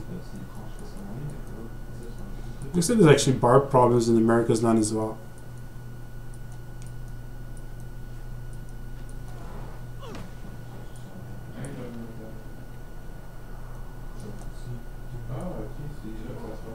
There's another settler here for America. You might try to settle the lake.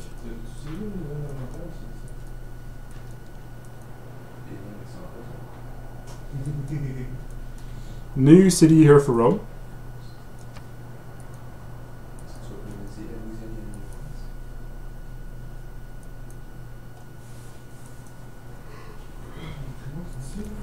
So the Cossacks are coming in a few turns. Like, he's got the technology. I just don't know who he's going for. Now, just by looking at those, I think he's going to come here and try to pressure England, which is technically the biggest competitor he's got at the moment. Right? If you look just at the score, England is second right now.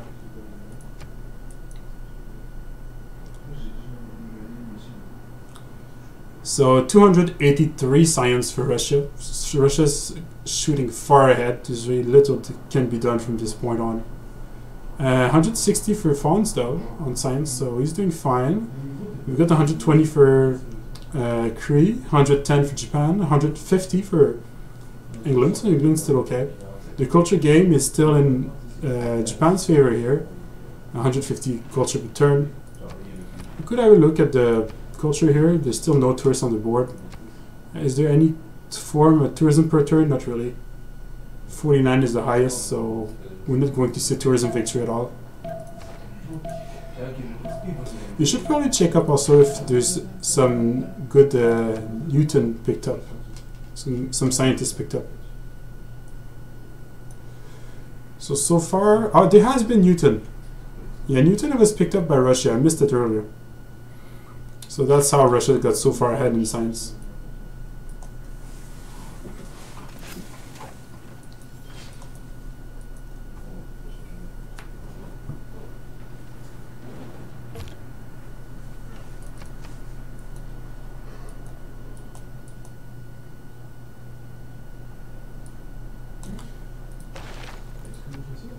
The next merchant is actually a bank. I'm not sure if Russia's going to take it or not.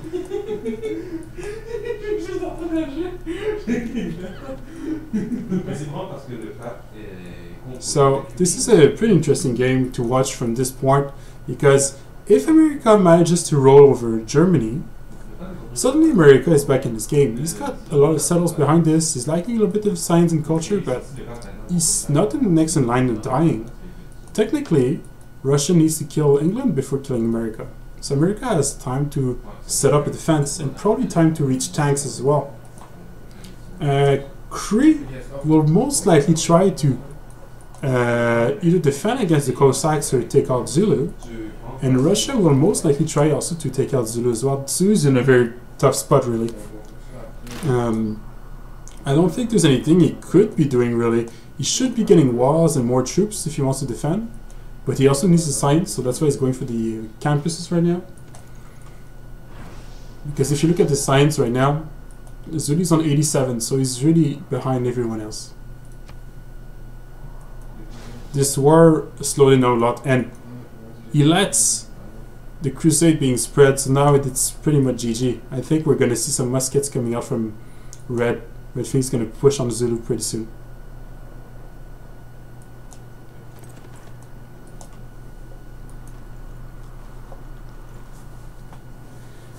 So there's 8 players left in this game.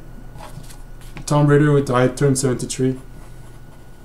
I do think TOMBraider's chances for the finals are pretty much close to nothing. The other games we need to be call very quickly in order to change the outcome.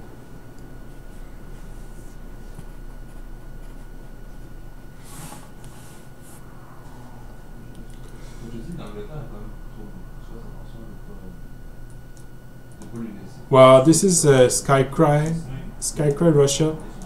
I think they will team up as well. I mean, he'll be able to defend a little bit on this side because he does have so many of those knight cores and upgraded crossbows, but ideally, if you want to hold, you'd need field cannons, and he's not even close to getting field cannons. We can go check the tech path he took, but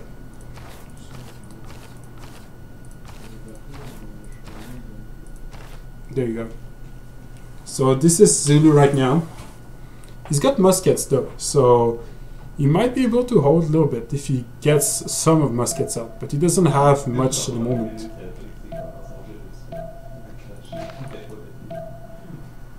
And he's not building any units in his cities either. But to be fair, that's the best play he could do. The best thing he could hope is that he doesn't get attacked and those two attack themselves. And that's his best way to come back in the game is to be lucky. So in that sense, not making units and keeping for science is a good play. I don't think it's going to pay off this time. I think Red Phoenix will go for him because he spread the Crusader here, so.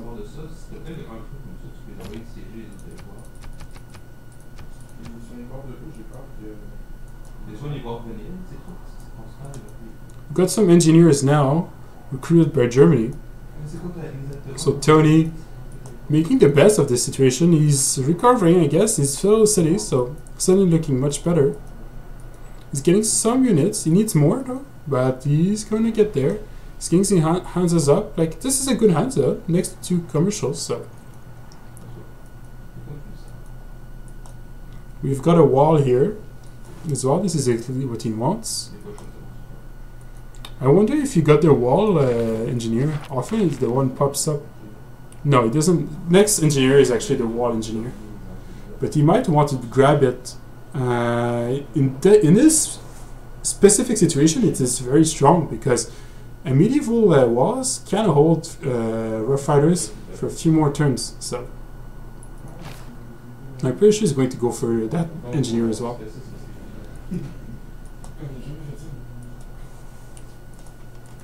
You got Japan here. He's still doing his thing. No new cities. He's going for a tall play. He's getting for 1 settler now. Scientist use right there. Let's go check the city states. So So PrOPigandhi has 25. Okay, so he's promoted the money. So he's pretty much certain to not lose a Tusa. Although the bonus from a Tusa, I guess, is strong for him because he doesn't have access to necessarily all the resources like coal or uranium, but I think you would have had at least one of each. It's the only Science City state left in the game. Red Phoenix got Antioch. 22 Feathers has taken control of Lisbon, so good for his commercials, obviously. Kumazi still under Svoki's hands here, and the AI still controls Buenos Aires at the moment.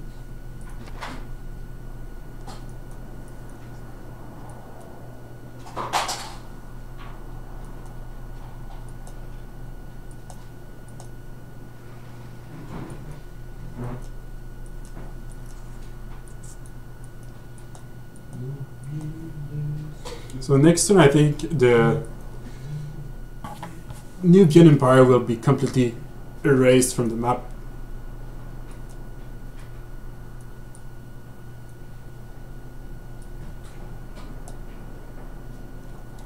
Well, if you're still watching, don't remember to tune in for the games later today.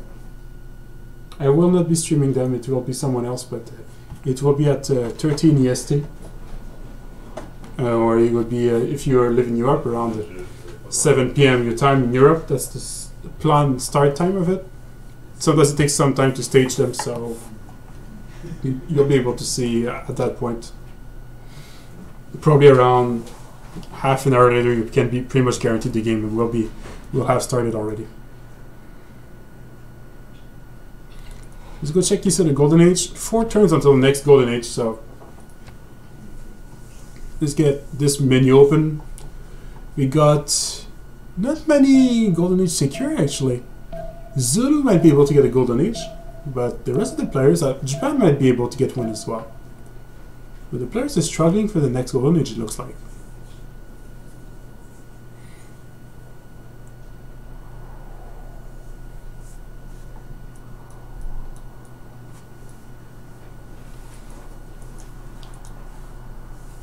The Nubian capital is under siege, so this will fall this turn, unfortunately.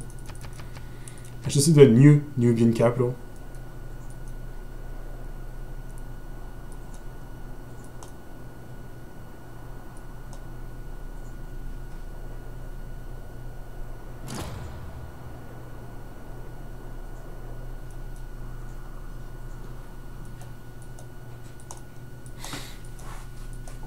There's a little bit skirmish between Buenos Aires and England, but England already took one city-state. They took Yerevan, which was right here. So they're not allowed to take another one at the moment.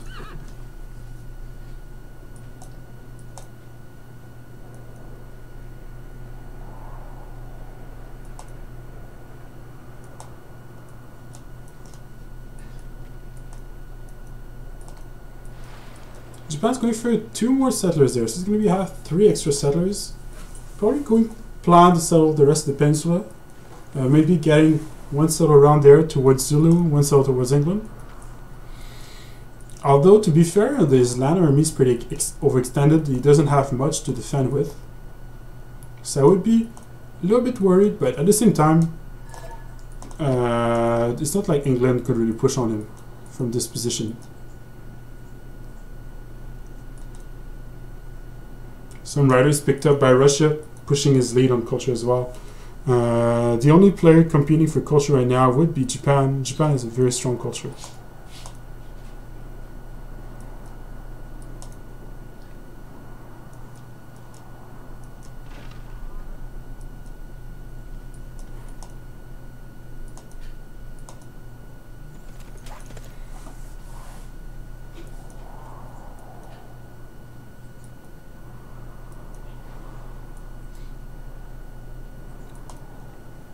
Okay, so we got some more units here. Looks like you went for really a terracotta army. Okay, that's interesting. So we don't see this one or two often in multiplayer, but it can be very strong. So you get a promotion on all your units. This is how it's looking in the Wikipedia.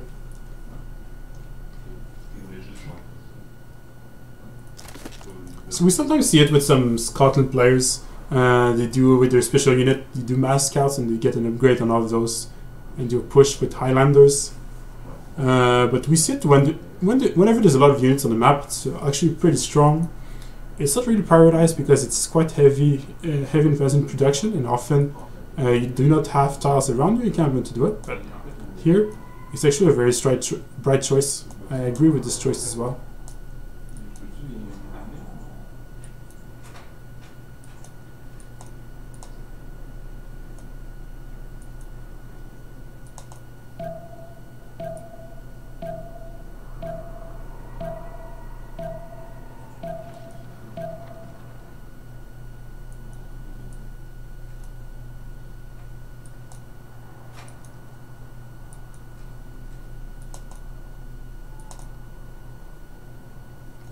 So maybe another turn for Nubian Capital, finally.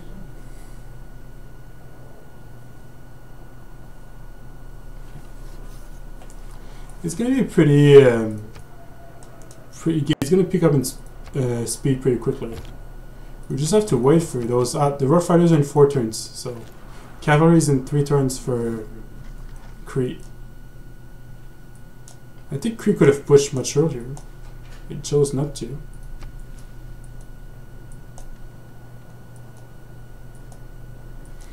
Maybe England is planning on raising Buenos Aires, so he could sell another city as well.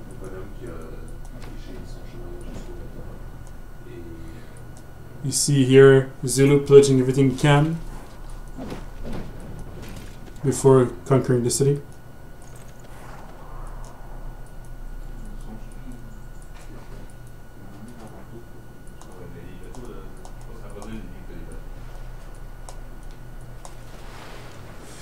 So someone did the world tour by the looks of it. I think it was Rome. Well, he hasn't finished the world tour yet. He hasn't went this way, but he's almost done.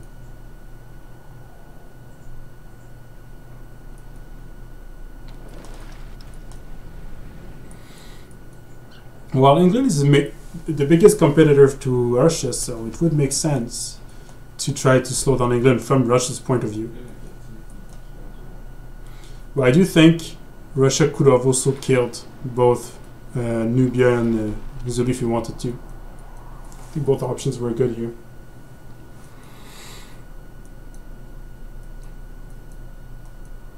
Houston was settled, getting some an aqueduct to get extra housing.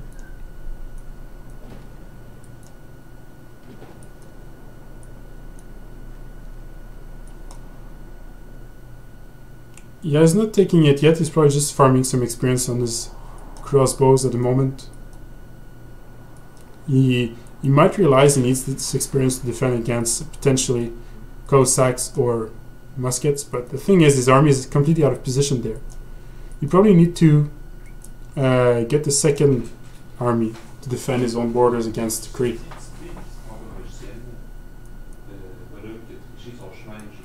Got a new city from Russia back there. Some watts being produced in the cities for the religion. So at the moment it's going to look like a domination victory or a science victory, one of the two, but maybe science victory would be quicker from Russia.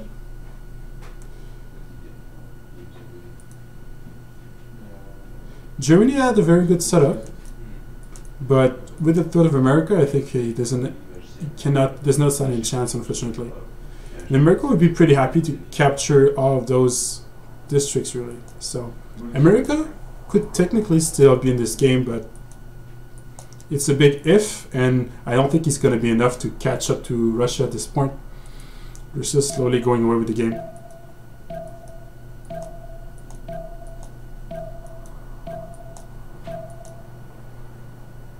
Got some heavy chariots being built here, a spy as well, so we're getting to the Renaissance era. There is Renaissance era units pretty much everywhere on the map.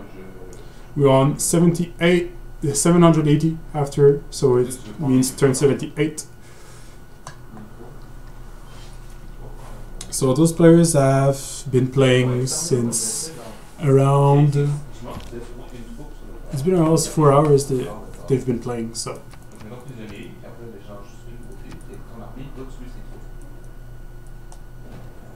Okay, I'll be right back.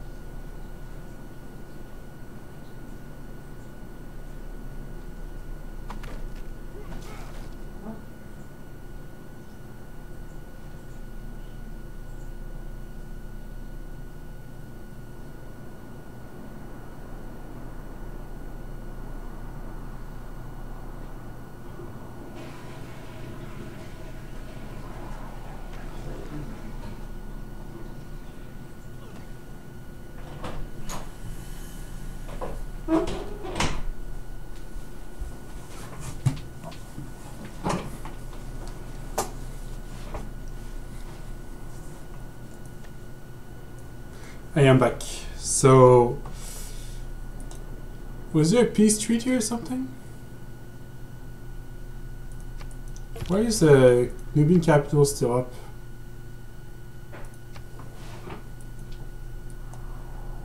Maybe he's also... I think I might know why. If he takes it down, it might trigger an emergency. And he wants to avoid being a target of an emergency, because this would be the last city from Nubia. And being a target for an emergency means it gives an extra incentive for probably Korea and Russia to declare war on him. But at this point, I think you should take the risk, should take the chance. He does need an extra city.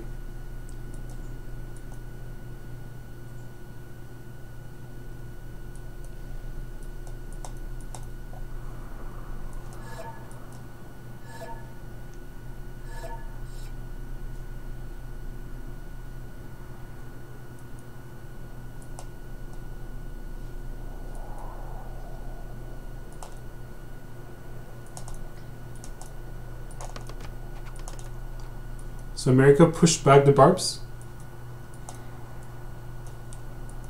How long until the Rough Riders now? 3 turns until Rough Riders. 2 turns for the coast, not the coast, like the cavalry from Kree. Still, Russia's going to hit steel next turn, so.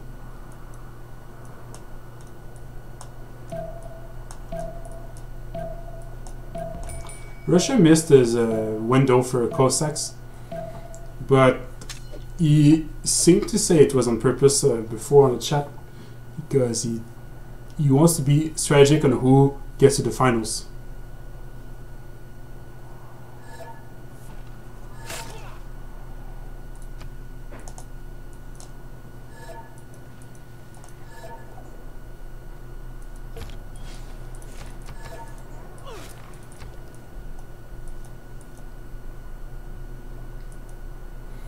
He's still getting experience on his crossbows, so that's a good thing for him.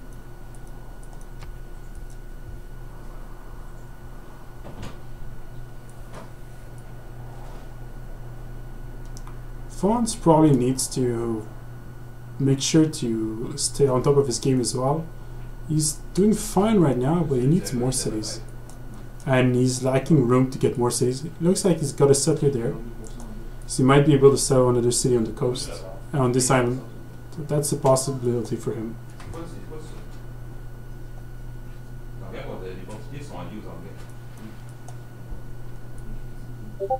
There would be room on this side, but it's pretty far from him. It's behind Germany as well.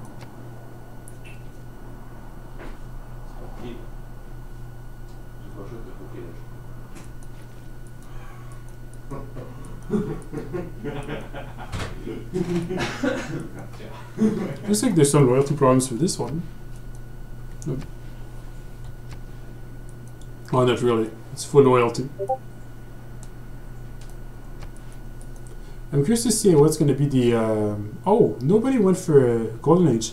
Actually, most players went for a Dark Age. Here. America in the Dark Age is scary as Russia as well. There's some cards that could be very useful in Dark Age.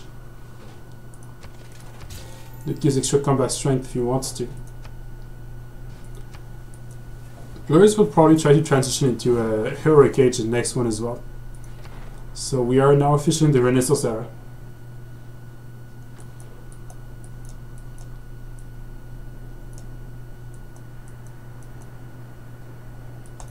Well, I'm pretty curious to see what's going to be the expansion with what's going to be the loyalty mechanic with the expansion, because there's actually lots of new stuff.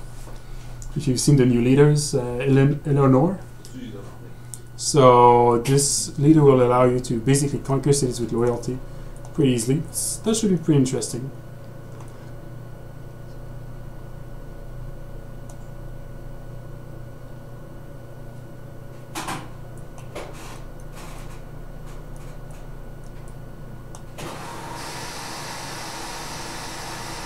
You see some pre-builds being built for crew right here. So there are some horses. Not many, but a few.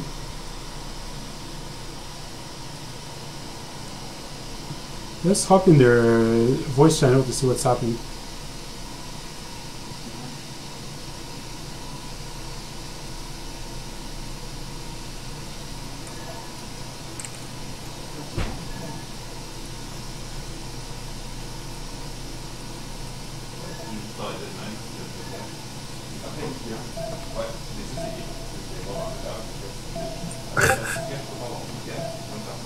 So everybody says the Skycry science stack so fucking hard. And in this situation, the Newton is so fucking big deal.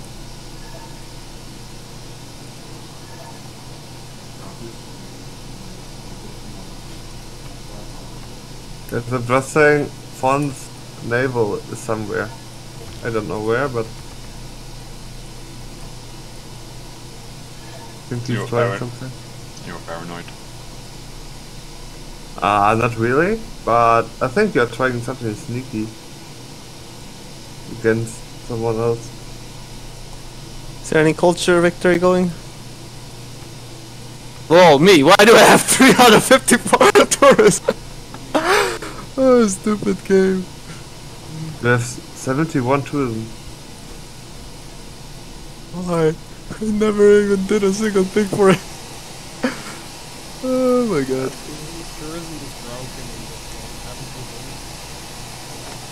Well, now I have. So the reason why he's got all the riders and some wonders in tourism victory, but it's out of his range. If you look at the culture here, PrOPigandhi, has had too much culture for a long time, and he's still kind of ahead. Russia's keeping up now. He's catching up in culture though. And Russia's almost on 300 science a turn.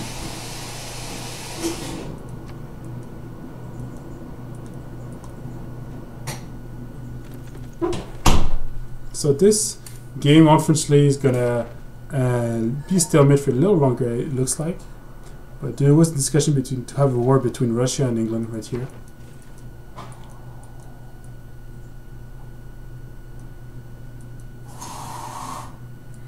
Looks like... Oh, back to 300 science. Let's go, baby. Looks like Red Phoenix is going to try to spread his Crusader to Russia as well. PrOPigandhi, let's play a game. You can never have more science than 50 that much. I mean, I have 8 cities, you have 16. I don't think that they will have I have 16? 4? Nah, I don't know. You have so much. 12, 14. Yeah, and I have 8 cities. Guess who has more science? And this game.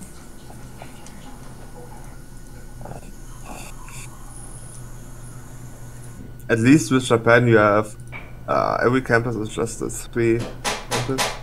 Yeah, that's very good. I'm struggling here to get 3 out of any of them. I actually made a mistake. Not every, but I think, yeah, only 1 is not 3. I made quite a huge mistake with one of my lava replacements. Could have made a much better campus. Think if I would get monumentality in first golden age, I would actually doing something here. Yeah. But I don't have space for cities, that's it.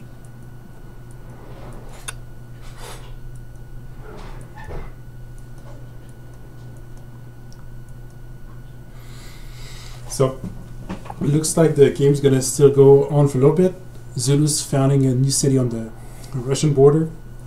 Bold move, but he needs to do that. You can Get peace a few more settlers there. Yeah. Yeah, I could, yeah. So... Or am I allowed to ask for gold from them? Nah, shit.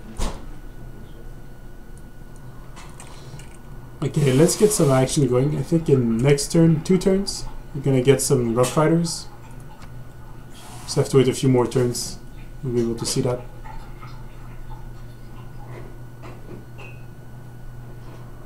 $43 fate per turn for Russia here. 40. So there's only 2 civs with making a decent amount of fate, which is not that big. Russia and Japan. The win condition here for Japan would be to go to space first, but this is a pretty tough one. He would need more cities. The win condition for Germany would be to go to space as well. He's got the production, he's got the goal, but he doesn't have the army to defend. And the win condition for America is to take all of this German land and then probably go to space himself. Combustion!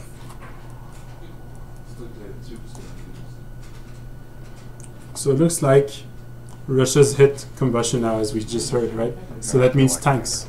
If you look on the tree right here. Oh, you're still Germany. I think with that okay, it's time for me to get sailing, guys, I think.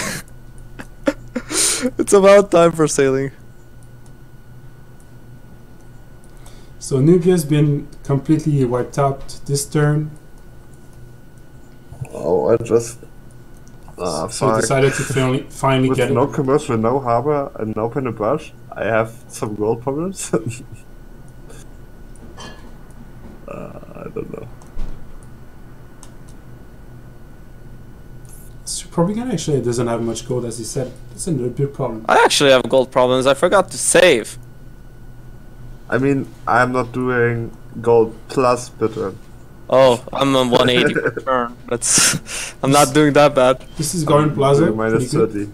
Some tanks coming up now. Minus 30? Same here. Ooh, that's... How many commercials did you make? There's No, 2 more 0. districts here. Then how have you been buying tiles? The pen and brush. No? So this is how it's looking for It Russia. worked, but now I'm it's... showing the districts. Harbors. You don't even have harbors. Yes. Who needs For that? free. I could probably kill you right now. This is a No, you don't. campus finishing Just up. by I upgrading. think. Oh, this is this campus. This Okay, and campus I is have being fucking armies. What somewhere do you want else. to do?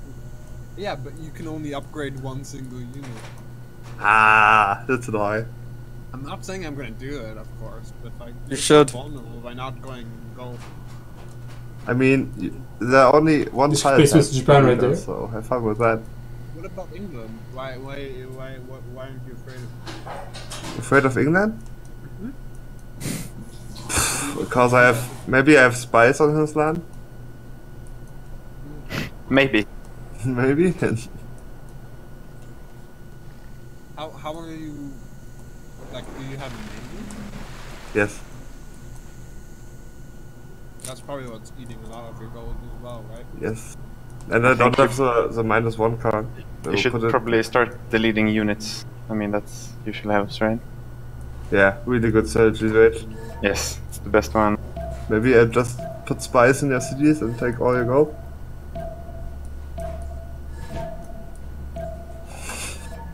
Wait, how? Well, I see him, so I obviously generate tourism from him, and he has culture per turn. So I just need to convert it. Oh, I thought you meant your religion. And I No, was dominate like, what? culture. He doesn't have a city. Ah, yeah, yeah.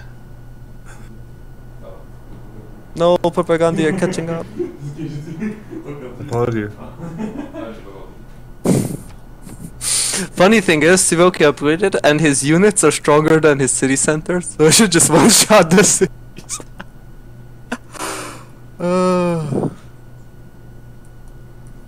tanks are here, so we might see tanks soon enough. Maybe I shouldn't have that thing with the goal.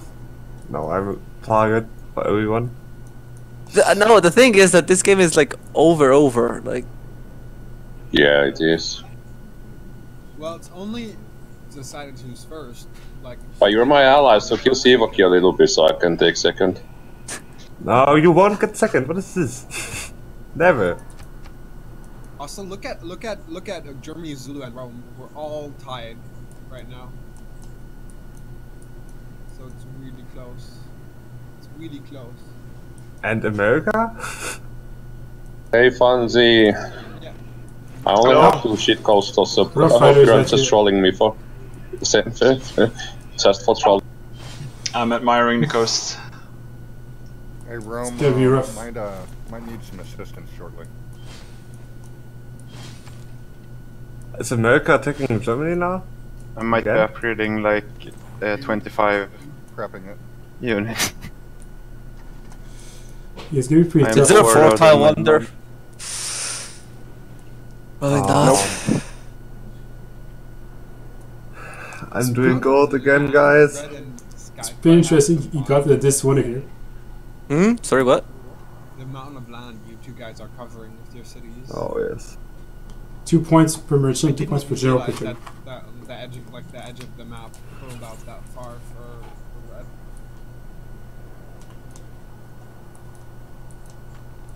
I think Skycry has a bit larger share of it. But yeah. Yeah, definitely. I think America has probably quite a lot of land too. Germany. I don't really see all of it yet. No, Germany has all the land. I don't have. Like okay. it's just tundra. 90% of it. Gotcha. Guys, I said it a wonder now. Turn 83. You finally said Osaka. Okay. So those Rough Riders were pretty hard for Germany to deal with. I don't see anything good redoing. It's good one, Musket. The good thing is, since I'm your ally and have nothing to do, I can fund your upgrade if you want, if you need. I didn't build something to upgrade. Yes, but I'm saying if somebody attacks you. Okay, yeah, no. I just say that I know that I don't have gold, so I help build the green units. I think England. So he's actually got Abu as well. I'm back alone here in my castle's room. Abu al-Qasim, which heals the unit every turn. So we will see an invasion from America with those Rough Riders in Germany right now. It's going to be pretty rough to defend this. Right now they don't have that much gold per turn. Well, we've got Kree 182, which is good. Rajan 169. Zulu actually 152, I'm surprised, that's a little low. 161 for Fonz. But if you compare, like, Germany's on 30, and he needs much more. Japan is on 23. And those are the 2 players who actually need the gold at the moment. 314 science per turn now for Russia.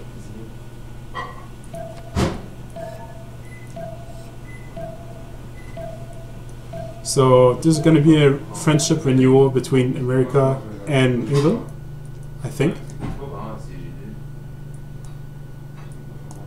Oh, this is the gold per turn, not the actual gold. The gold is down there. So Rome has, for example, 1,322. And like England has 33 gold as the new, for example. Because he just upgraded all his army right here. There's Cav, there's some field cannons. So there might be a war as well here. Those tanks coming up. It's going to be pretty rough to defend on that side as well.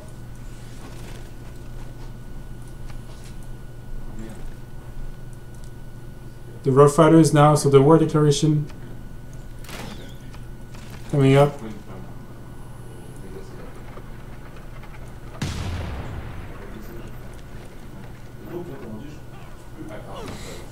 Well, Tony at least has some knights, but unfortunately those rough fighters actually have a huge combat difference. So as you can see, they are 62 strength. And they also have +5 if they fight on a hill, so this could easily stack up. They gain culture if they kill stuff, but if you compare it to a knight, for example,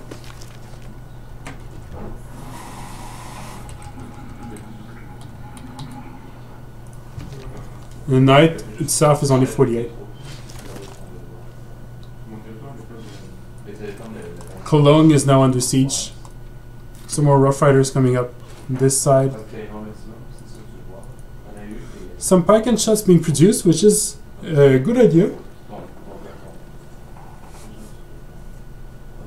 Although, will it be enough? We'll see.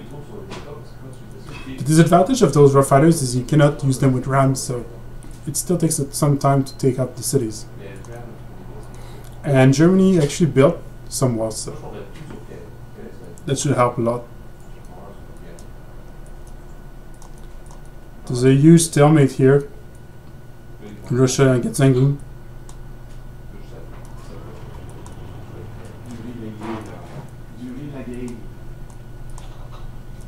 We've got a military engineer as well, so he might be coming up to set up something interesting. The war declaration on Buenos Aires from Russia as well. The rough fighters are really hitting up pretty hard those German troops. I guess he's trying to hold the river, which is a smart move. He should try to just set up defensive line here. The problem is he doesn't have anything to set up defensive line north as well. He probably would need both if he wants to hold this. He's got the engineer for walls though, so that's helping him a lot, if I'm not mistaken. He's also got religion now. Yeah, he's got an engineer for walls.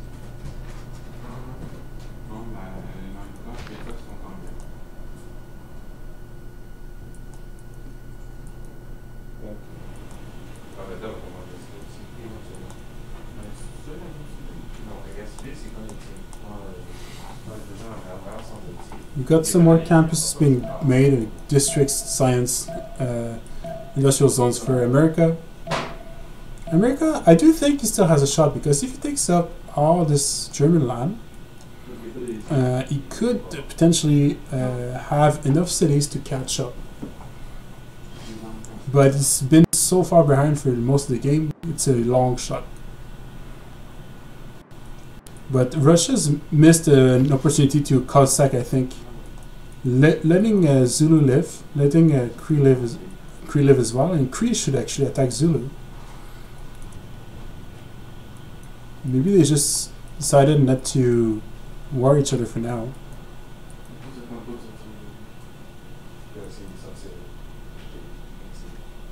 There's some loyalty problems for here because of the Dark Age.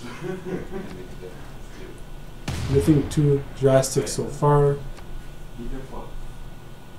What governments do they have? So we have a monarchy Germany here, and Maritime Republic for both Rome and America. Let's renew as well the continent. Like as you can see, this is all American continent. So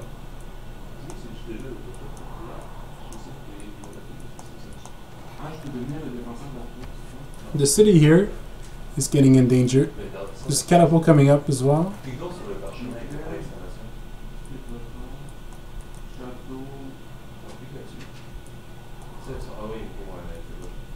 Got Portsmouth here, Sheffield.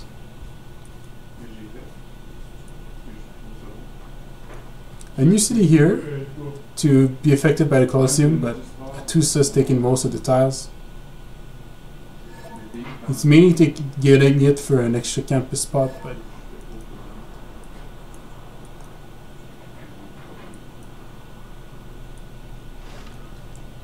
there's a lot of traders going on between those two. You have to remember that being allied to Cree actually is pretty strong. You get extra bonuses. This is one of the advantages of playing Cree.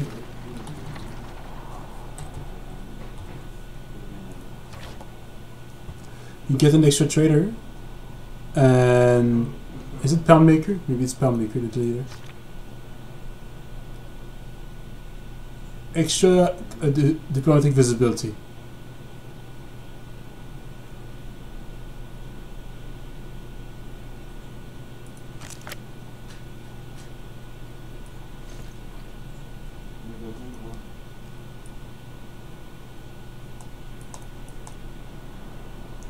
So the tanks are sitting there.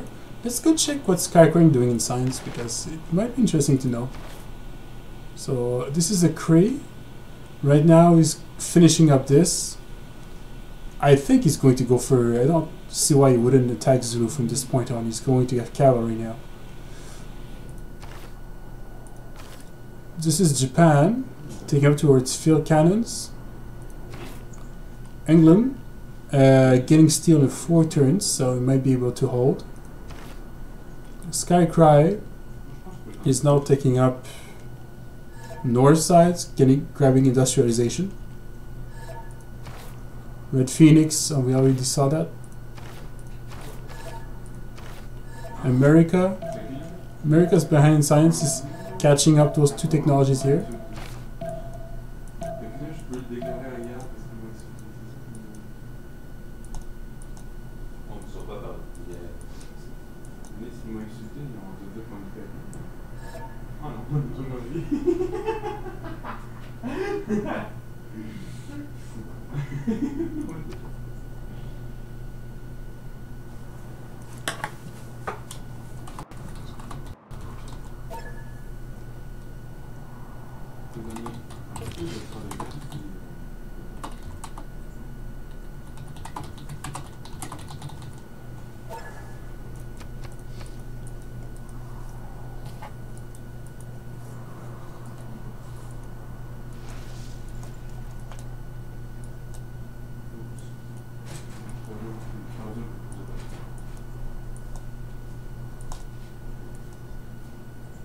Okay, so some cities are falling down for America now. Those Rough Riders are this way. Germany now sieging Ulm. Cologne is also sieged. Dortmund fell. Actually, Ulm fell as well this turn. It's going to be pretty rough, really, for Germany to gain back the momentum here. He failed to set up a good defensive situation set up here. He's going to lose this northern city. And the next one will probably be the capital here. So 3 cities fell this turn for Germany. That means America's gaining back in score, is going to catch up and probably overpass the West.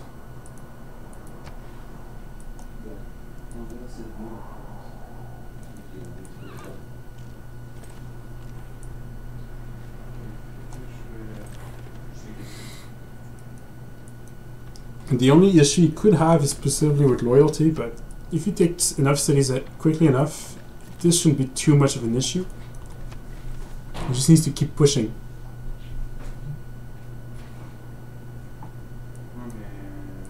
We've got some more Cree cities being settled now.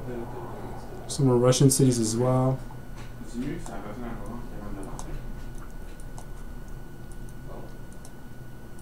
I think our Russian player already took a city state, but he's going to raise this one, most likely.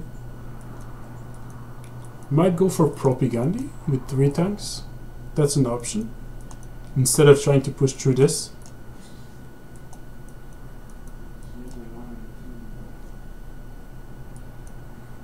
So Fonz actually settled the island right here.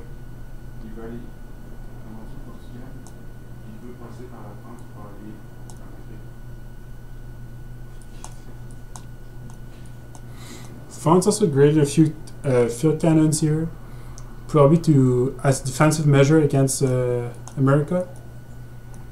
But I think Fonz is in a pretty safe position. He's actually going for the Chichen Itza wonder now.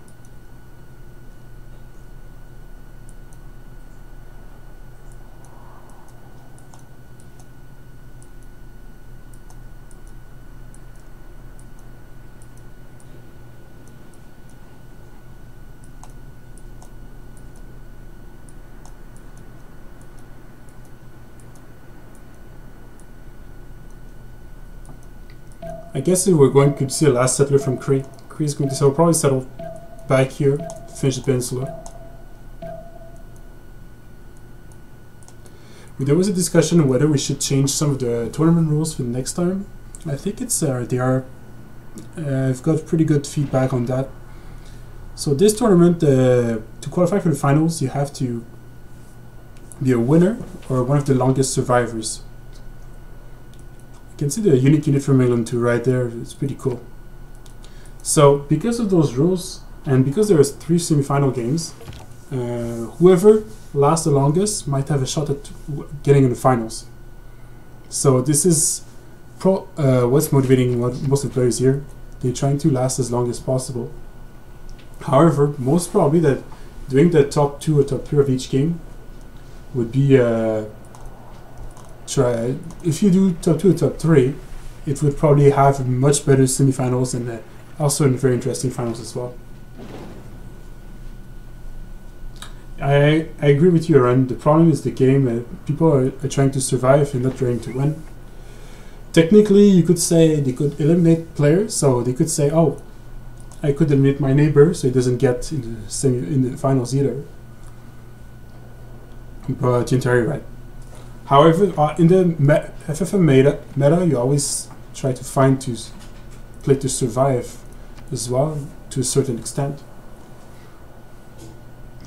Winning also gives you the best slots for the finals, so there's still a small incentive to win, but I do agree that this should be changed for next time.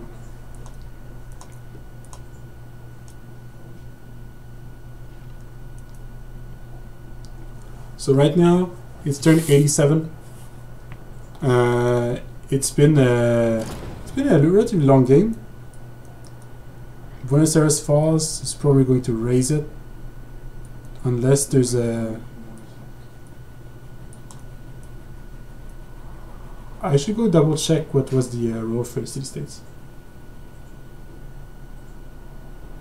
Yeah, I agree, Red. Well, another thing is, it's purely by luck that they all were staged in the semifinals. Technically, it should have been more randomized. So technically, this game should have never happened. Actually, this game should have been scheduled at 1 according to the tournament rules. But I felt a little bad forcing the Europeans to play 2 nights in a row.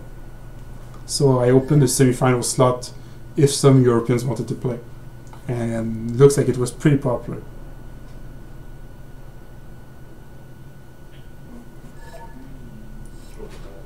Next tournament we probably need to change the time of the finals as well. But the problem as well is we cannot change the rules in mid-tournament like this, because everybody played according to the same rules, so it wouldn't be fair to every player if we were to change the rules just before the finals. So we are forced to keep the rules that they are right now.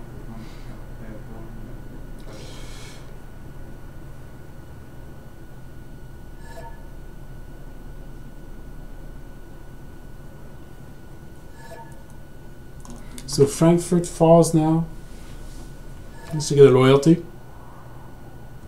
It's quite low. 2 turns it would flip here, 4 turns there. So he does need to keep getting cities if he wants to keep them. Probably needs to take Hamburg really. Maybe Hertford. You have no walls. Should be easy to. Should be pretty easy.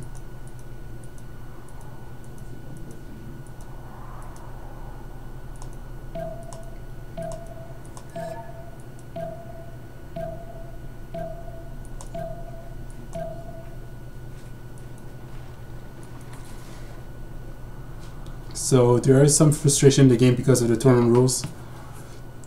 Just to be noted, this is the first time we host this tournament in CPL, so probably won't be the last time. We'll probably do one for when Gathering Storm ends as well, which is in a long time, probably a year and a half from now.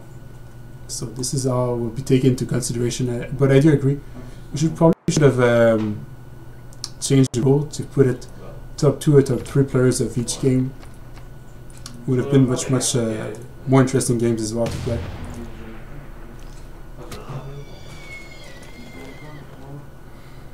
However, I guess turning longer means that all those players will have the game they want, so they're working towards their final game for next time.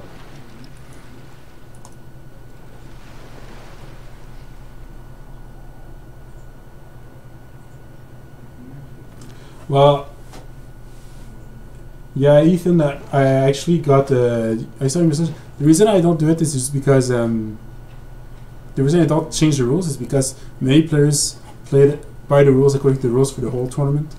So it wouldn't be fair to anyone to change rules now, unfortunately. But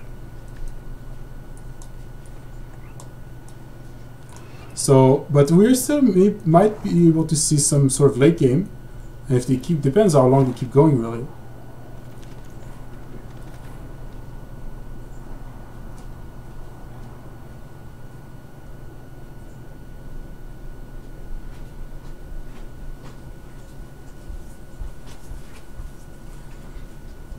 Well, the other problem I had this tournament is we got a lot of players who signed up for the 11 AM game in Europe, which are actually pretty high skill, which are many of the favorites to win the tournament, and they all were slotted in the same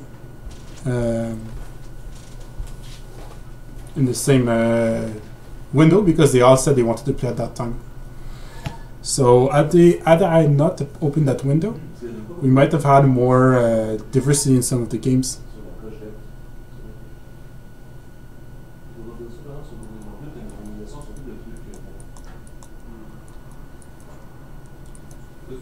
I'm not sure what he's getting.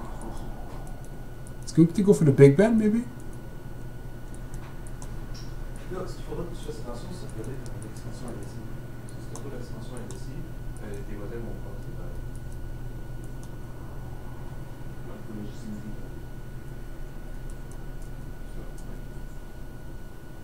Yeah.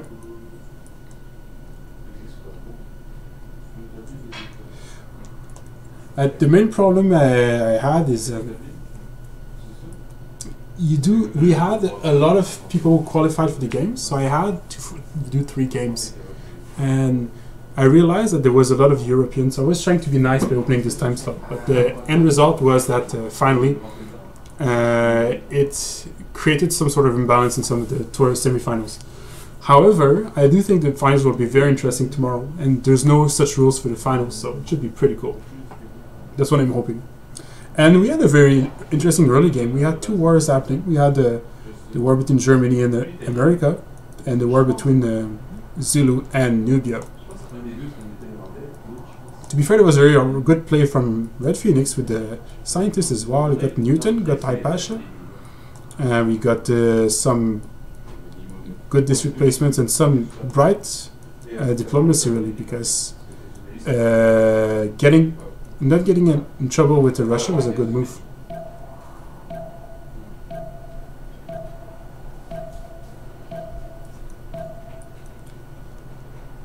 Well, there's a few players in that lobby who wished to not, who say they cannot play in the finals.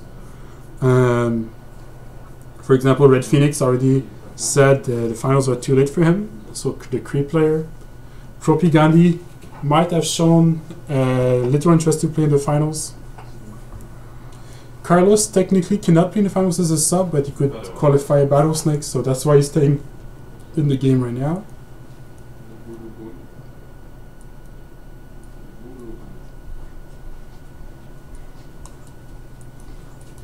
I wouldn't be surprised if many of those... I think Tony Two Feathers will eventually not qualify.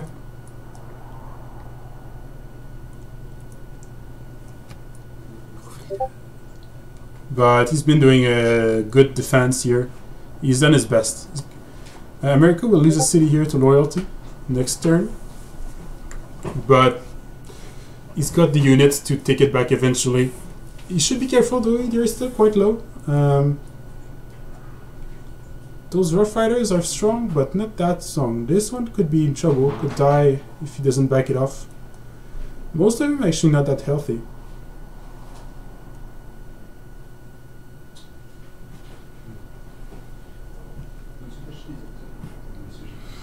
Well, we got Svoki, who showed intent to play in the finals. We got Skycry as well.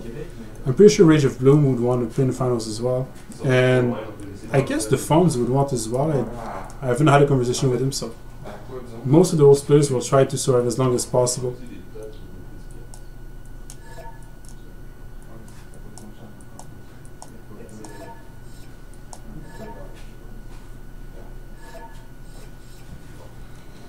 There's 2 minus for the CC, which is technically not enough, but do they have veto? Red Phoenix has veto. So the concede vote fails.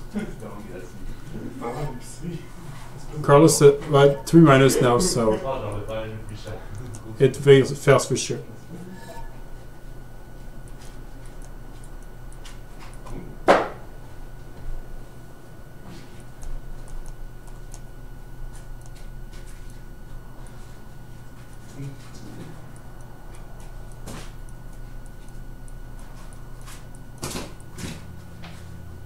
Looks like the turn is stuck, unfortunately. So it's not flipping to the next turn at the moment. It's only 8 turns from Chichen Itza, but there's only like, oh, there's gonna be 3 banana tiles, maybe a 4th one. So this could be a good Chichen Itza city. Frigates are upgraded. Just a precaution, probably just a defense.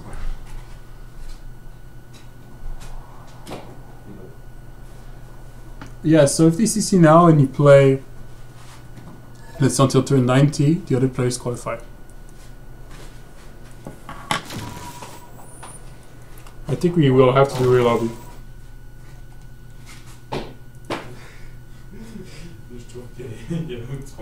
I wanted to play Apex.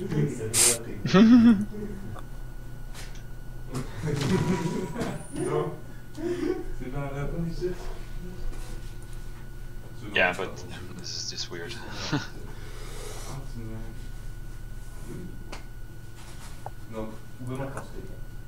I mean, this is one of those times when the game is over, but we're sitting here to prolong it, so we get a spot in the next tournament. Yeah, it's not a good system.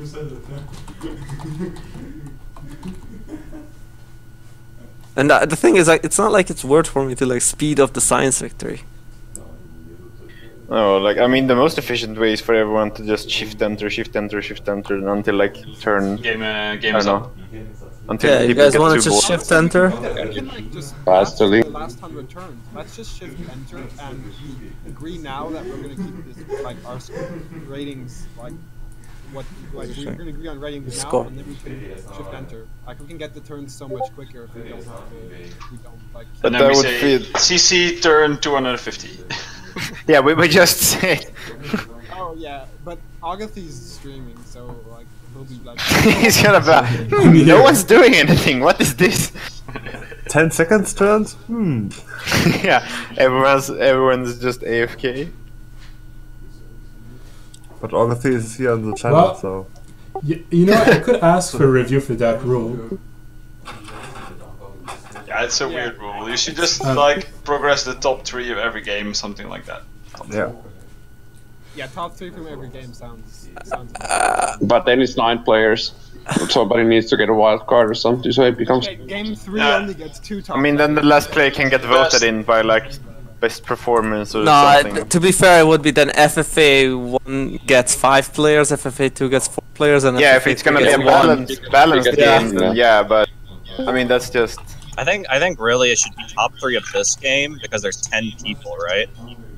Yeah. And then top 2 of the other 2 because there's only 8. Is the finals only 8 players? That's or is it 7 players, Torjud, and you need 10. What is this tournament? How many players is in the finals? And you can't say 4-3-3 because the FFA 3 doesn't have 3 good players. Tortred, would you be fine to play the finals 2 hours earlier so I could take part? I'd be fine to play the finals. If you make it to there. Yeah. Yeah, that's not gonna.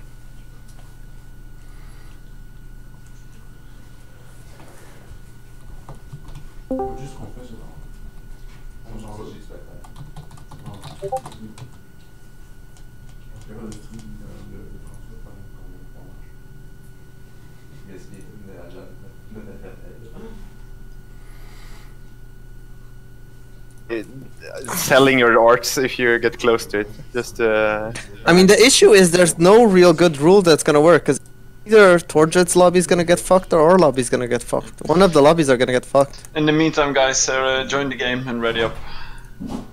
Like, there's no real good replacement for the rule. What about what if we do 4-2-2? So 4 players from this game and 2 from the other.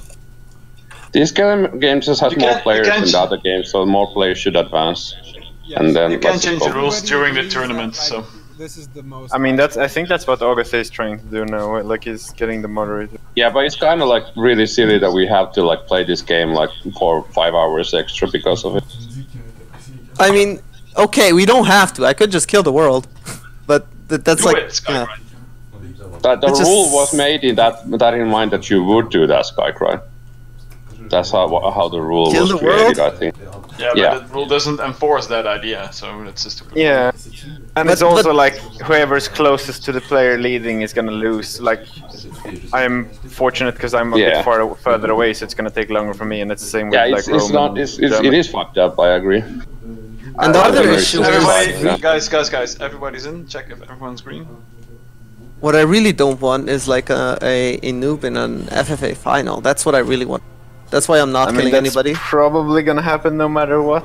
That's what I don't want, because then it's like no reason to play the finals. You just roll next to him and that's it. It's dumb. It won't happen if like the other 2 games the new players are killed off. Yeah, I guess. Yeah, but like not enough players are gonna get killed off. Like, no matter how many noobs they spawn next to it, like there's gonna be some people.